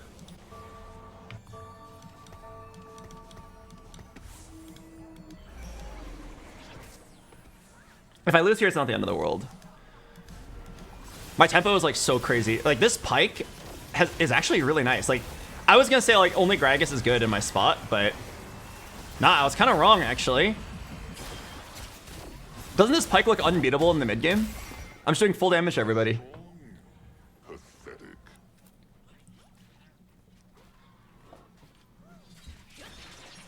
Guys, if at the end of this game, if I say something along the lines of like, did I make any mistakes? Do me a favor. Everyone say no. No, BoxBox. I couldn't find anywhere where you could have optimized. Oh, heal 3 allies. Oh, Vigor's probably still better.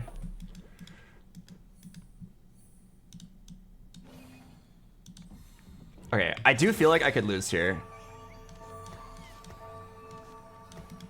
But I mean, I'm positioning my Pike to aim at the Teemo. For me to win this, oh, he actually positioned anti-Teemo. Oh, I might lose. Is there any chance that this Pike just one-shots?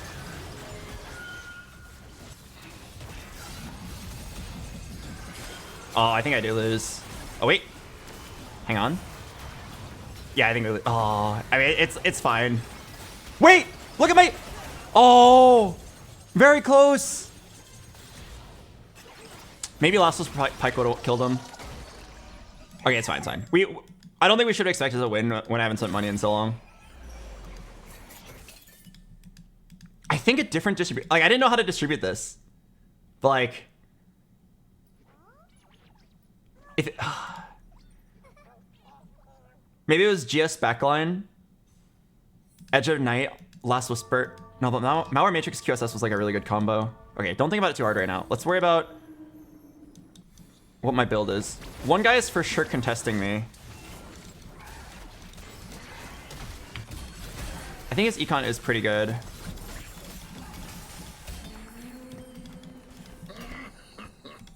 Okay, I'm gonna sack one and then level up.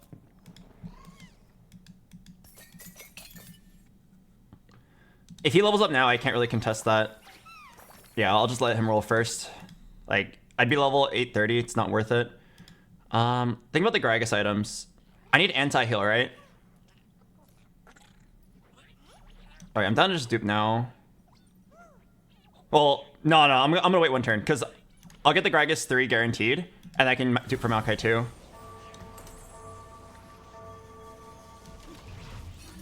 I need anti-heal.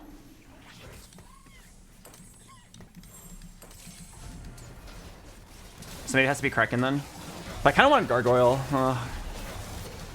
Alright. So what are you going to do now? You're going to roll? I don't actually play this line very much. So I'm just going to roll, keep it pretty simple. If I need bench space, I'll dupe the Gragas. Sure. But I'm probably going to dupe Maokai if I hit Gragas naturally. How did my contester do? He hit 2 Master Yis. Okay. Doable. And a Kindred. Alright. There's also like already 3 Kenches out of the pool. I think we're just choosing mostly combat here.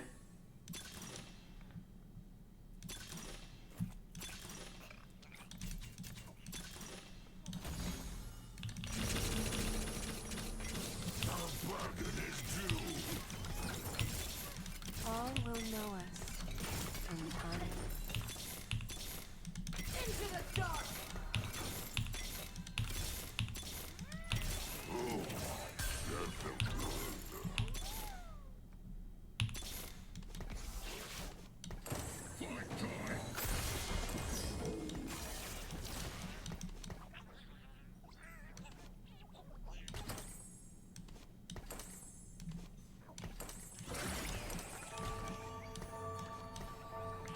Okay, it's certainly not the greatest.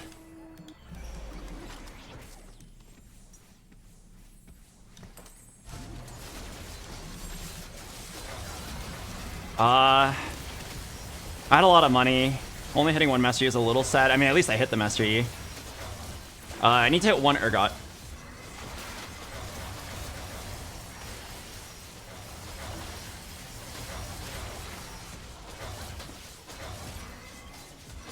Huh. I beat him? This guy is my board, but he's all 2 stars. And I beat him. Huh. I guess Gragas 3 diff.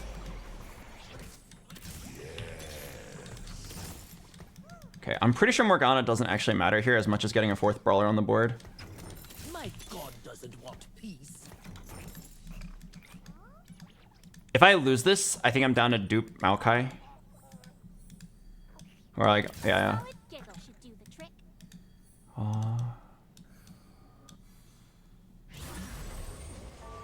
Wait a second. There's 2 Master Yi players, and they both hit.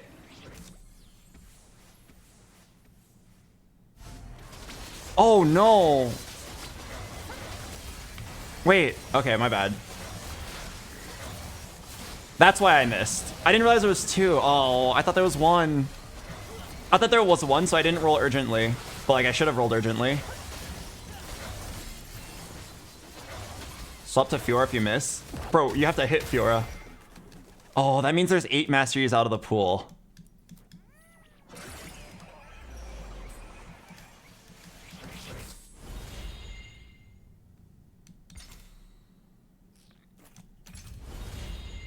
shared wealth. I mean, no, I have to choose Eve because I need the Eve boon.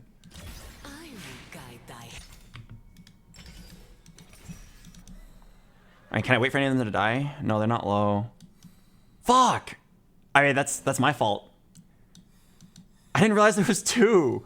They both have the same augment, so I thought they were the same person.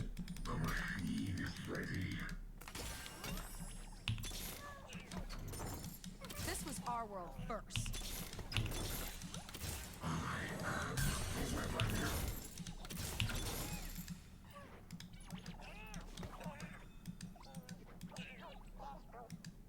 I don't want to lose my Rast. All right, I'll just lose this. It's fine.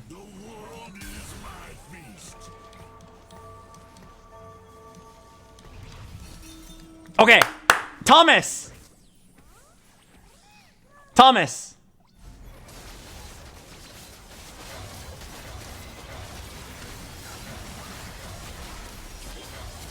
Oh, I messed up my positioning.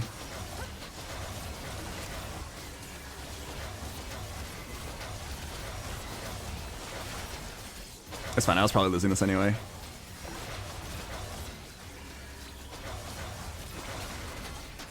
Yeah, I was probably losing this anyway. My boy, I have a request.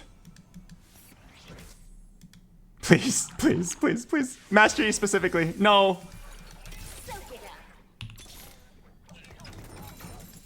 Do I even bother rolling? I think I stack one and then I roll. I mean, both of my contesters have Master Yi, so like there's not gonna be a, You had a dupe? Yeah, I know. I did have a dupe. But like, if I dupe, then I don't get Kench too.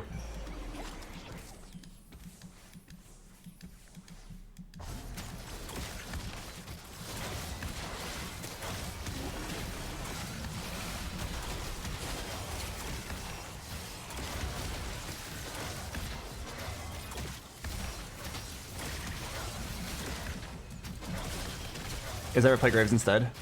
No, it's definitely like gamble on Master Yi. Like it fucking sucks, but like my board's already set up for it. I'm just gonna like roll down and try to hit one of the last two Master Yis.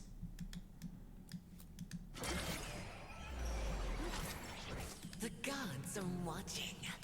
Hodge. I mean, this is actually kind of good. Hodge TG. I'm just gonna take it. All right.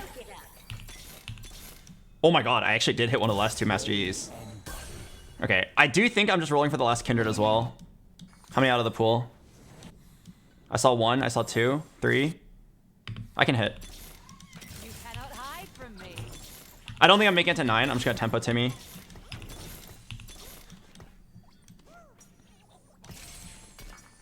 Okay. Who's better?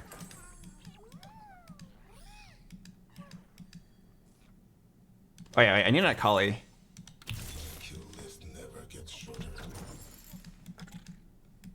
Who's better, Gragas 3 or Kench 2? I think it's Gragas 3.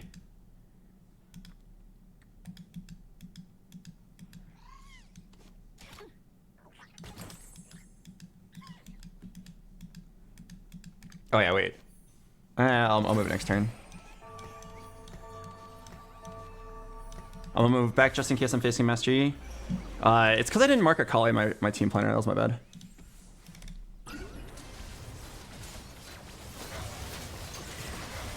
Is this the tournament? Yeah, this is the tournament. I'm just tempo timmying every single game. I'm trying to play for a 4th here. Oh, hey, my Master Yi went to the back line.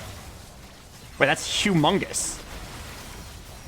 Wow, I just like scammed the fight. Okay, if I can get to Kindred too, I think I'm good.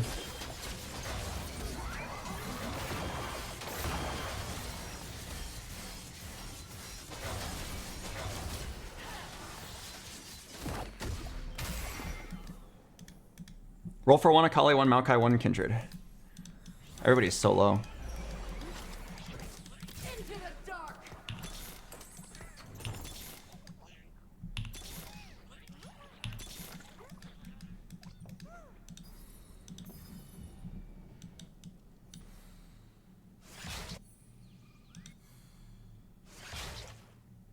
Maybe I should have waited for this guy to die.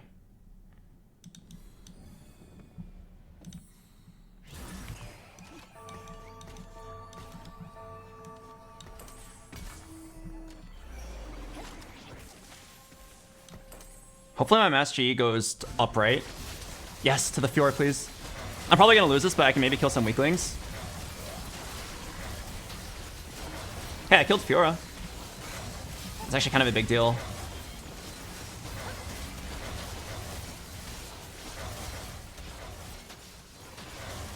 Oh, unfortunately my Yi died before Gragas. Was close. Okay, one guy with 2 kindreds died. Oh, nice. Watch him print a kindred. Shine once more before It's a little troll. Okay, I'm gonna roll anyway and just like.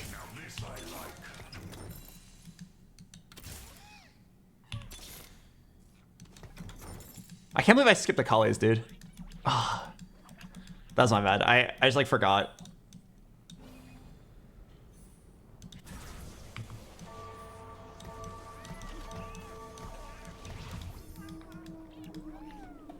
And by forgot, I mean I didn't put her in my team planner. But yeah, Akali over Rast is definitely better. Okay, we're just gonna donkey roll. I'm gonna play most games like this today, where I'm just gonna like, why did my Master Yi just phase through the front line and go straight to the Nunu? Wait, I don't even want him to do that. No, I wanted you to hit the same target as Kindred. Was that a bug?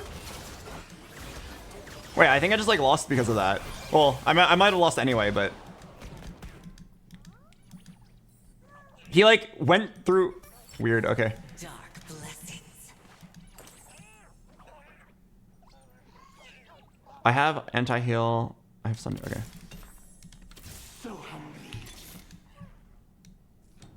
I'm on the job.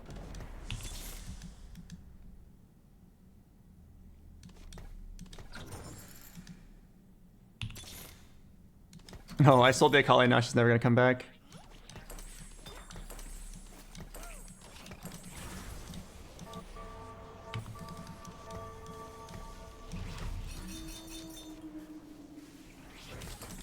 Fuck. She's actually not gonna come back.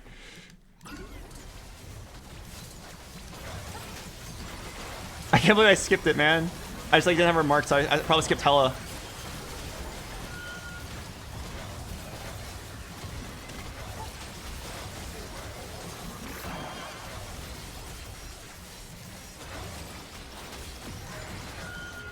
Okay, it's at least a top 4, but I'm probably just dead next turn. Tempo Timmy to 4th is fine, especially given how contested we were. Oh, she came home.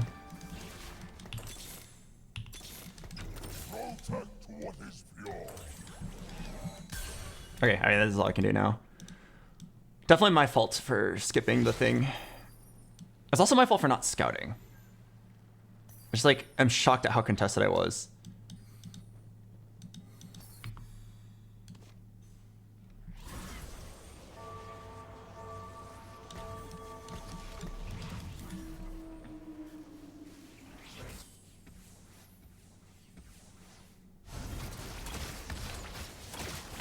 Swap GS and QSS.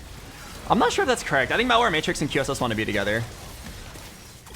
I think GS Kindred is fine.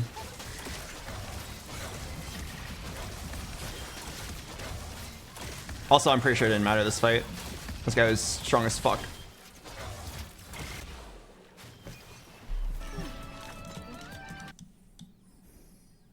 Yeah, I don't think there was a world where I placed higher. The lowest HP guy was Giga Strong, and then I was still weaker than the remaining 2 people alive. Okay, so the lesson learned in this game was my scouting was bad. I didn't know I was through a contested. I thought it was one-way contested. It was literally because both of my contesters had the same augment. They're both slice of life into martyrs. Where is he? This guy? Both of these guys, even the second augment looks similar, and the third augment looks similar. Oh, wait, the third augment's the same. So when I saw them, I thought they were the same player. Like, literally just like, look at the augments. I thought it was one guy, but it was actually 2, and they both hit. So I actually like got locked out of my build.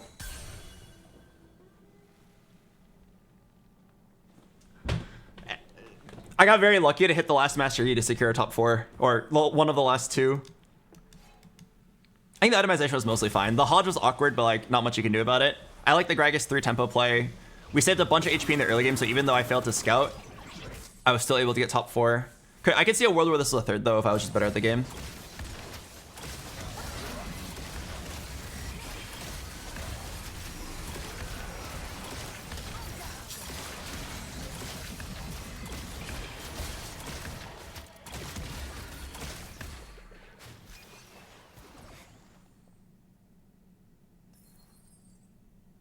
Was there another play? If you level to 4-1, you have no money. If I was through contested, I think I would have just leveled on 4-1 anyway with no money. It wasn't no money. It would have been like 45 gold. Because I could sell part of my board. Like, I had a bunch of random units that like were temporary. And if I leveled, I'd be like level 8, 35 gold. So, yeah, I would say that we could probably get up to 45 gold, which is... It's better to roll 45 gold if you're through a contested and like roll before them, than to wait, have 6 Master Use out of the pool, and then roll 60 gold. Or more like 70 gold. I rolled 70 gold on 4-2, and then like I just missed. I just missed because all the units were out of the pool. Just bad scouting from me. I see why Master E is so popular though. My Master E1 was looking really strong. Master E2 is like, yeah, no, that thing is definitely broken.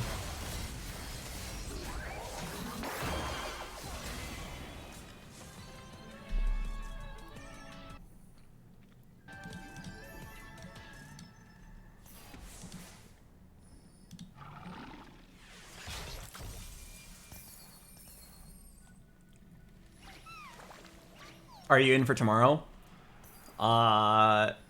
It's whether or not I make it. I think I'm like right in the middle right now.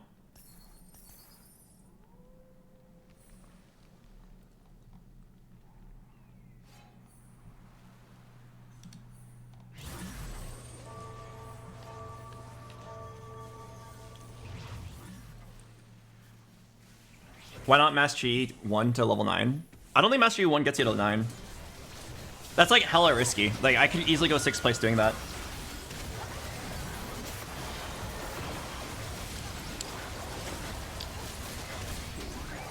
Also, like there's only one level 9 unit in this build.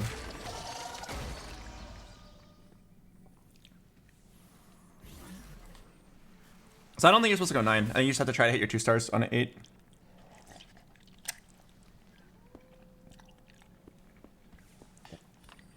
Alright, let's look at the score sheet.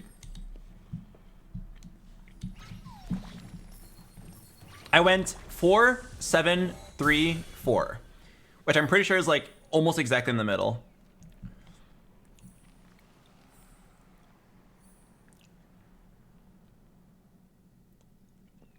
Oh, someone went first, second. That's crazy.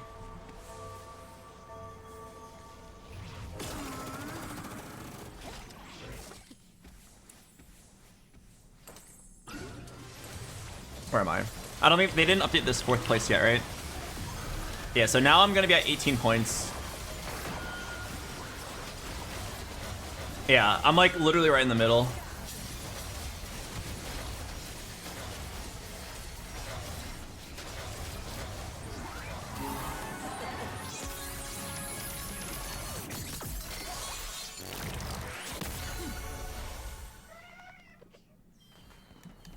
How do you qualify for this? You have to be decently high rank. I think like 2 weeks into the set, you have to be like in the top 200 or so.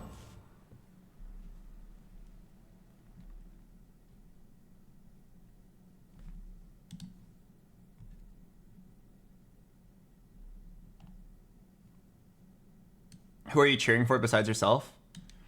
I have a couple friends playing in the tournament.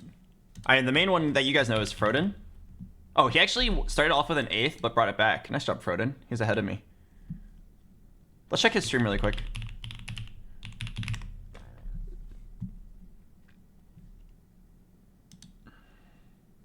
He went 5th.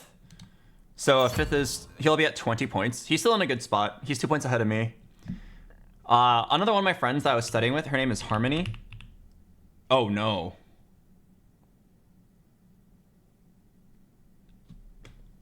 She's not having a good time. And then another friend that I was studying with was Covenel. Oh, no.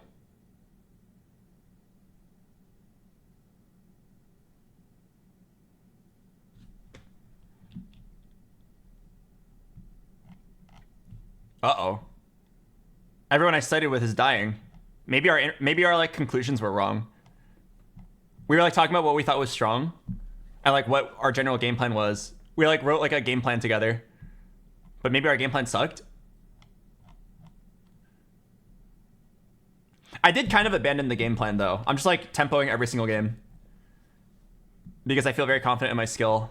Well, I don't know about confident. I feel averagely confident.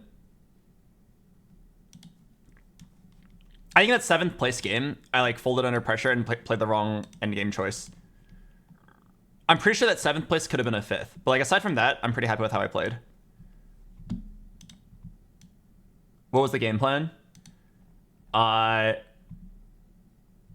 We have a comp list, like a spreadsheet of like the builds that we think are good. And then like we just have some notes on all of them. And the biggest thing I would say is always click Portable Forge on 2-1. Okay, to be fair, I haven't been offered it yet. But like one of the biggest takeaways from our study session was that we're going to always click Portable Forge because there was a lot of outs that were really OP.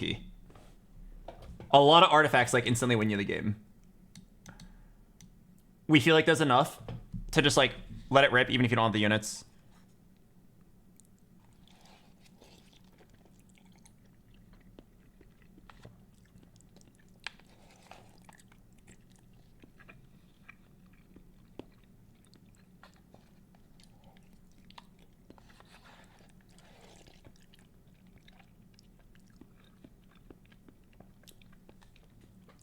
Okay.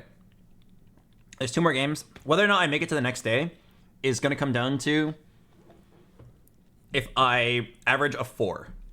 If I go 4-4, I should be good to the next day. If I go 4-5, I don't know. What happens if I go 4-5? I think I won't make it.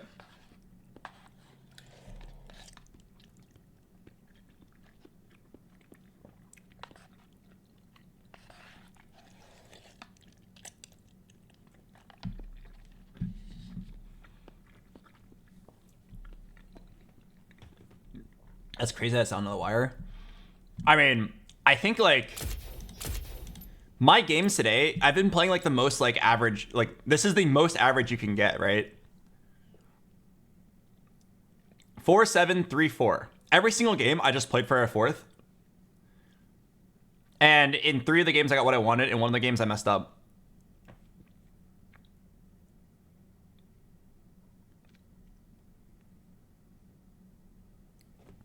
Go first and then we can relax.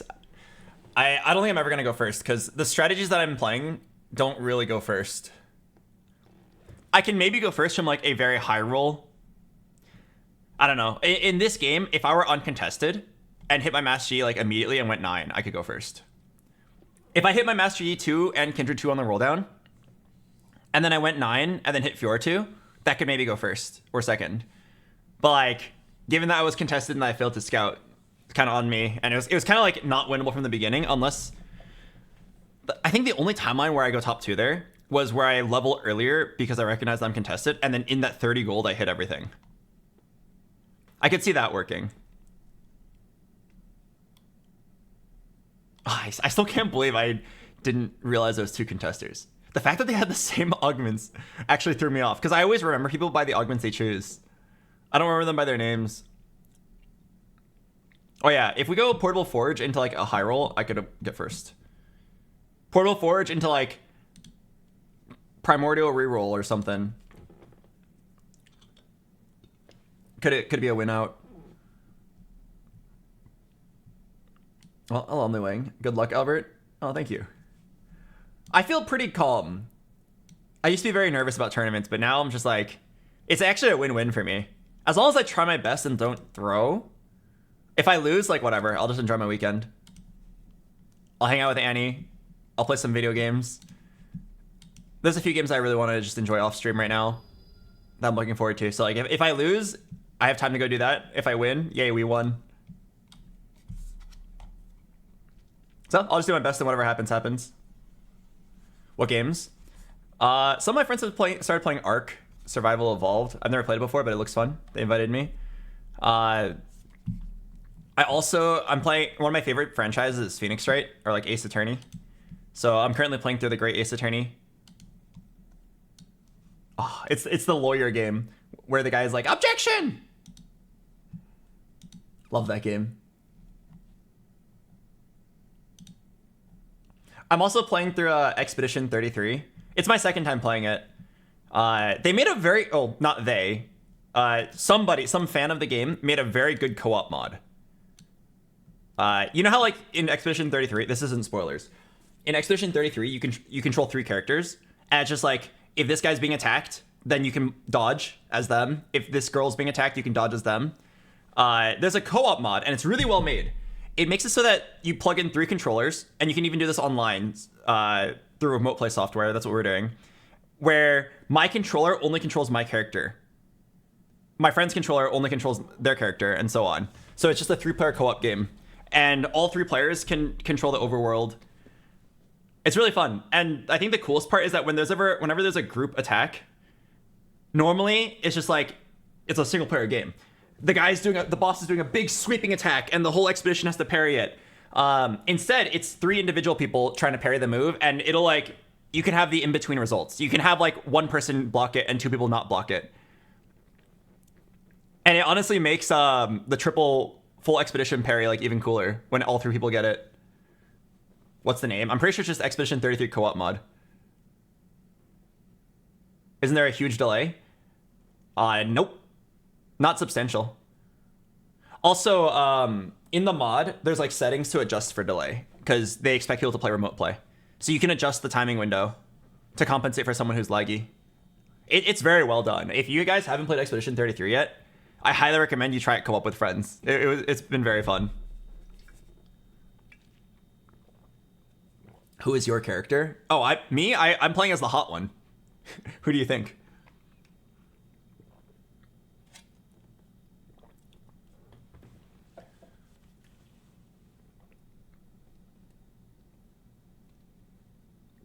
I think it's really funny. Again, not really spoilers. I think it's really funny that if you say it's the foot person, that still doesn't narrow it down.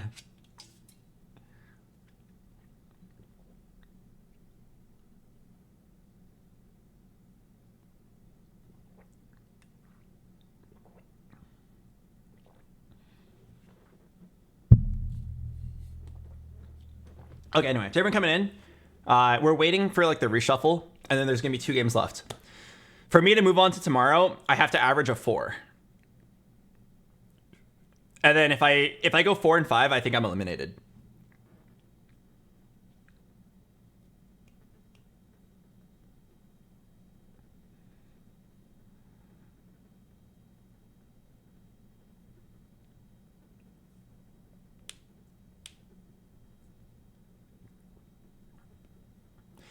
I guess since we know that I have to average a 4, I can adjust my strategy for the final game based on my current placements. For now, I'm just going to play like the same thing. Play for top 4. But if I go like 6th, then I'm down to 1st or 8th in the following game.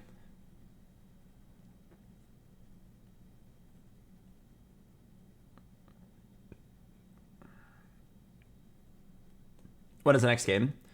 I think they're waiting for like all the lobbies to finish up. They're doing like the reshuffle. They do this 3 times per day.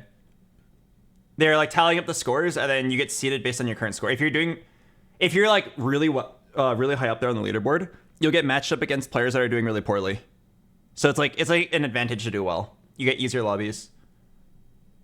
I'm right in the middle, so no matter what, I'm gonna get some good players and some bad players.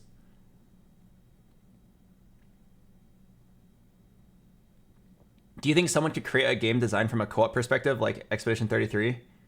Oh, I'm sure if someone wanted to, it's doable.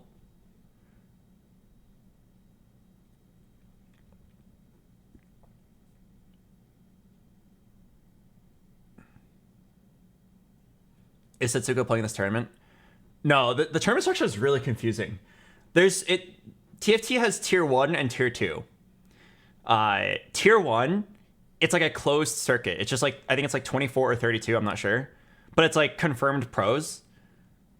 And they only play against each other. And they're basically all guaranteed to go to regionals. I think like of those 32 people, 24 of them get to go to regionals. So like, if you're in tier 1, you already have a 75% chance of going to regionals, which is how you get to worlds. If you are tier 2, that's like anybody else. That's like all the regular challengers on the ladder. Hello, Sir Pink 96. Thanks for 28 months. I'm in tier 2. Anyone who's like challenger is tier 2. You can even be like grandmaster and be in tier 2. You just sign up for the tournament, meet the rank requirement, and then you just play. That's what we're doing right now. It's like a 300-person tournament.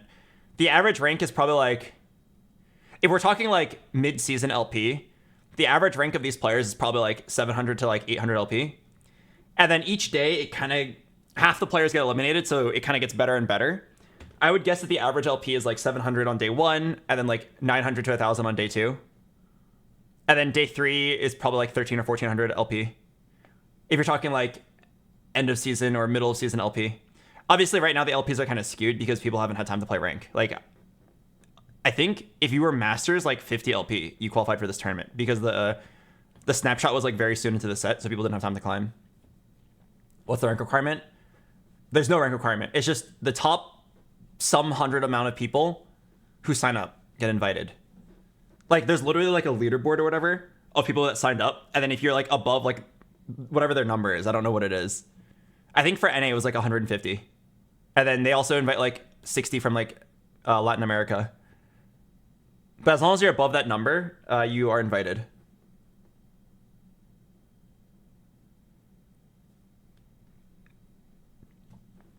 So yeah, the way to like be a pro in TFT is to get high rank on the ladder, sign up for the tier 2 tournament, play the tier 2 tournament, make it past day 1, half of them get cut out, make it past day 2, then you get invited to day 3, which is the following week.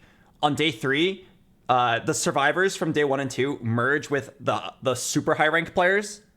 Like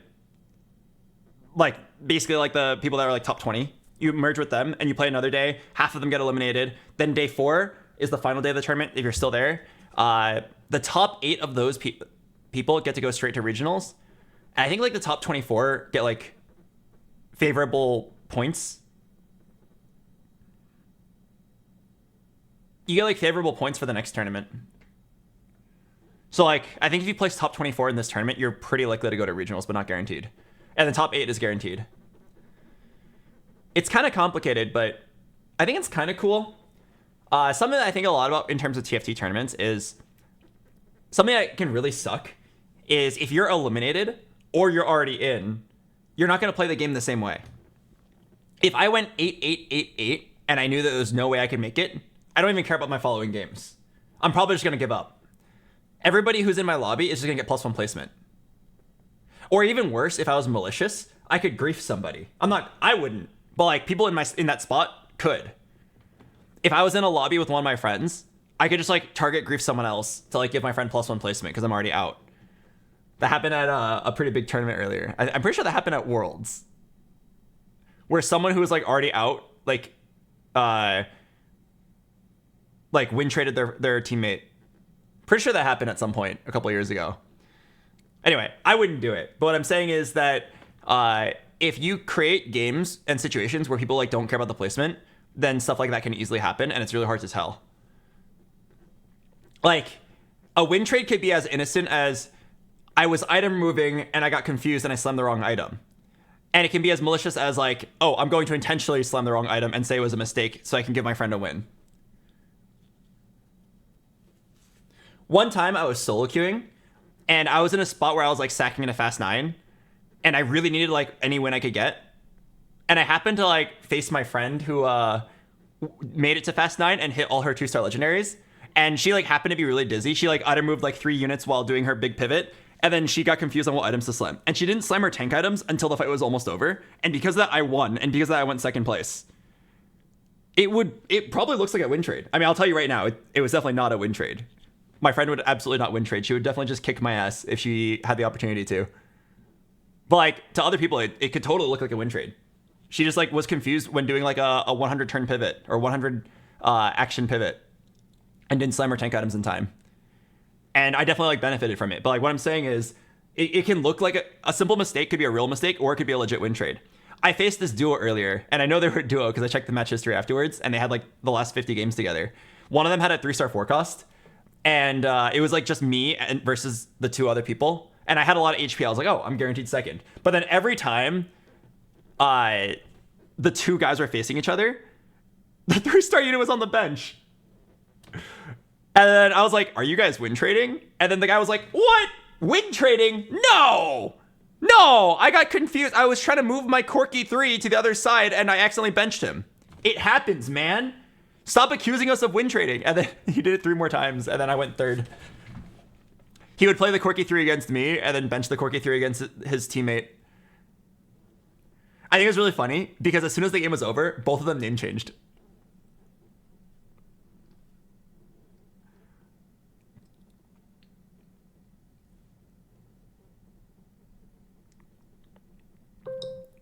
But yeah, so that's something I think about a lot for tournaments. The fact that like they need to try to remove games where the placement doesn't matter. The same thing can happen if you went first place your first 4 games and you knew you were going to make it no matter what. So I actually like the complicated tournament structure. They do this thing where if you're like at the top, like guaranteed safe, you actually just auto qualify now. And if you're at the bottom, they auto eliminate you. So after 4 games, if you're like at the very bottom, I think like bottom 10%, or you're in the top 10%, you automatically move on, which is a good change. So now everybody who's playing has like some stake in it. I think it's a good change.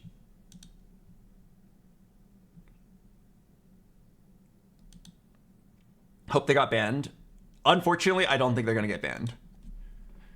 There's not really a place where you can report them. I could like manually tell a rioter that those 2 guys were win trading. But like besides that direct movement, like there's no way to really get them for that. There's always plausible deniability.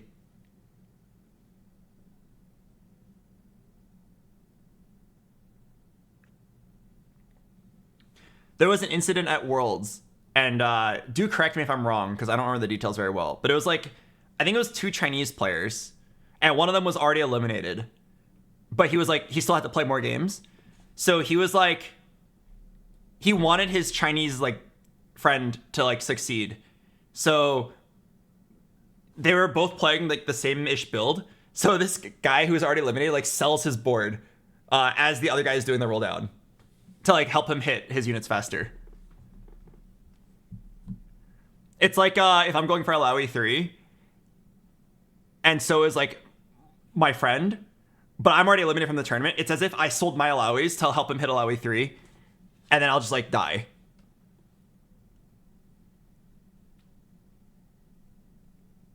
And then they tried to justify it by saying we were like shifting momentum or something with a big play. But like there's no world where you would sell your units randomly as your friend is rolling down. Is the tournament over? No, we're waiting for like the final lobby. There's 2 more games. They said there's a small break until reseed. And that was 15 minutes ago. I would guess that it's like 10 more minutes and the next game will begin. How are you doing? I'm completely in the middle. You can see my placements right here. 4, 7, 3, 4. I've played completely average. In terms of how many placements do I think I could have done better? I think there was like a pretty good amount of things I could have improved on this game. I think in every single game except for the 3rd place, I had some big mistakes. In the 4th place game, the very first one, I had a small chance of a Blanc 3, but because I literally like slammed my Vow too late, and if you didn't know, if you don't slam Vow before the fight begins, you don't get the mana. So I didn't slam the Vow because I had to slam Crown Guard, because Crown Guard, you don't get the shield, which is the biggest deal. So I slammed my Crown Guard first, and I didn't slam the Vow in time. And I didn't get the mana, and because I didn't get the mana, my Nunu died, like, at full mana. Like, 100% he would have casted it otherwise. He would at least get the first half. And because he didn't cast, I died. It was like 1 auto attack diff on that fight. And then I died, and then I didn't get to do my Pandora's reroll for 3-star LeBlanc. I don't know if I would have hit, but I had the chance. So, like, I'm pretty sad about that. It was my bad.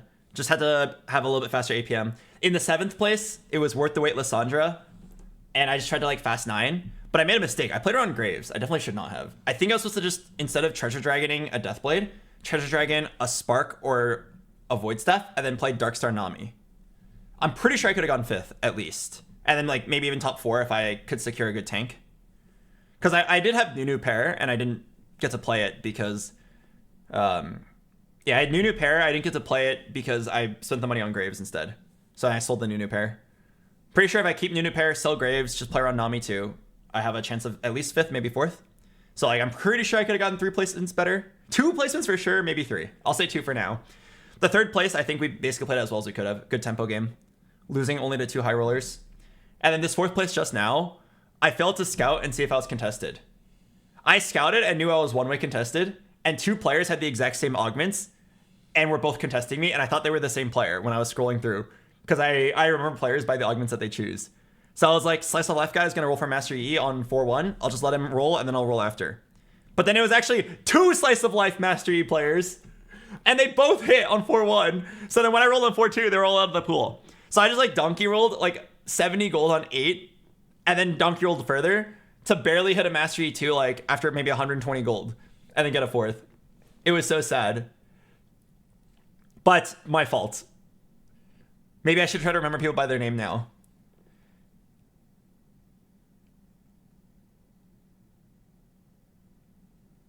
So I think that this 4th place could have been a 3rd place. So I think overall, if I were like a much cleaner version of myself, like same playstyle, same decisions, but just better, I think I can get 1 plus 2. I can get +3 placements at least. Maybe +6 if I was able to get to LeBlanc 3 on the first game. So right now I'm at 18 points. I think if I was just like a little bit faster in the head, there was a world, like at worst I'm 21 points and at best I'm 24 points.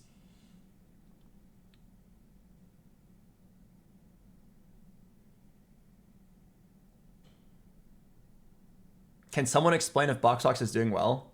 I'm like literally right in the middle. My average placement is 4.5. It's like, it's as middle as you can get.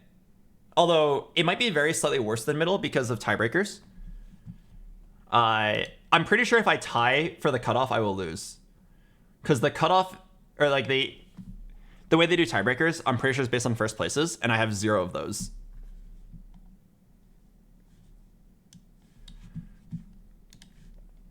So if it comes down to a tie, I think I'm eliminated. Did they update the score sheet yet?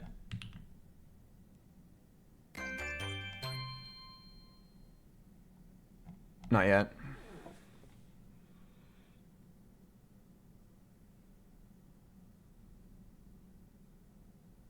Hello, Akilon. Thanks, 11 months.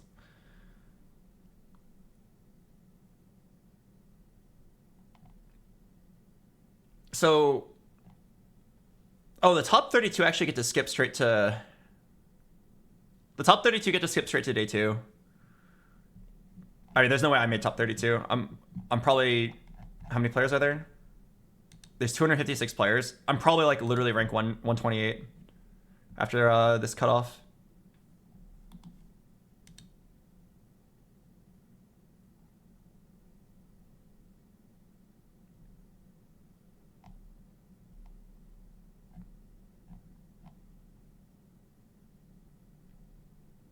Oh, Gooba's playing.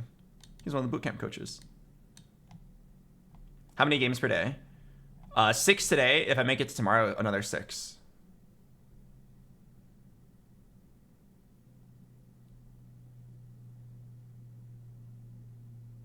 Yeah, so before the score update, I'm 141.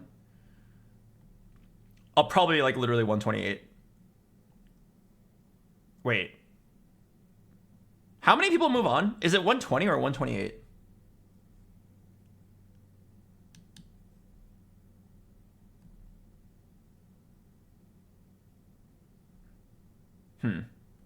Hang on. Because over here... Oh, okay. For some reason... These numbers are like bolded up until 120. But there's a red line at 128. I'm guessing the red line's the cutoff. I don't know why it's only bolded up until 120, but it made me think that it was like the other way around. But yeah, I mean, we're just waiting for the score sheet to update, waiting for the next lobby. I wonder, how is this experience for you guys? It's been a long time since I've streamed myself doing a tournament. Do you guys think this is like more fun or less fun than a regular stream? Watching me try to make the cutoff? I used to stream tournaments completely silently, and it was always very high pressure, and I was always miserable. But I'm just treating it like a regular stream now, and I feel a lot better. It's more fun. Okay, that's good. I care way too much about results. Not just like in tournaments, but in everything. So I need to like care less and just try to have a good time.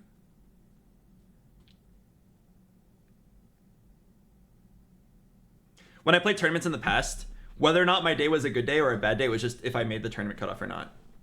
But like, really, I should just be fine. If I played my best and I truly feel like I got unlucky, then like, it should be fine. I think the only world where I should be upset is if I just like could have made it, but I played really bad. That would be my like worst nightmare, actually. If I like don't make it and it was because like of a direct mistake, like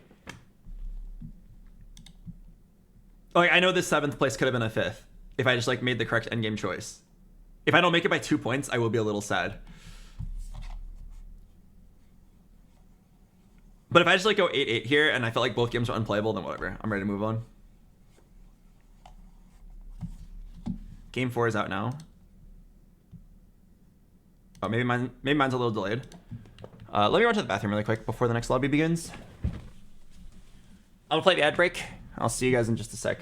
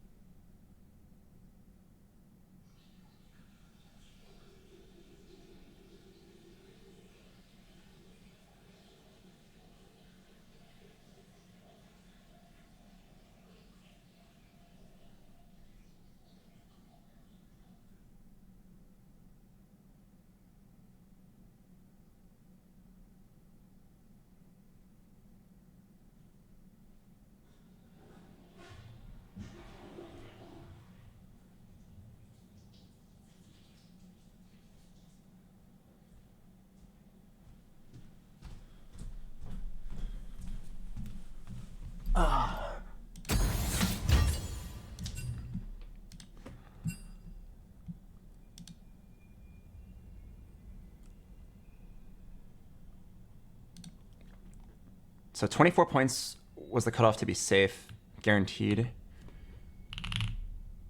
125! Sheesh!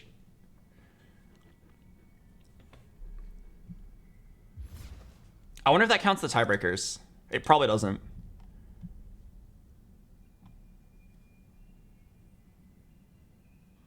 It probably doesn't count the tiebreaker.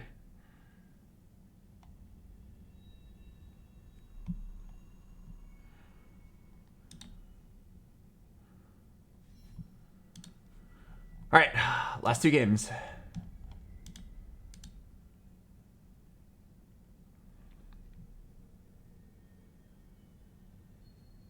If I want to get like really sweaty into it, I can actually like look at like the status of each player. Some players who are really far behind might go only for 1st or 8th, but nah, I'm not gonna sweat it. I'm just gonna play normally. All right, let's do this.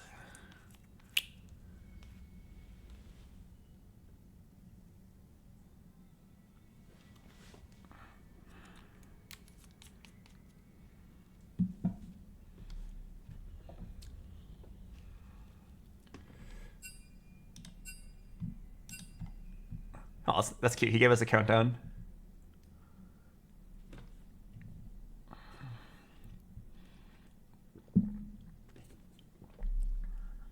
The tiebreaker on the right is... Oh, I see. There is a tiebreaker. It's number of top 4s. Oh, I have a lot of top 4s.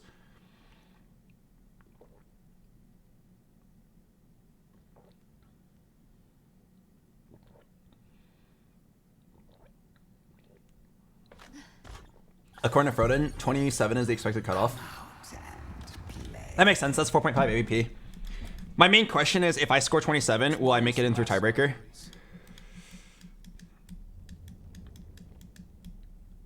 Good luck, BoxBox. We're in the same lobby. Oh, good luck to you too. Welcome back from the ad break, everybody. Poppy grants you 2 component anvils. Hero augments are a lot better. Rerolls also usually better. Blocking in your line and getting Biss is also really good. Check Stargazer. Boar. Check Sonic. Biomatter. Okay, so I don't have a good master yet. Well, Biomatter's not bad. Feel the sun's glory. I'm on the job.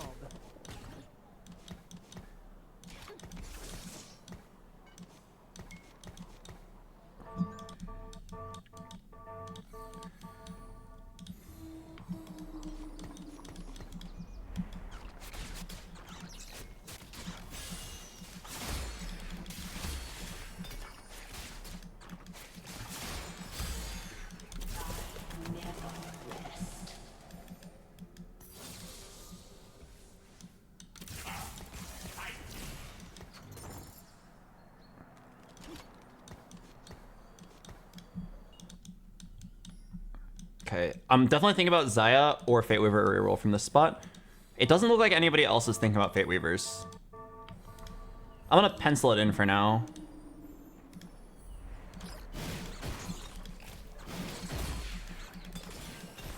One, two, three, four. No time to waste.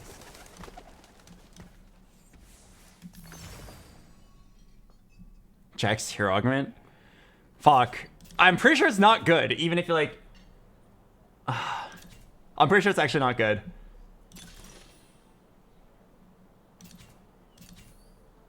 Even if I am planning the build.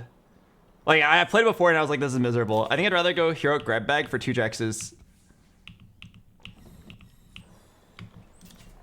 Yeah, I'm pretty sure it's bad. I think I'm just going hero grab bag. Let me just make sure no one else is angling it. This guy could be. No, he's slamming.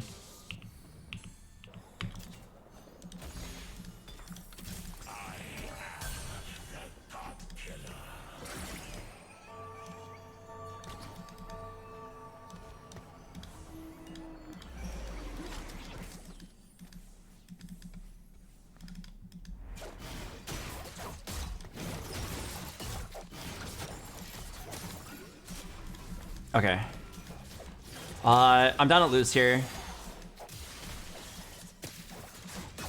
Worth the wait, Teemo. Okay. That's good for me. It's a lot of 1 cost out of the pool. This is like a decent spot. I wouldn't say it's like a super good spot. I have no TFs.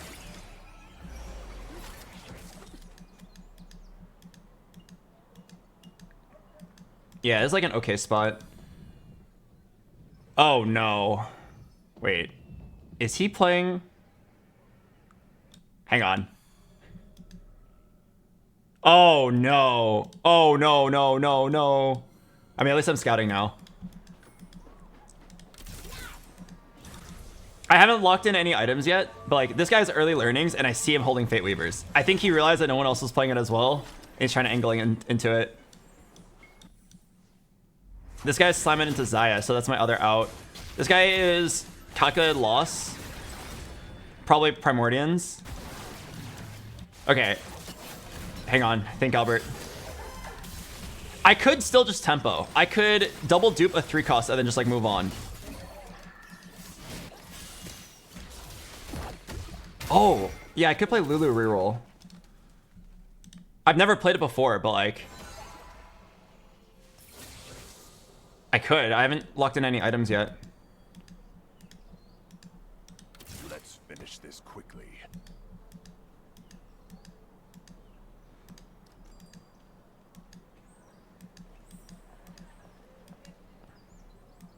I want to say it's pretty good. Alright, I'm down to hold this as well.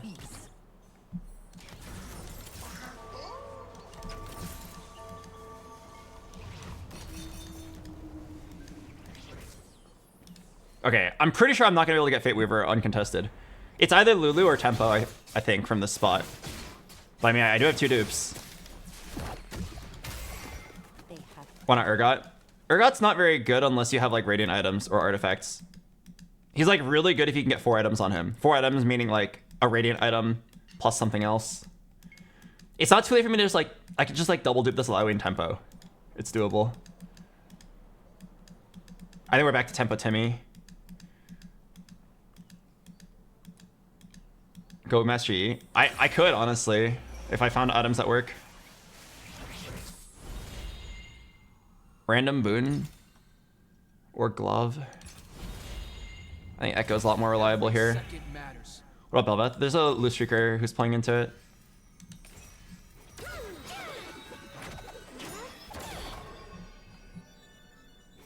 Alright, maybe I should play Master Yi.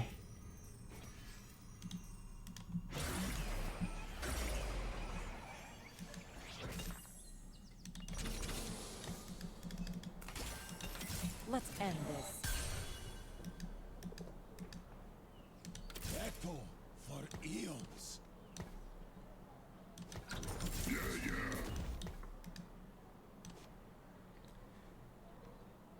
Okay, I feel like I'm just playing into Master Yi. I'm just gonna do it.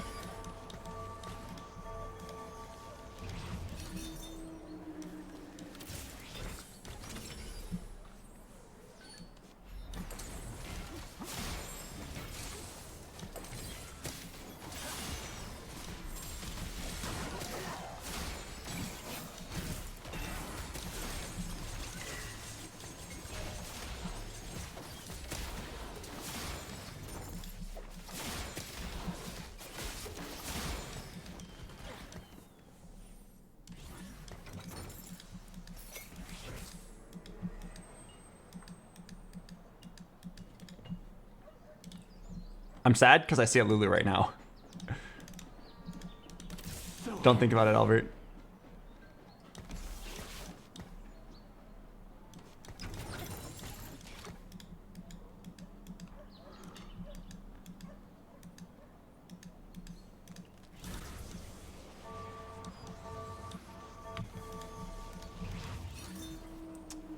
You can still slam a Shojin on Lulu. Yeah, I know.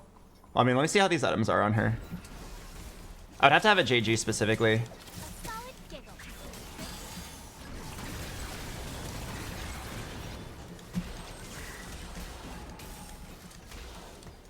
Okay, fuck. Alright. Oh god, I hate that I'm doing this. I'm gonna keep it open-ended then. God doesn't want keys.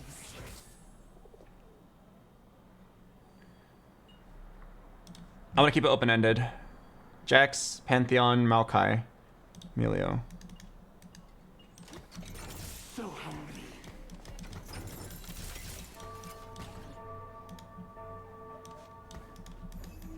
Probably should just dupe the Alawi. No, Alawi's in neither build. If I'm gonna dupe, it'll be a Maokai.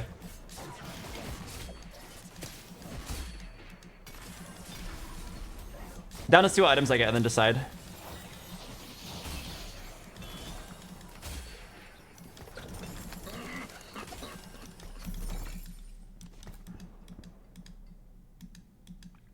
I missed out on a 3 cost.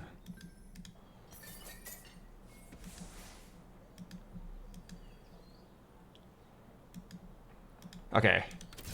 Fuck. I'm pretty sure it's looking like...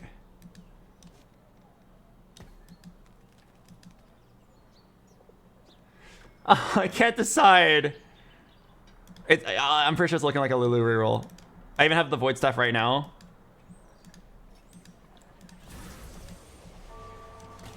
Old man with a lamp coming through. I need like the augment to give me a sign here.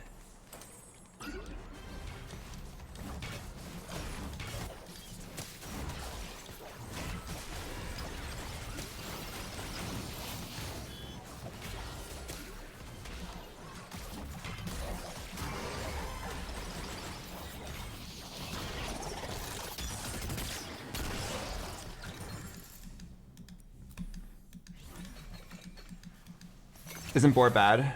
Oh, wait, I'm so down for Cosmic Restart. That's exactly what the kind of direction I want. Alright, what do you have for me? Shepherd, Timebreaker.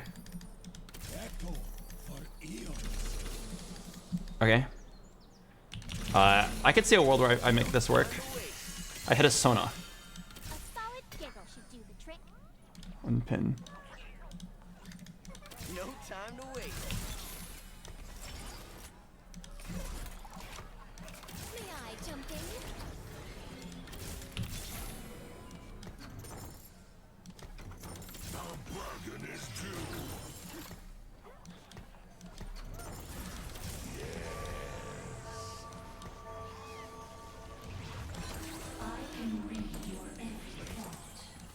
Shepherd Timebreaker.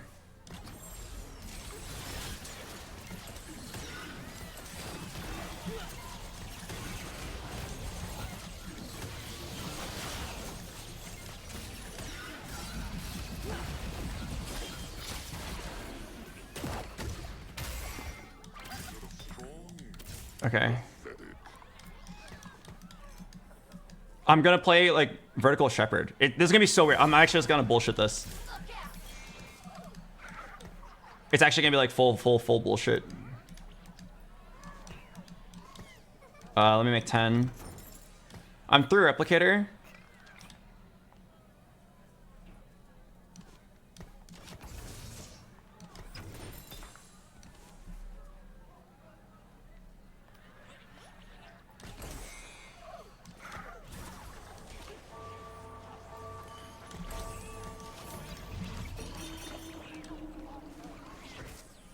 I'll let you pay.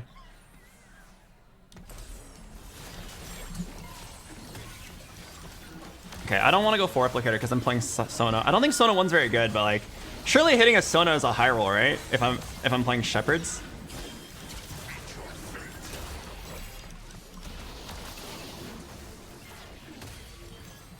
Okay, maybe not. I lost. Oh, okay, wait, no, sorry, I was definitely supposed to dupe something.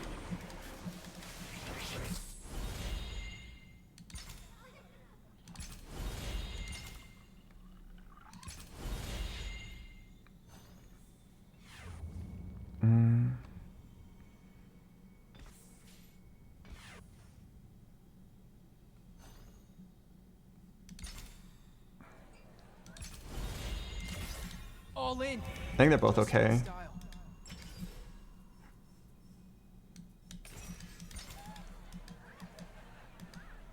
Yeah, I was definitely supposed to like dupe.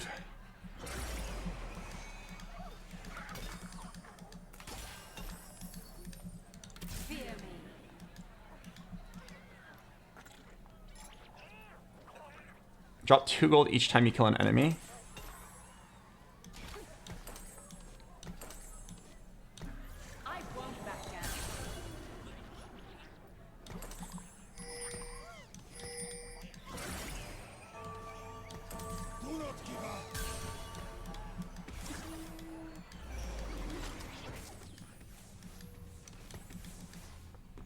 Okay, I'm gonna play like shepherds.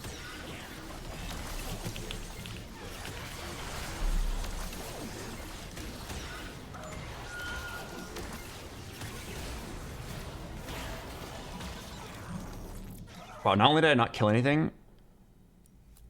Wait, I lost and it wasn't even close. What the heck?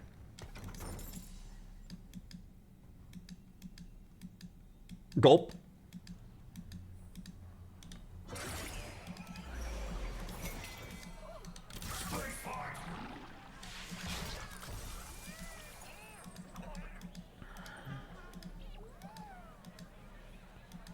I'm pretty sure, like, if you have the Sona, 7 Shepherd is kind of legit here.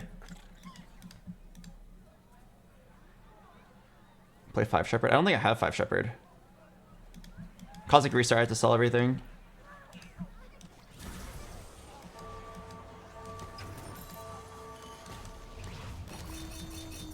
Yeah, I do think this build could work.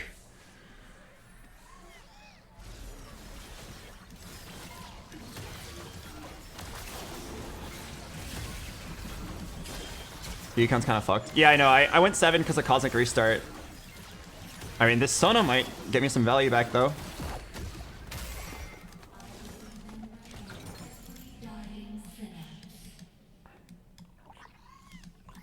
Okay, I've played 7 Shepherd 1 time, and it looked really good, but it was on PvE. Gulp.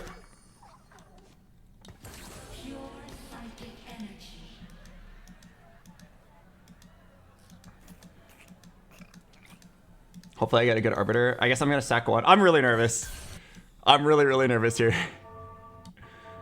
I feel like I'm gonna go like 6th place here. But like maybe Shepherd is so broken that it actually works out.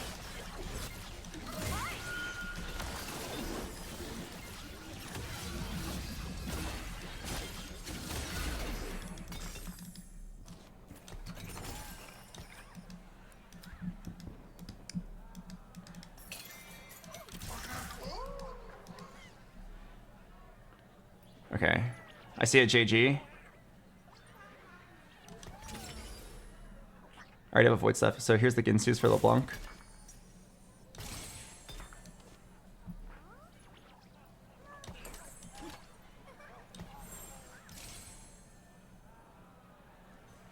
Alright, I'll do this for one turn.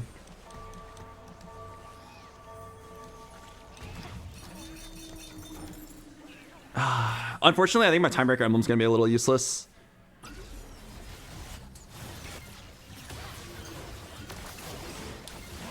Okay, I need frontline now.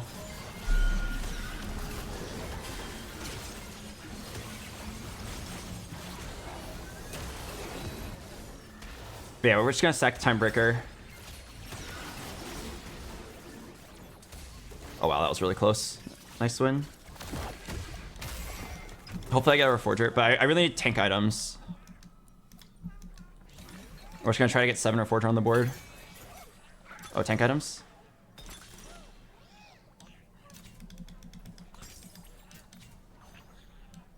Here's all tank items.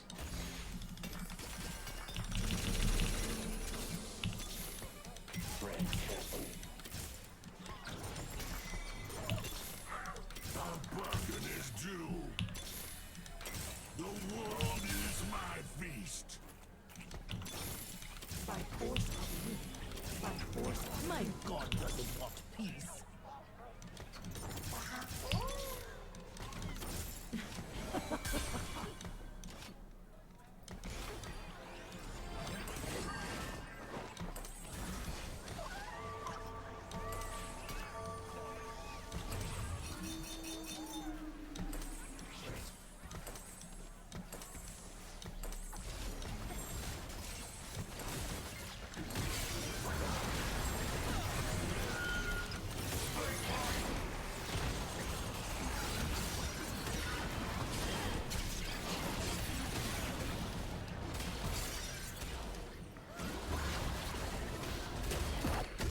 Is it the other way around?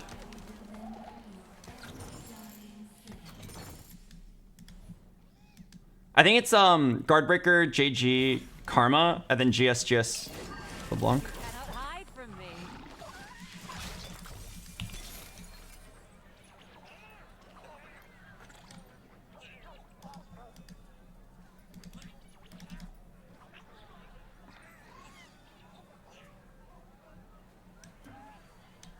Those fools underestimate me.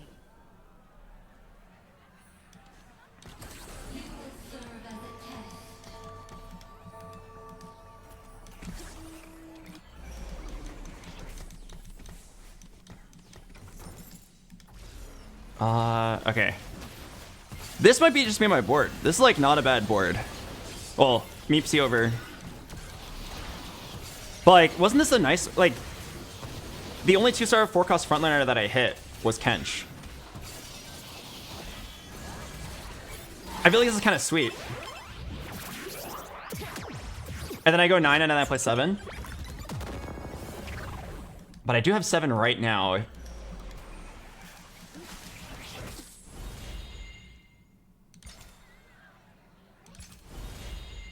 I think I'm just taking an artifact and then tank item. We make the future. Yeah, I'm gonna lose a fuck ton of traits if I... Also, I really don't want to drop my best unit.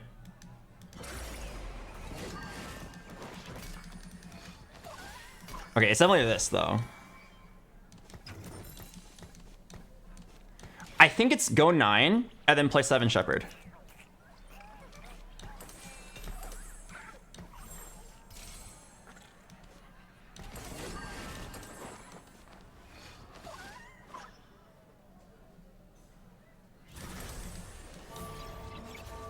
Yeah, that feels correct to me.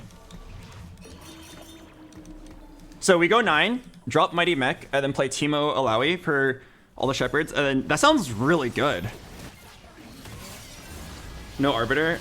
I didn't hit Leona. But also, like, I'm trying really hard to fit in my Timebreaker emblem. It's pretty good. It's a team-wide buff if I can play Pantheon. And, like, every synergy from Pantheon actually kind of makes sense here. And then I also happen to have a Kench. Like, I think it's a good play to keep this guy. I think it's, like, insanely good flex play. Alright, if I know I'm dropping this guy, I'm down to sell. Emblem on Karma. I really don't think it's Emblem on Karma.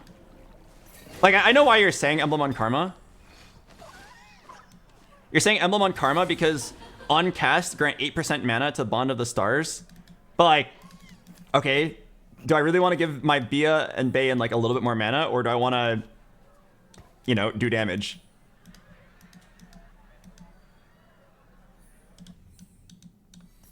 Yeah, I'm like, very proud of this game. This was probably my best game. I think I actually played this game so well. Well, I made a mistake early game because I didn't dupe to save HP. But besides that, I think this was a really good game.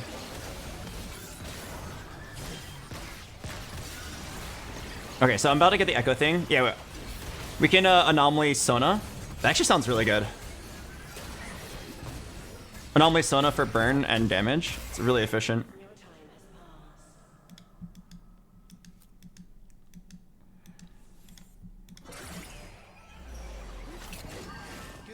Any to act reckless.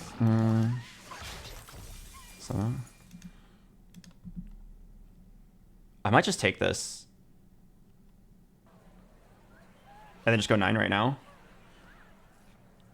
Further items don't even help me out that much. I'm just taking this and just going 9 right now.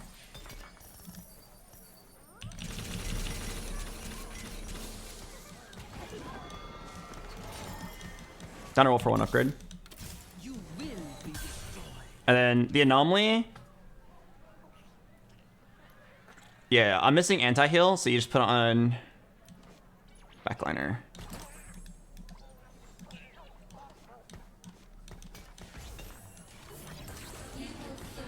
Okay, how strong is 7? I guess we'll find out right now. Also, I'm kind of down to just roll to 0. Just get any upgrade.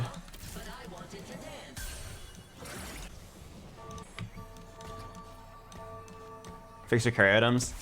I'm not certain if it's correct. We can just use now to think about it. Do I want to move Guardbreaker Strikers to Karma? Yeah, I'm not even certain if it's the right play.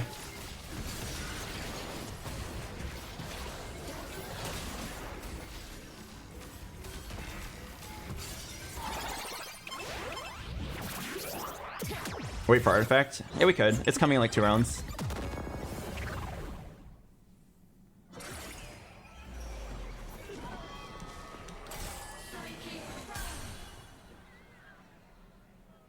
Wait, this is funny. I can react slam this.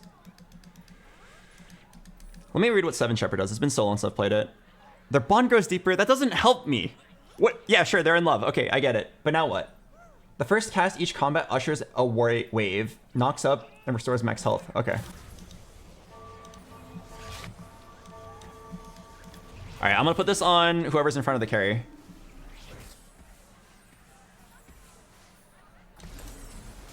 What? Oh, you have to do before? Oh, I didn't know. I thought I could... Okay, my bad. I thought I could react. Okay, hopefully I still win. Hopefully it's not a Sonamon diff.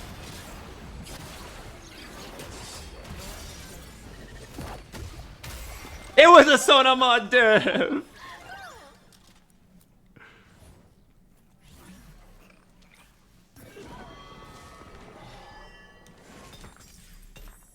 Gambler's Blade. It's actually not bad to just throw onto here. Alright, I'm just gonna throw it on like Meepsy. Meepsy will probably die early. Gambler's LeBlanc. Not it. You want the money? I want to just like have my strongest board. The money is insignificant at this point. Where did that come from? The artifact? The artifact came from Echo Boon. After 5 rounds, gain an artifact.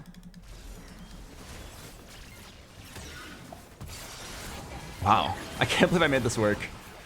I might actually go first. I should just go play defense now.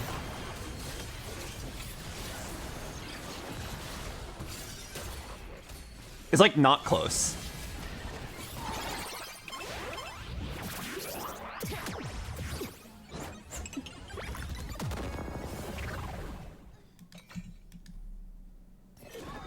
Not quit until it's right.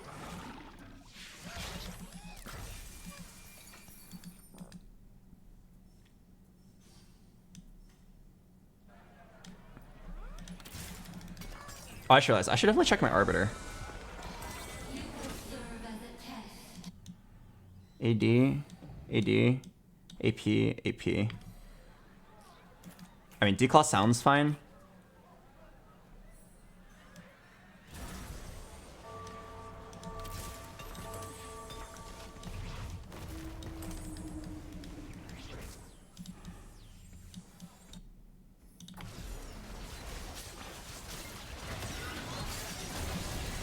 I probably should have settled for the Spirit Visage. Spirit Visage is usually just like a pretty bad item, so I didn't want it. I should also check my Arbiter.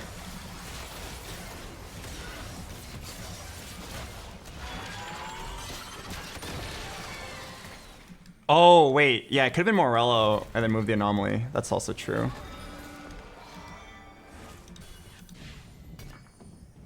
Yeah, I think that was actually the play. I was only thinking about tank item. This guy has 4 Kindreds? No, he has 2 Kindreds. Wow, he beat me with like all 1-stars. That's kind of scary.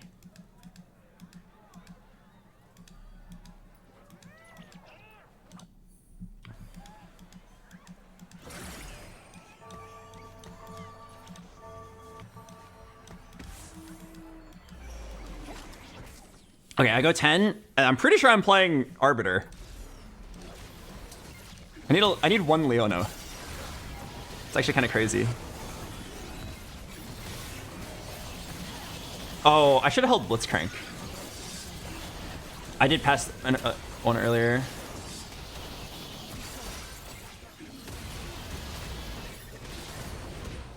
Oh.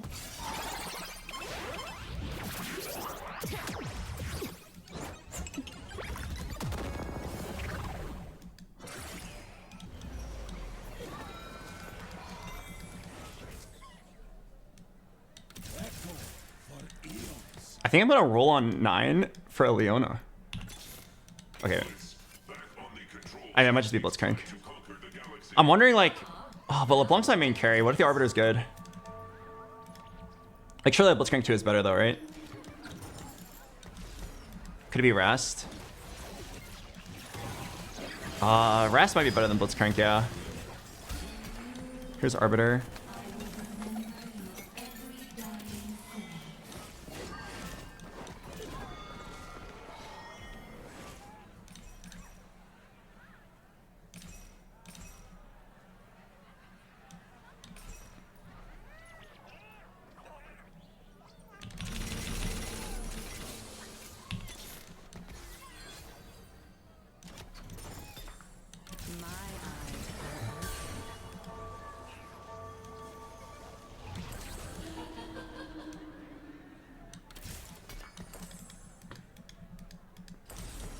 Is 30 AP on my LeBlanc better than Voyager? 6 damage and for my whole team and some shields.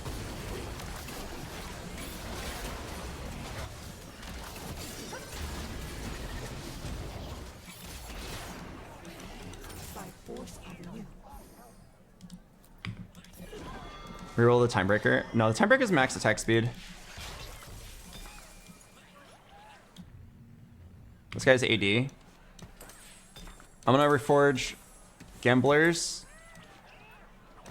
plus Cloak plus Declaw.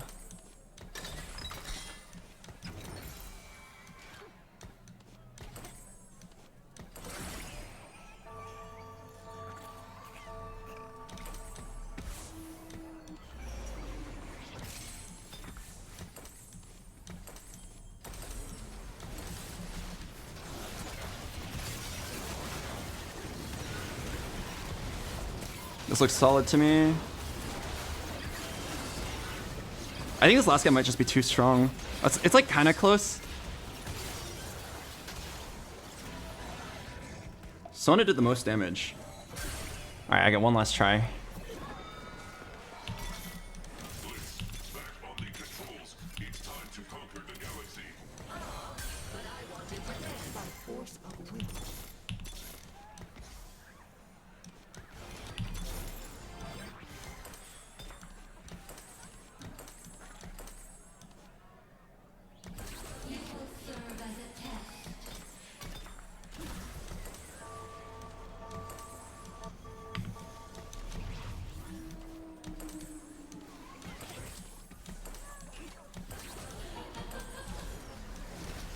Okay, if this doesn't work, that's all I got. I think it's like by far my strongest board.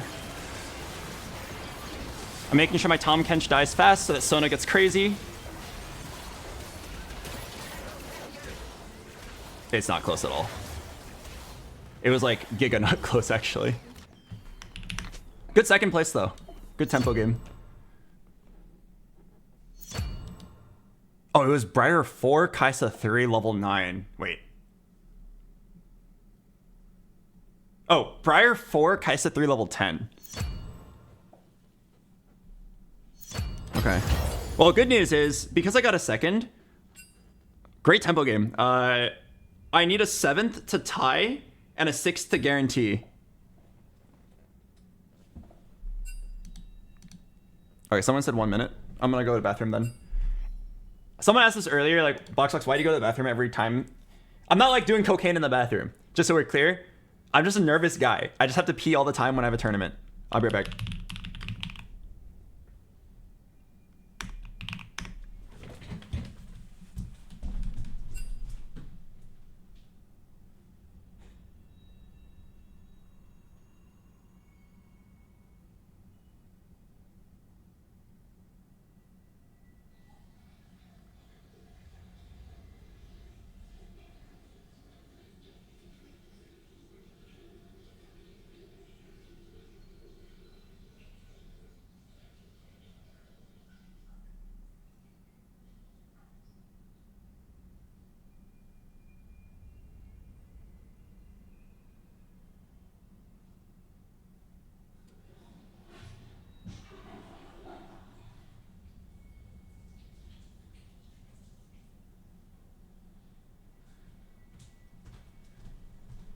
Okay.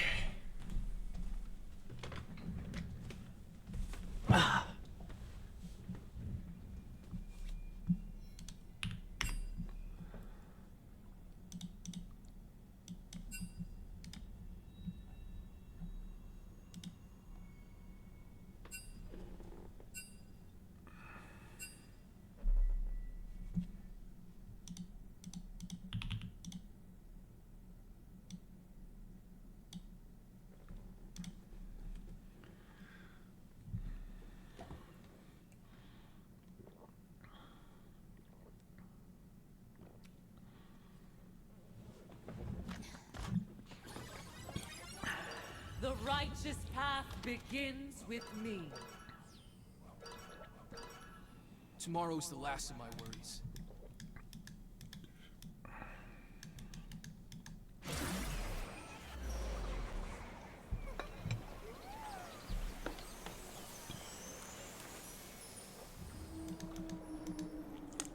Okay, this outcome doesn't matter to me at all. If I make top 2, I'm already guaranteed in. I mean, if I'm top 6, I think I'm guaranteed moving on. Wait. Yeah. Yeah, if I'm top 6, I'm guaranteed moving on.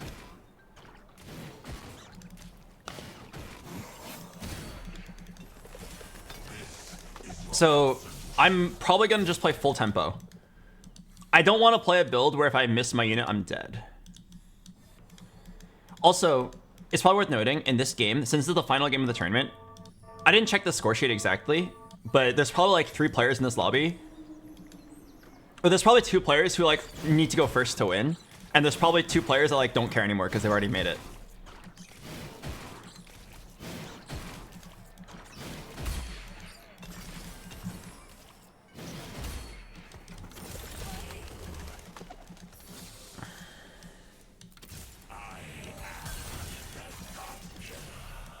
Which one are you? Well, I need a 6th place to guarantee a move on. So like, I'm in a good spot, but I'm not guaranteed. If I play like some line where you can miss, and then I miss, oh fuck, I mean, you can miss every line. Every line is like missable. But I'm gonna try to play something just like really solid. That just likes to play for top 4. Against any weapon, any army, anyone, I remain unmatched. Oh, I don't have the Gragas thing. Solo plate's solid. I might just reroll. I have quite a lot of the units.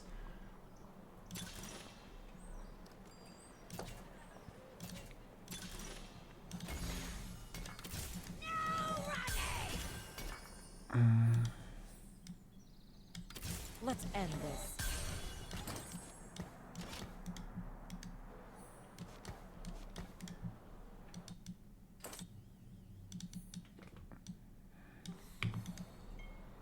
Actually, wait.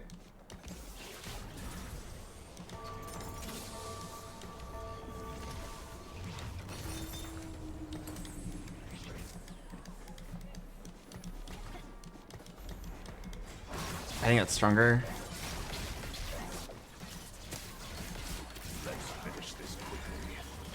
At the very least, it's an econ engine. At the best, I can actually play it.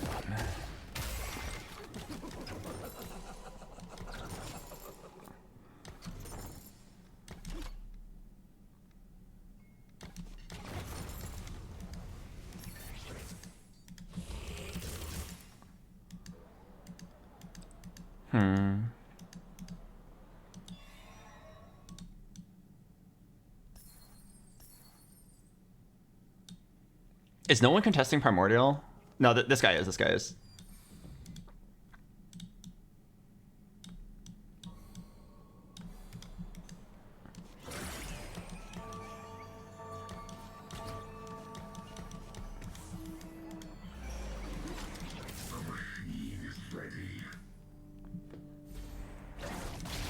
I think I'm just gonna play Master Yi. Wait, don't I have Malware Matrix? I do. I should just play Master Yi. You have a better spot. So? I don't want to go 8th place because I contested a guy who wasn't willing to pivot. I think I can just tempo, like... If I just win streak the early game, I'm guaranteed, like, top 6, basically.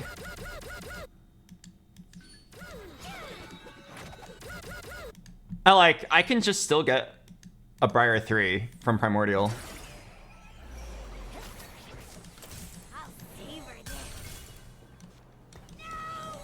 You smell me?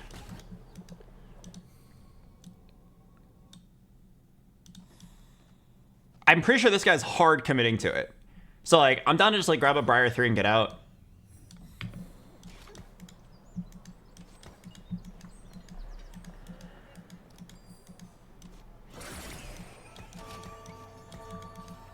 Solo plate might make this a bit hard. I took solo plate because I was gonna play Jax.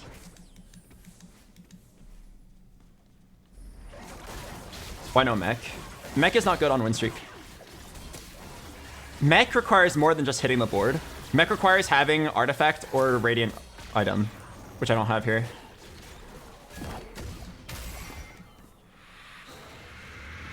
You want solo frontline your Briar? Nah. I'll just do Rek'Sai. Like it's gonna fuck with my positioning a little bit, but it's fine. This guy has to pivot. No, I'm pretty sure this guy's gonna stick.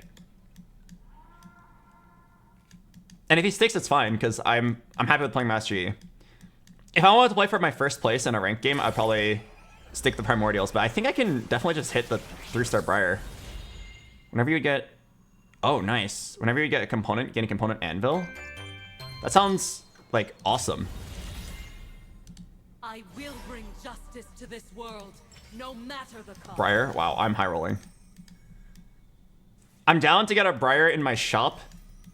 And a Briar from the Primordial. Hello, Tyler Freaking. Thanks for the 49 months.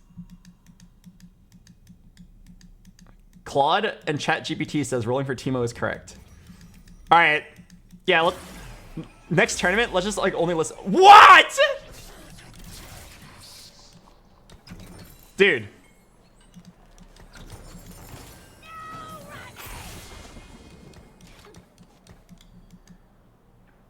Wait, where's my bow? Oh, it changes the bow into an anvil.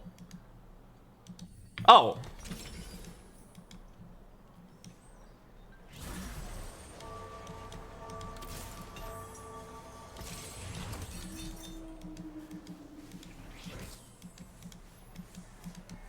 I'm on the job. Okay, I mean, that's kind of cool. That's kind of troll that it, like, shows me a bow. It's really troll that it shows me a bow, but then it's not actually. I cannot believe I just naturaled a Briar with tempo. Alright. I'm down to sell this for econ. I'm so far ahead. I don't think I need to worry. Well, I'm just gonna, yeah, I'm forgetting about everything else. I'm just gonna play. Doing it. Wait. How am I gonna do this actually?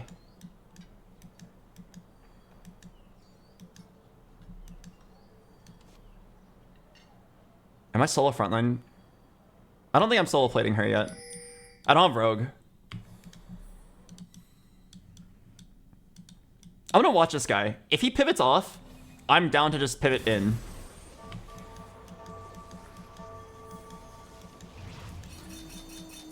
Because I don't know how to play a Briar 3 with Master E. Normally you'd play Briar 2 into Master E and sell.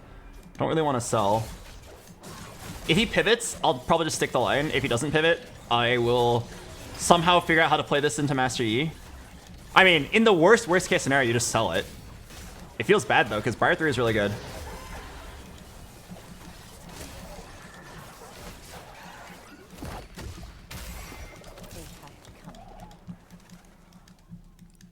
What are the chances of playing for econ? I'm not sure. I feel like if I were in his spot, I would stick it. Also, I do have Malware Matrix, which is like pretty good. Oh, I think he is off the line. I think he's off the line. Wait. Okay, I don't want to jinx it, but I feel really good about my chances of moving on to the next day of the tournament.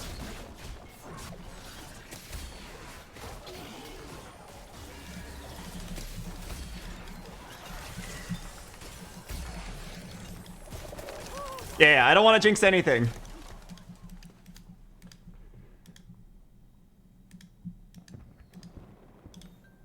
Where's the team planner? This one? Primordian reroll.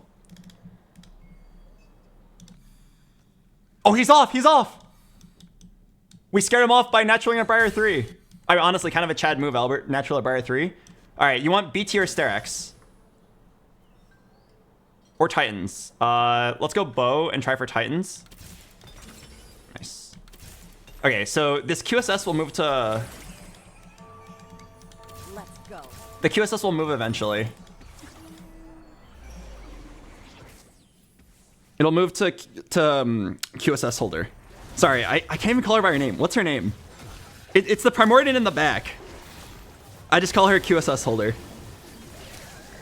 Oh. Briar to the back line. Yeah, Belvethi. What do you sell Cho? Is Cho'Gath in the build? Sorry, I didn't know.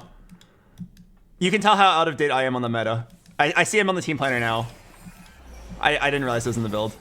So hungry.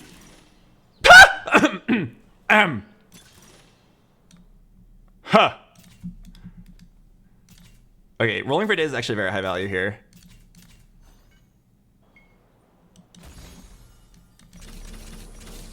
So hungry.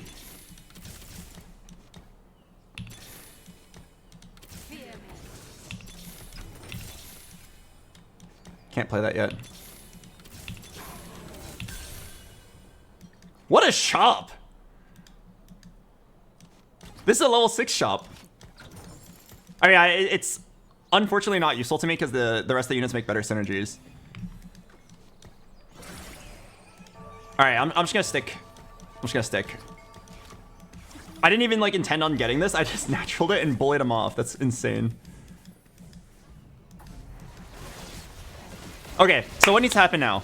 I've studied this line a little bit. You want to go Sterix, BT, Titans on Briar. And the reason why, there's a really cool positioning. I'll show you guys next turn. The idea is you solo frontline her in a corner. They instantly stack up her Titans. She drops aggro, and then she's like max damage because she scales with how low she is. So you get the aggro drop immediately, then you redirect aggro to your Rek'Sai. And you want Rek'Sai to be your next tank because when Primordians take damage... Oh my god. When Primordians take damage, that's how they... Oh,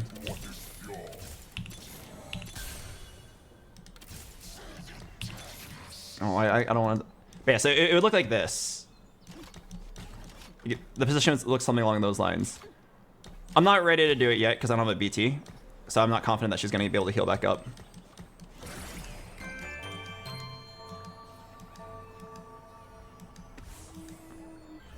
Actually, yeah, maybe I am supposed to do it. Give her the Gargoyle. That's an interesting play. Give her the Gargoyle and then solo frontline her. I mean, I'm fairly confident that just playing standard will win.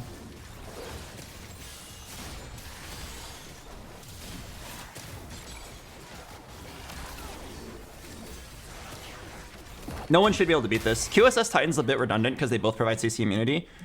But in the early game, I kind of like that it's like QSS provides you CC immunity at the beginning, then you fully stack your Titans. But later on, once we move to Bel'Veth. Okay, so isn't it always just Kale now? Because I have the thing that turns him into anvils.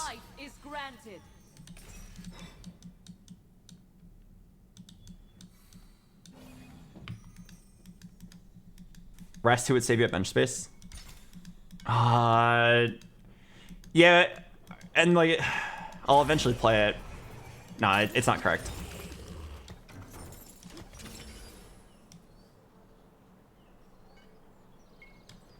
I think I want this first, and then... Okay, sure.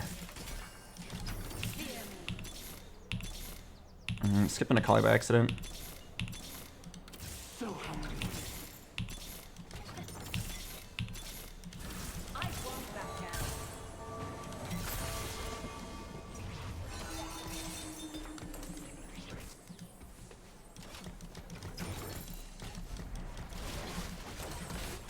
Okay, so the reason why I took Cloak first was because I need a BT and I need a Kraken. If I go Cloak, which is the item for both, then it allows me to have 2 outs there. And pretty lucky too, because I did end up missing on the sword. Although, wait, I don't remember if I had sword. Maybe I had sword. Oh, then maybe I should have taken sword. Because you need GS and you need BT, so there's also 2 outs there. Okay, fuck. Maybe my decision making was not correct. Okay. Do I even bother rolling for this Bel'Veth?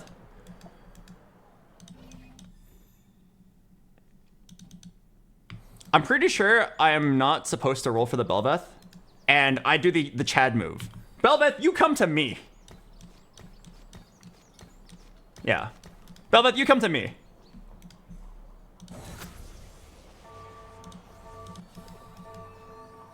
Whenever you're ready.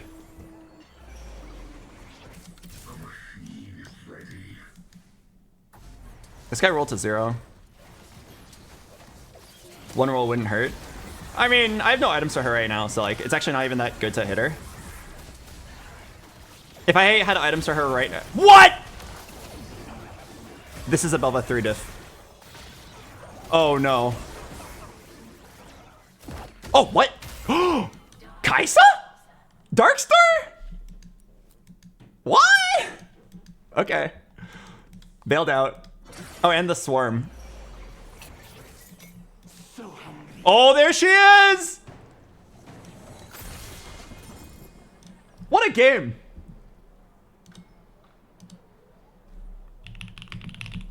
What a game! I feel like this is just a victory lap now. We just hit everything so easily on tempo. Or sorry, with tempo.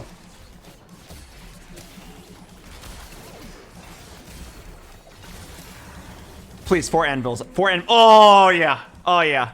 BT? BT? Sterix or BT? Cloak? Wait.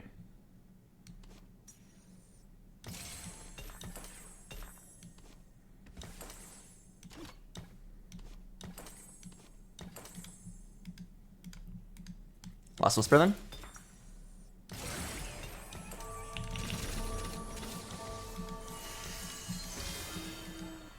Not exactly what I wanted, but good enough. Oh, I can do the Briar solo frontline play. Y'all ready?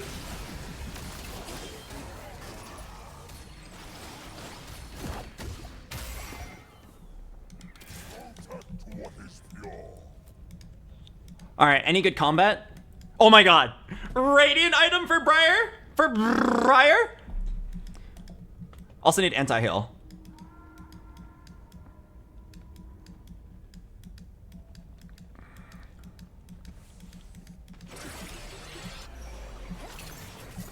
No, I need damage. Alright, sorry, I need items. I need items.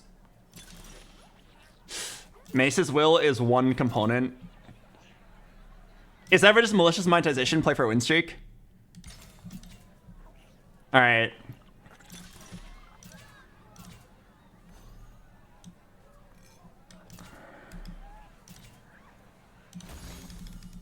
Okay, I'm not that happy about this, but I'll just level up for it.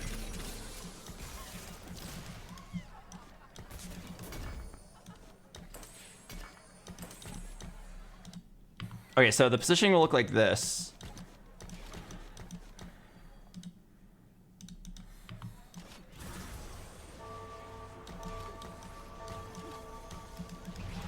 All right, the idea is Briar takes all the aggro, and then she drops into the shadows, fully stacked up.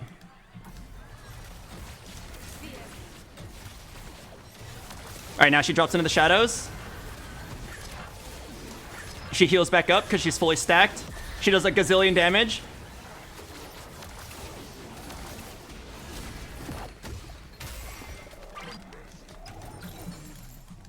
I didn't want to go malicious monetization, but I wanted something to give me items. So I guess the alternative is, fuck it, I'll go 9. That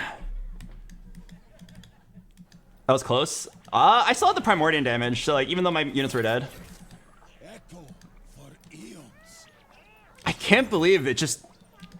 I just can't believe the last game, the scariest game that determines if I move on in the tournament, was just the easiest Primordial reroll game of my life. I didn't even like plan on playing out. I was like respecting the other guy's spot and I was pivoting into it.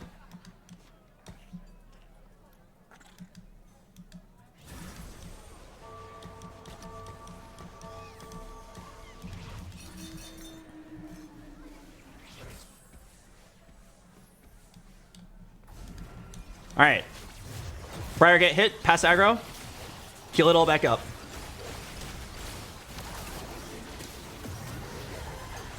Wait, why is she still getting hit? Wait. Uh-oh. Why was she still getting hit?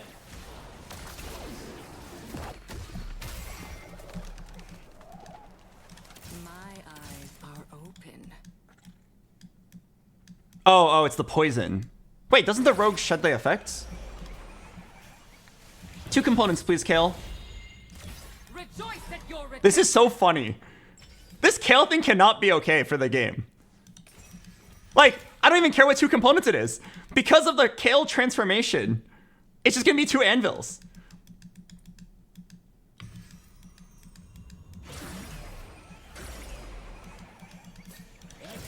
Like, I'm just gonna do this and then hopefully get a BT. No. I guess tank items. Wait, I'm just gonna forge it into a BT. Fuck it. Cloak. Fuck it. Cloak. One more. Oh, fuck. Okay, alright, that's actually the end.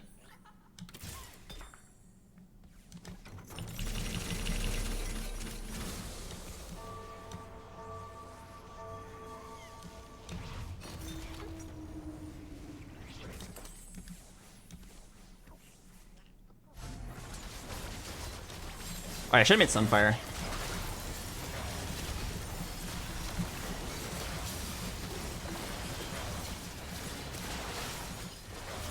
Why did I level to 9?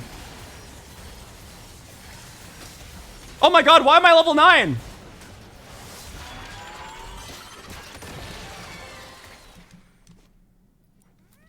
Why did you guys let me do that?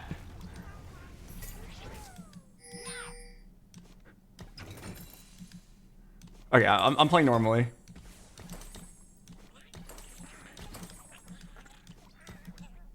Why am I level 9? Oh god, I wasn't thinking. I'm just autopiloting. Fine, Kindred. It's probably fine. I killed my own econ, but I'm so far ahead. I was only not supposed to level, but it's fine. I need to find a Fiora, a Jhin, a Kindred. What do I need here? I need anti-heal. I need a BT.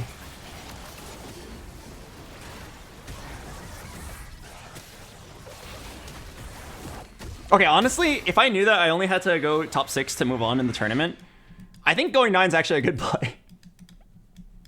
Nah, come on, Albert, shut the hell up. That was not a good play. You are delusional. Pick good items, it doesn't turn to anvils. Oh, really? Wait. This makes me feel like it's gonna turn into... Alright, if you say so, I'll just fish for anti-heal. Or BT. Fuck, that's like bad anti-heal. Am I willing to settle for bad anti-heal? Nah. Hold TG. No. Come on, Albert. You can get good anti-heal. Uh-oh.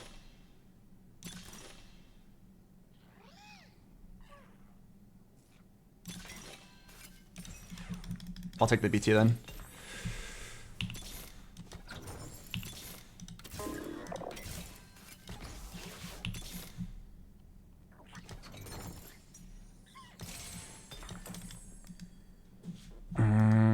This is like okay.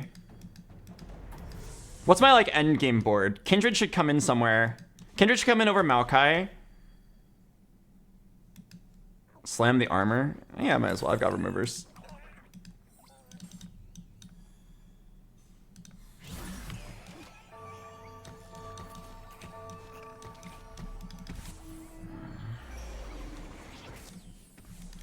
Okay, Maokai doesn't need to be here. Cho'Gath doesn't need to be here either. It's probably Jhin endgame. Fiora over Master Yi. I'd like to keep this Akali. Kindred should come in. Master Yi. Maybe Kench.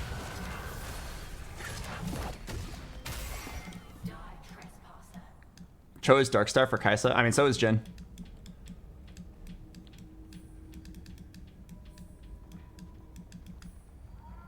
Yo, who's this guy? He's just staring at me. Oh, bye.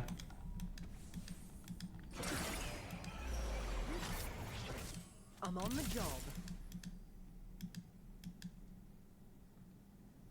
Down just go roll and lock in a top 2. Let's go. So Kindred comes in over Malk.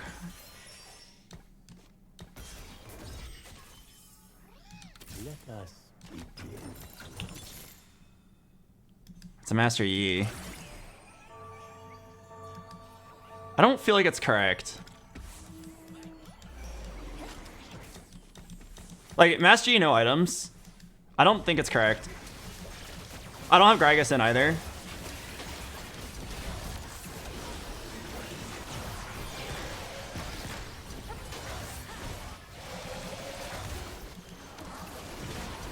This guy's about to hit Ribbon 3. Uh-oh. I couldn't stop him either. Uh-oh. Wait. Is he gonna hit Ribbon 3 right now? Fuck. If I position correctly, I might have been able to beat this.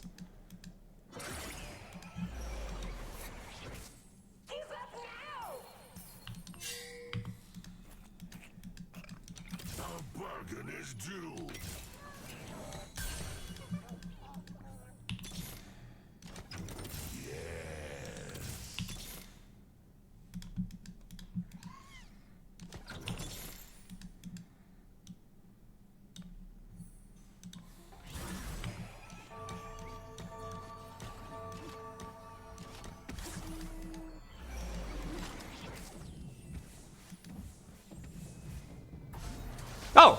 Hey, 2 people died. We did it! We qualified for day 2! But hang on. I still want to play for more.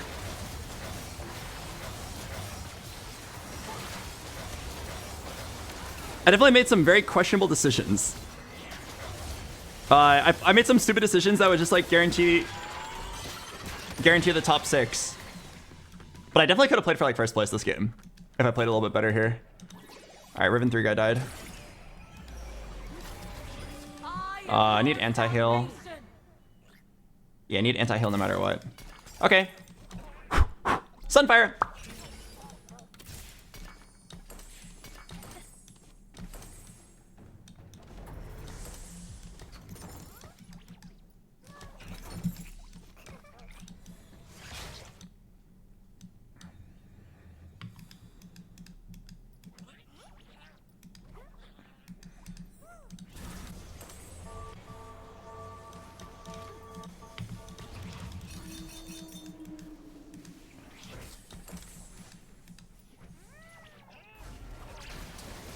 I think my damage is too low to win these fights.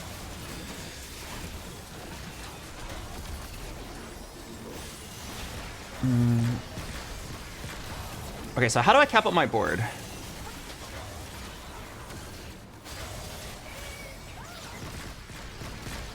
Oh yeah, I won.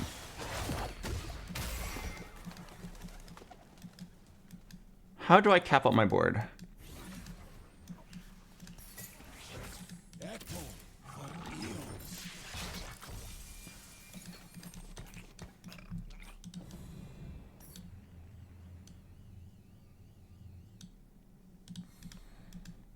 Drop these 2 for Jhin plus Rast, I think.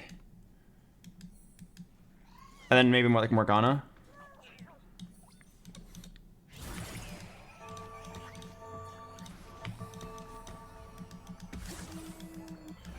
How much gold is Silver Scrapes? It's 70, so like, I have ideas.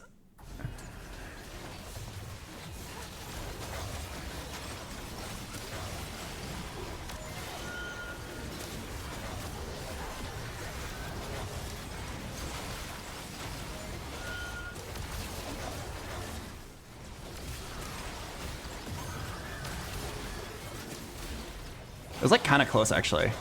Wait, is there a chance that my Primordians finish this off? The Primordians! Is that top 2? Already?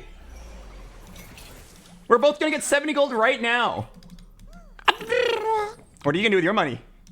All will know us Hang on. in time. Shall I go 10 or shall I roll for a 3-star 4 cost? We're contesting each other, so we actually kind of block each other on 3-star 4 costs and 5 costs. So I'm gonna go 10.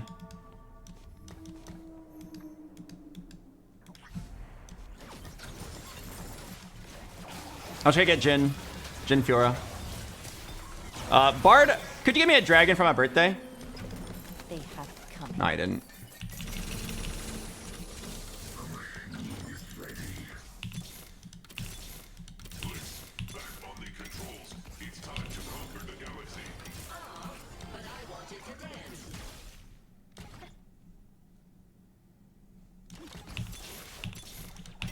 Shine once more before the end.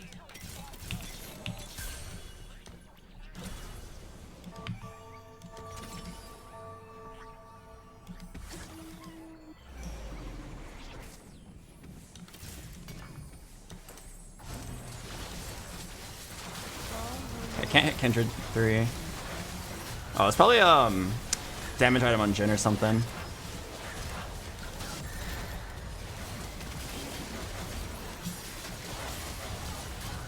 It's probably damage item Jhin. Oh, I do feel like he's stronger than me.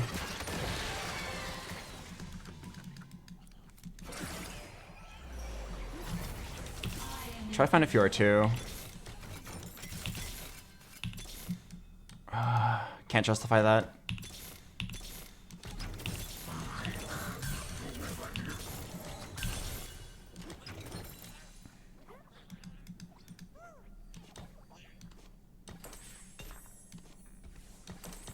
The Definitely chose the wrong item. That was my bad.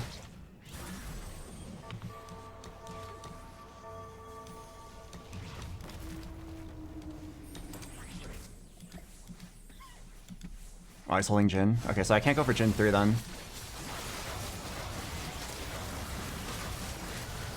He correctly denied me. Ah, I might just be getting outcapped. I mean, if I hit Fiora 2, can I beat this? Wait, hang on. It's like pretty close. Oh! It's not over yet! Into oblivion. Better positioning. Protecting my Jhin. Okay. I'll just sell this Jhin. I'm just gonna look for Fiora. Fiora. Darling. Come home. Come home!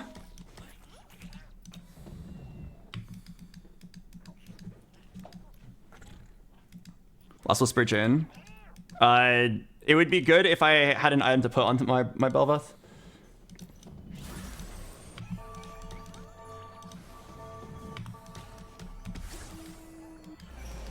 Pretty sure Bel'Veth 3 is still better. Shouldn't have been QSS. It should have been any other damage item. That was my bad. This poor Rek'Sai has to put up with so much pain. But nice double stun. Almost triple stun. I might win. All my units are alive.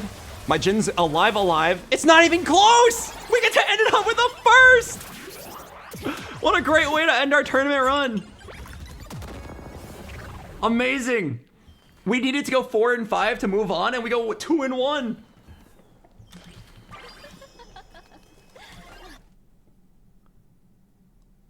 Wow. Back to tournaments after 3 years. And what a banger first day. I played some of the most mid-average TFT for the first 4 games. And then with our back against the wall, we just play like a beast. Look at this. 4-7-3-4. The most average placements you can imagine into a 2-1. Yeah, all we had to do was just natural a brighter 3. God, it was so easy. Oh, stop the music. The hype is over. Wow. Wow. Cool. We came into this day with like no hope, no expectations. And we actually ended it off quite strong. We're 100% qualified. I needed a 6th place to qualify. These last 2 games, I definitely like kind of popped off. The random Cosmic Restart Shepherd play for top 2. And then now the Giga Chad force everybody else off of Primordium by naturaling a Bel'Veth 3. I mean, that's just like pure luck that you can't really recreate that. Winning at the end, though, I'm very surprised. I definitely thought it was just weaker. Cool. My last 4 games of the tournament, I went 1, 2, 3, 4. Not in that order, though. Okay, sweet. Now it's time to check on my friends. Did my friends make it? I sided with 2 friends. How did they do?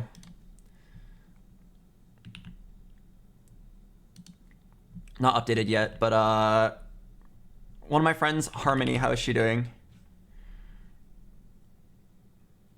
Oh, I think she's out no matter what. Oh no. I think even if she goes first place in this last game, she's dead.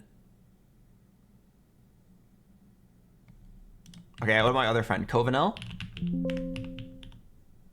Oh, Covanel needs to get a top 3 to tie and a top 2 to be safe.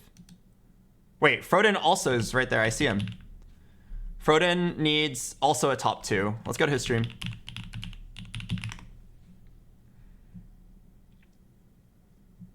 Ooh, Froden needs a top 2. How's his spot? Well, I mean, his spot looks very good. He needs a top 2 to be safe. I mean, this looks good so far. He has Bruiser Master Yi. 70 HP, 40 gold, level 8. Kindred 2. Oh, wait, isn't this spot so good?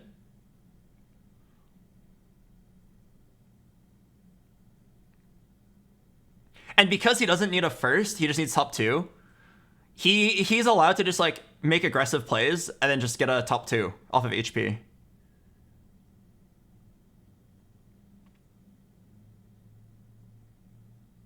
Oh, he has a heart rate monitor. Dude, I've always wondered what my heart rate is during like intense moments. Because during some of the most intense moments, in some of my like biggest highlights ever, I definitely can feel my heart pounding. And like, I love that feeling. If you ever see me doing this, I like live for moments that make my heart pound. And where I can like feel it like pounding in my neck or pounding out of my chest. So I during every intense moment, I always just do this because like I just kind of want to know how excited I am. Oh my god. It's so close. Yeah, adrenaline junkie. How's the tournament I just got here? We just finished our last game. We made it. We ended it off strong on a first place. Well, I needed a sixth place to move on, but we got a first. Now we're checking if Froden makes it. Froden needs a top 3. Top 3 to tie. Top 2 to guarantee.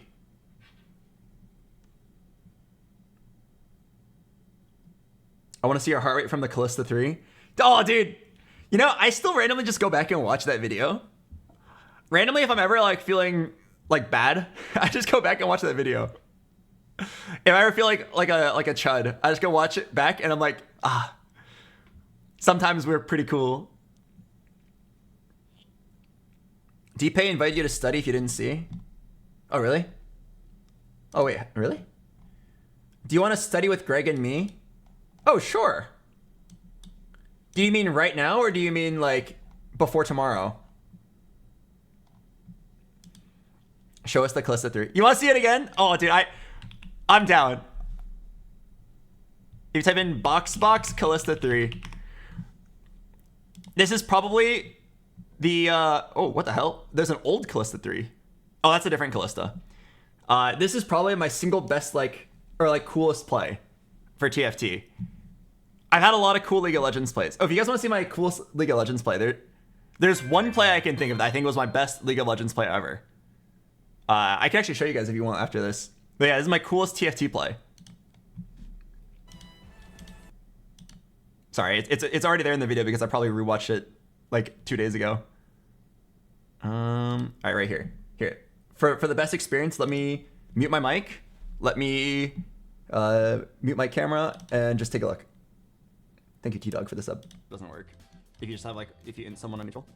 Okay, Albert, BoxBox is saying the game plan is simple. Hit 9 Callistas.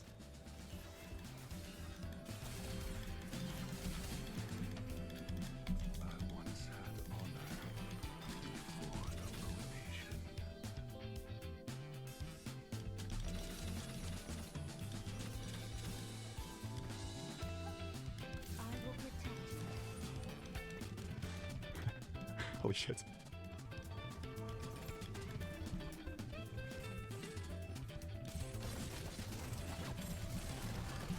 All right, Albert.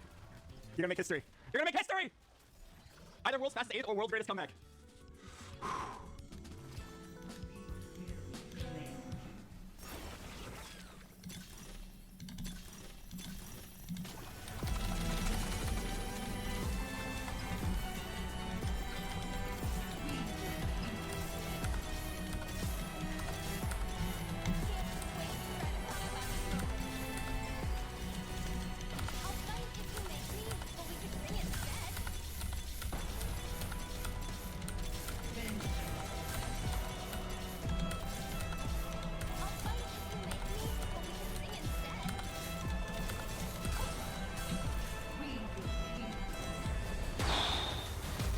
Vengeance is at hand.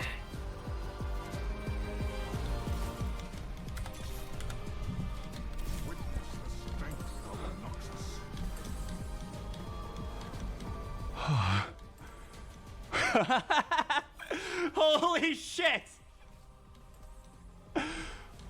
Oh. My heart's pounding.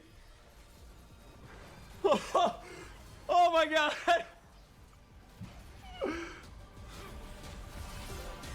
Oh, it's beautiful. Let's go 9. You guys all laughed at me. You did. Remember this moment. You know what's really crazy? Let me show you guys something. I actually like almost lose and die. Take a look right here. Split among the 3 nearest enemies. My full hand and it can't kill me. Watch Too this much fight. HP. Alright, I want to see what one ulti can do. Tarek might actually be able to defend this. Nope, no he can't. Goodbye half of the team. Oh, wait. Oh my god, wait. That was close! I found out after that if you ever close to 3, you're supposed to go all mana just to cast a bunch of times. Yeah, good old Bronze for Life Yunara.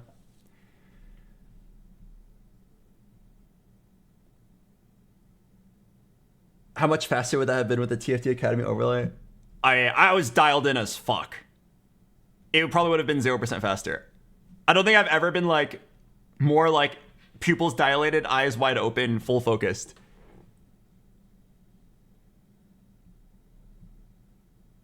I remember like I didn't believe at all that it was gonna work until I saw like a double Callista shop, and then I was like, oh my god, I'm about to make history. I remember seeing like a specific double Callista shop that once I saw it, I knew I was gonna win the game. I think it was like only my 5th Callista as well. I was just like, no, there's no way I'm not gonna be the Pog man right here. Oh, Froden did it! Top 2! Wait, this guy actually juked me out. He got top 2! He's in, baby! Show us the league clip. Oh, yeah. BoxBox Riven montage. God. It's one of these. Hang on. It wasn't 10 years ago, was it? Maybe 6 years ago? Oh, it's this one. Sorry, just so we're clear on like the scope of this play. Relative to its time, this might have been the greatest like play of all time. Well, it's my greatest play of all time for sure. This is the era back when like Riven mechanics were barely being discovered, and there was like 2 people in the world that knew how to do a Riven fast combo. It was like just BoxBox and Best Riven NA. The only people who like understood how our animation cancels work. Alright, watch this. This like made like front page of Reddit back when it happened.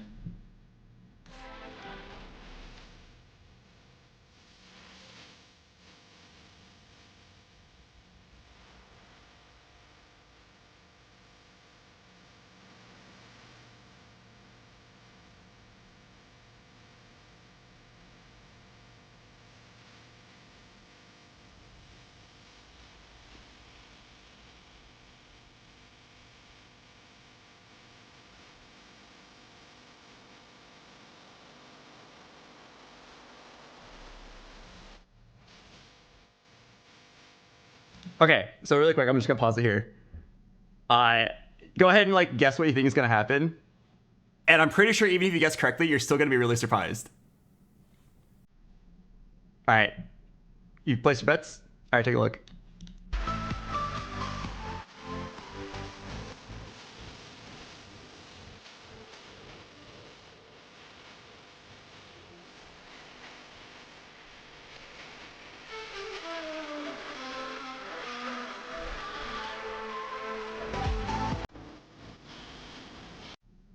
It was back during the era of like no one had hands.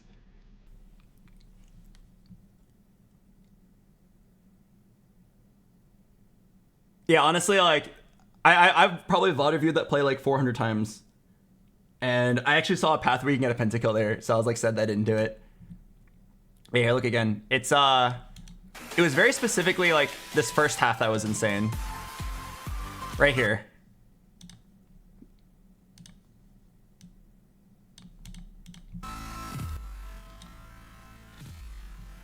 This was the part that made Reddit history. Flash into dodge, do like a perfectly fast Q auto cancel.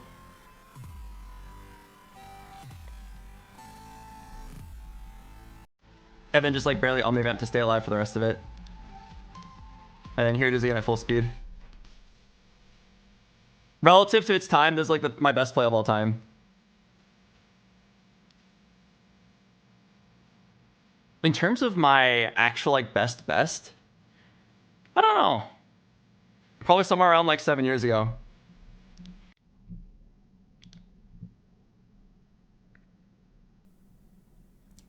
There was a couple plays I can remember that were like really really insane, but it was also just like circumstantial.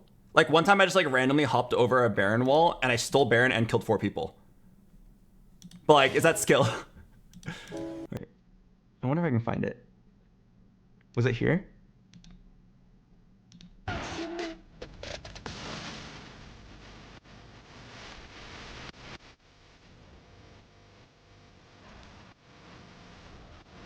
No, that's just like an ordinary fight. Was it here?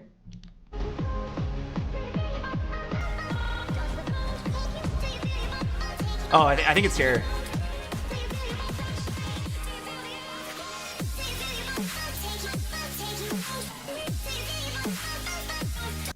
There's a lot of plays like that where it's just like, due to circumstances, like everything works out perfectly. I don't remember like a specific best play ever though. I remember a very historic fountain kill where I killed 2 people in the fountain, like in their own spawn. I still remember like, oh, I wonder if it's on YouTube anywhere. I went to the enemy's fountain. I like wall hopped it, which back then was like really hard to do. Wall hopped, waited outside the fountain, timed my wind slash so that right as they recall into the fountain, the wind slash kills them. And it was like a double kill. It was historic. It was one of like the original clips that got my stream popular.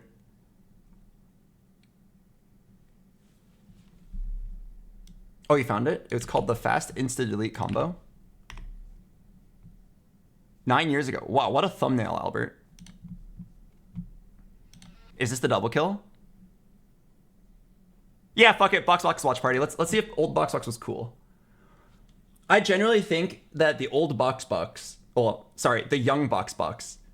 I generally think the young BoxBox was really good at the game and kind of cringy. I mean, I always look back at like old footage of myself from like even 3 years ago and I think it's cringy. So I imagine we'll probably cringe if we see this.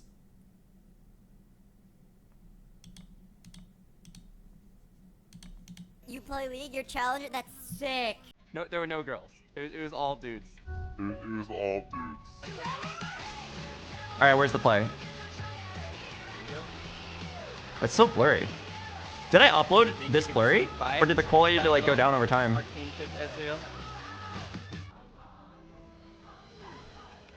What the? I failed that hop? Fuck me. Oh, there was a bot! Oh!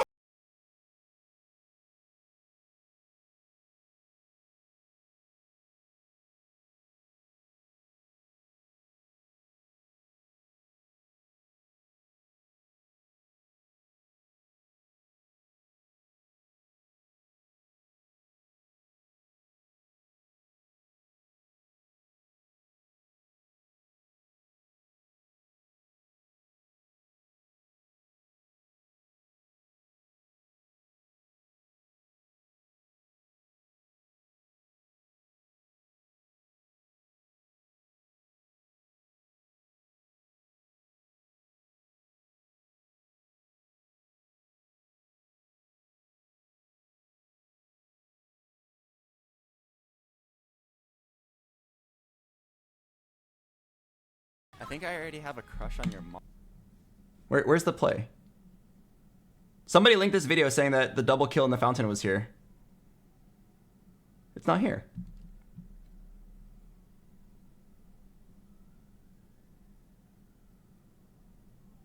There was no fountain double kill.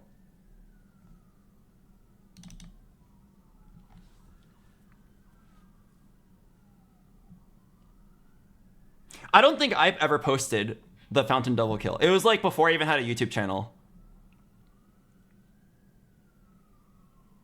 So like, it probably isn't on my YouTube channel anywhere. If it was anywhere, it'd be like somewhere like in a random obscure YouTube video. Oh yeah, dude, my thumbnails were very interesting back then.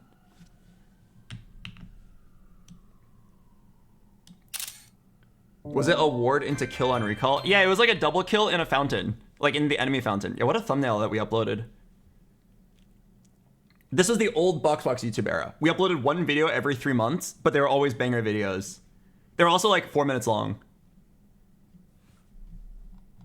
Oh, thank you, Ebtrill. Oh, thank you, Famous. Is it this one? Yes! I recognize this! Yes! I can already tell you from just seeing this first frame that this was it. Oh my god, this was historic.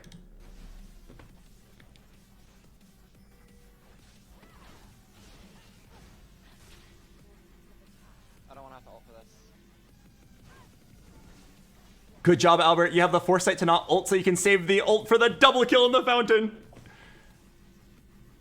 Wow, this is the music I listened to back then.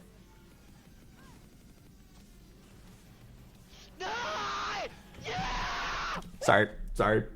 Loud. Not very good mic.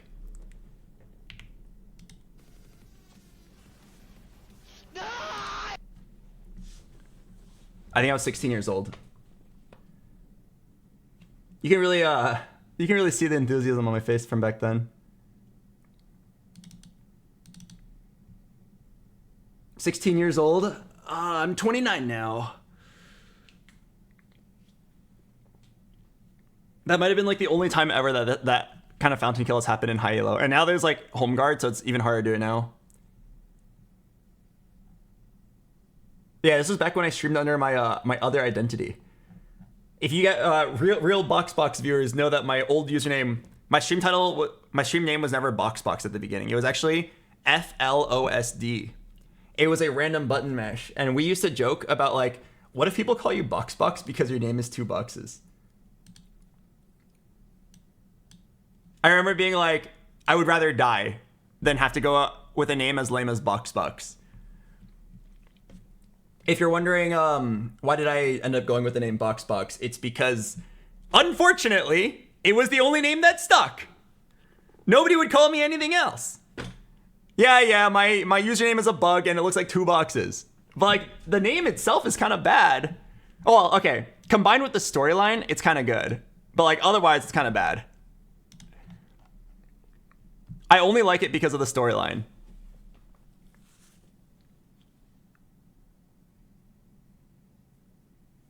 But the reason why it was FLOSD before was because I typed randomly on my keyboard until I just like got some letters that looked kind of nice.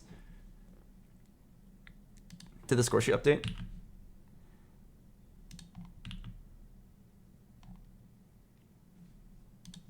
Let me call Froden. He's probably like really happy that he made it. That's what you're trying to angle every game? 7-1-7-1-1-1-8. It's like the same thing, man. It's the same thing. Oh, those scrims? Oh, you're right. Oh, those are scrims. Oh, Froden, actually, I'm curious. How's scrims? pick up the phone. Precedent, milk. Oh, that's why Ironbog was going. Okay, got it. It's just hard, man. It's just hard. Pick up the phone? Oh, okay. Sorry. Hello? Hello. BoxBox. Congratulations, How'd dude. you do? It came down to the last 2 games, but I ended 2-1. Nice. I don't actually know how many points I scored. Good. I'm waiting for it to update. 2-1. I can check. Oh wait, I think you're in. You're at 33 points. You ended up in the You ended in like the top 24 of the people post cut. So that's actually really good. Oh hell yeah. 33 points. Yeah. I learned a really valuable lesson. I don't think I will be fast 9ing under almost any circumstances tomorrow. Oh no, what's I wrong? thought I had like the giga fast 9 spot, and I had I think 27 rerolls and 64 gold, and I ended with Vex 1, Graves 1. Just the only thing I had was Nunu 2 and like Morgana 2 or something like that. Oh wow. It was Wait, and then I I got ran over by Mastery, and I was like, okay, well that's just it. So, and then the first game, oh my god, man, the first game, I had Teemo reroll and I got 6 swords, and like there were situations where I took item augments like salvage bin, it would give me this like a Shojin with another sword, and then my god choices were 2 swords, like sword or sword. So I was like, oh my god. So I actually played Teemo reroll with 6 swords, and my build was Rageblade, Shojin, Deathblade, Teemo for stage 3 and 4. It was the worst thing ever. So I went 8th. I mean, amazing that you bounced back from that. Oh yeah. I wanted to end stream, man. I was so sad. But Wait, my score sheet's not updated. Oh, I can share with you. Maybe do a hard refresh, like Control F5, but I can show you mine if you want to see yours. F5. I see you right here. You're 59, BoxBox, 33, 4, 7, rate your 3, stream. 4, 2, 1. Very consistent. Only one bot 4 today. Yeah, I mean, I played for top 4 every game. Every single game I like played tempo Timmy, bleed out slowly. I did one fast 9 game and that was my 7th place. Wait, you learned too? Well, I'm pretty sure fast 9's good if you're like the best at the game like ever. Yeah. But like if you're not the best, it's just like a throw. So many people get to 9, get like Vex 2, Fiora 2, and then die. But then like the moment you can make it without dying, you just win the game. So you're just like gambling on if your spot is good. Well, not really gambling, but it's up to you to make the call of if you actually can go 9. And I think if you choose incorrectly, if you believe you can go 9 but you can't, or if you just low roll your roll down, you just die. So like I'm really not sure when it's good EV to do it compared to just like farming top 4s by rolling on 8. Yeah. Me neither, man. For now, I think tomorrow I'm going to avoid it unless I'm like in a true like. Yeah, unless you have to. The first. Yeah. But like, I don't think I'm going to be doing that. In a lot of spots where I've seen like the best players, like Setsuko or Dish Soap, like they do go 9 with 1 life and then they win out. And like they seem very confident that they're going to win out. So I'm kind of confused on how they actually do it. Like, how do they know that their spot they're allowed to? Yeah, I think it's because they understand what is required to win out. Like they say, oh, if I go to 9 and hit this specifically, that's enough to win the game from this lobby, because they're really good at judging the resource battle. Like with my combat augment setups and like the way the lobby is, that's what I need to win. But I'm sort of like estimating. I'm like, I think I can win out if I like hit enough, but it's never like I'm not that confident, and I think that's like the big difference, you know. But like no matter how much gold you have, like you can just miss the Vex 2. Yeah, or you can just miss like the Fiora 2. So are these like pro players just not missing, or I can't imagine a world where you're stable on a 1-star carry. Yeah. They basically are really good at making sure that one, they have enough resources to hit most of the time, and if they don't, they either have preserved enough life or they have a good alternative plan to stall out to lose less badly, to make sure that they buy themselves enough time. Because if they went out on 5 HP, that's just literally either 1 fight diff or just like bleeding 1 or 2 fights by a couple units. And that's like the difference maker for like winning the game or going 7th. You know, that happens so often. A really big deal that I think like in this particular set changes Fast 9 is the fact that Fiora heals you. If you do stack to 1 life, but your boarding includes Fiora, you go back up to 2 lives pretty fast. Yeah, exactly. The timing of Fiora as well is really big. I wonder, Fiora's like kind of hard to get items for sometimes. Yes, you're usually not in a spot to do so. Yeah. But like a 3-item Fiora is insane. I wonder what you're supposed to do, like how much money do you need to go 9 with to hit? Because you said earlier you had 27 free rerolls and 60 gold level 9 and you still missed. I still missed, yeah. But like there's no way anyone's going level 9 100 gold like that often. I'm pretty sure it's like level 9 like 70 gold. Yes. They'll just say good enough. Yeah, I mean, to be fair, I mean, part of the reason why I had so much gold is because I took invested. And so I had so many free rerolls banked up. And so, and then I also had Timebreaker. So I was just like super investing. I had so many rerolls. And I also messed up one turn. That could have been the difference. On 4-1, I actually only played 2 instead of 3 Timebreakers. That was a mistake. But that was -2 rerolls. But still, like, I feel like that's still a much more reasonable amount of gold to roll to hit something. Yeah. So yeah. So I could but that's what I'm talking about. Like those slim margins. I also made a mistake. I chose to make Sunfire for my tank instead of making Deathcap for my carry, and I think that would have maybe won 1 fight, which would have given me 1 more life on stage 3. And then, you know, that might actually be the difference as well. Because I told you I was 1 round or 1 HP off. I took exact lethal. So it's like any of those differences, instead of 8th, I could go as high as 2nd or 1st if I just like went out. Yeah, so. Makes sense. But you made it. I'm pretty sure the points reset, right? So it doesn't matter? Yeah. The points reset for tomorrow, but this is your tiebreaker going in tomorrow. So if you and I tie going in tomorrow, you have the better tiebreaker. So, oh, cool. Yes. Oh, so like because I'm pretty high up there, I get a better... Wow. You have a good tiebreaker, yes. It's like I have half a point right now. Yes. Yes, it's like I'm going to day 2 with half a point. Yes. That's big. That's good. Wait, can you look at my friends? Yes. Mine's still not updated. Covenel, K. Did he make it? Oh, he did not it looks make like it. he missed at 24. And he then was in Harmony? a good spot, and I think he went bot 4 last game. Harmony. Harmony. Oh. Harmony at 21. All my friends are dead. Sag. You prep with Harmony as well? Yeah, I prepped with Harmony and Covenel. I mean, Okay. it's possible that our game plan sucked. I kind of abandoned our game plan and just like started playing what I thought was like tempo.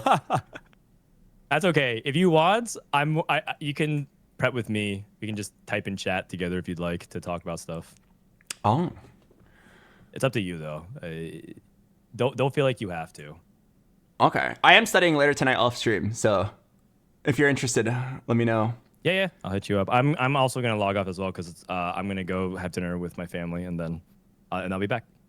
Okay, so tomorrow will just be like the same thing. We just we get on at like 11 a.m. Same thing. Yes, exactly. Six games. I believe it's just 6 games, but I think it's the same thing. Is the top the top people are cut through after 4 games, and the bottom people are cut out as well. So tomorrow, if it goes well, you play 4 games and you're just through.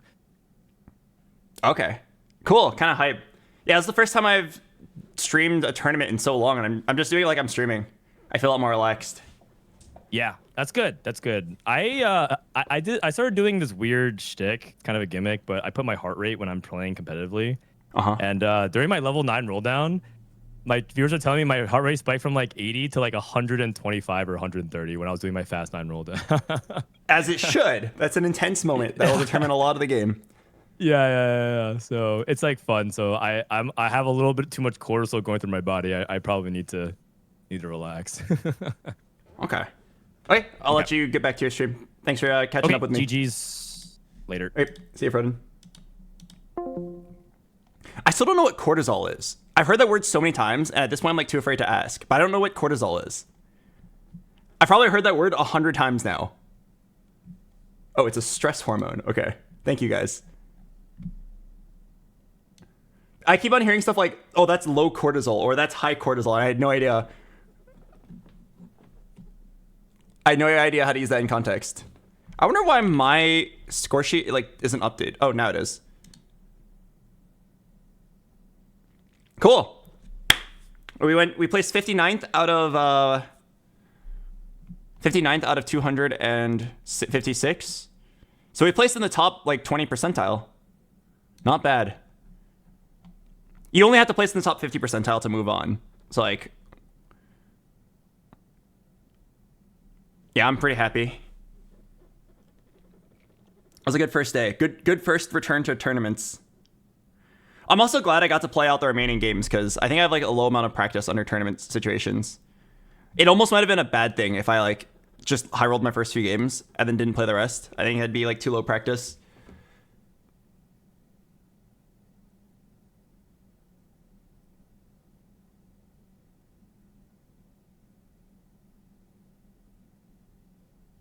What did Milk get? Vitality Milk. He might have like gotten the bye to the next day. Because I don't see him on this list.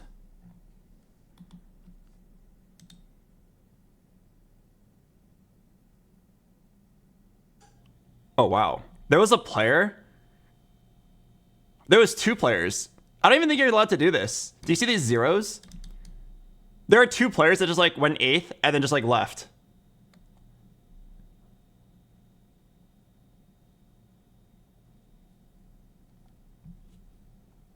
Like, I don't even think you're allowed to do that. Because then like it makes 7-man lobbies and like ruins the rest of the game. How did T-Lades do? He did very well. He got to get out after 4 games. He went first, 5th, first. 1-1, 5-1. The format's interesting. If you're like one of the top 32, which is like the best out of 8, like the top 12%, then you get to skip the remaining few games.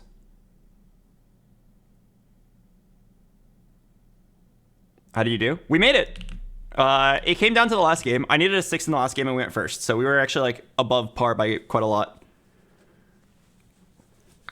We placed in the top 20%. But points are going to reset tomorrow, so it doesn't really matter. Okay, so since I didn't get eliminated, that means I'll be back here tomorrow. I'm ready to wrap up, though. I'm pretty tired. I'm probably not going to play anymore for now. I need to like fix my sleep schedule.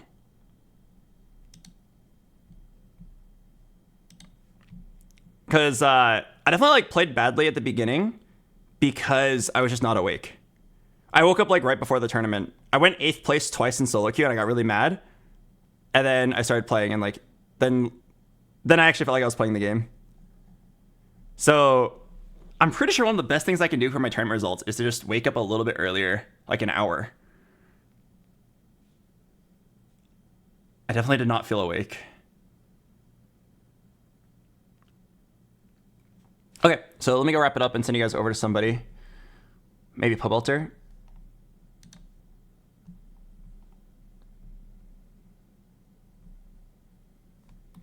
Maybe Bellum. She's pretty cool.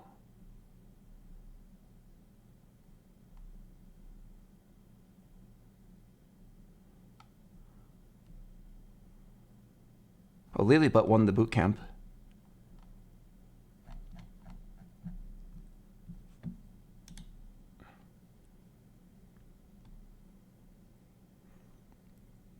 Your body has a natural cortisol spike 45 minutes after you wake up. It tells your brain that you're awake. Yeah, I definitely need to be awake more than 45 minutes before the tournament begins. Oh, did Froden just raid? Oh, Froden just raided. Okay, I'll send you guys over to Bellum. She's a nice girl. She'll take good care of you guys. Thanks for watching. I will be back on tomorrow for day 2 of the tournament since we made it today. Have no expectations. I don't think I'm going to make it through to day 3, but I'll just sign in, play my games out. Whatever happens, happens. Cool? Cool. I'll see you guys tomorrow. Have a great night. Thanks for watching. The letter of the day, for those of you that actively follow the letter of the day is O. When you get to Bellum's stream, you can go ahead and type. God.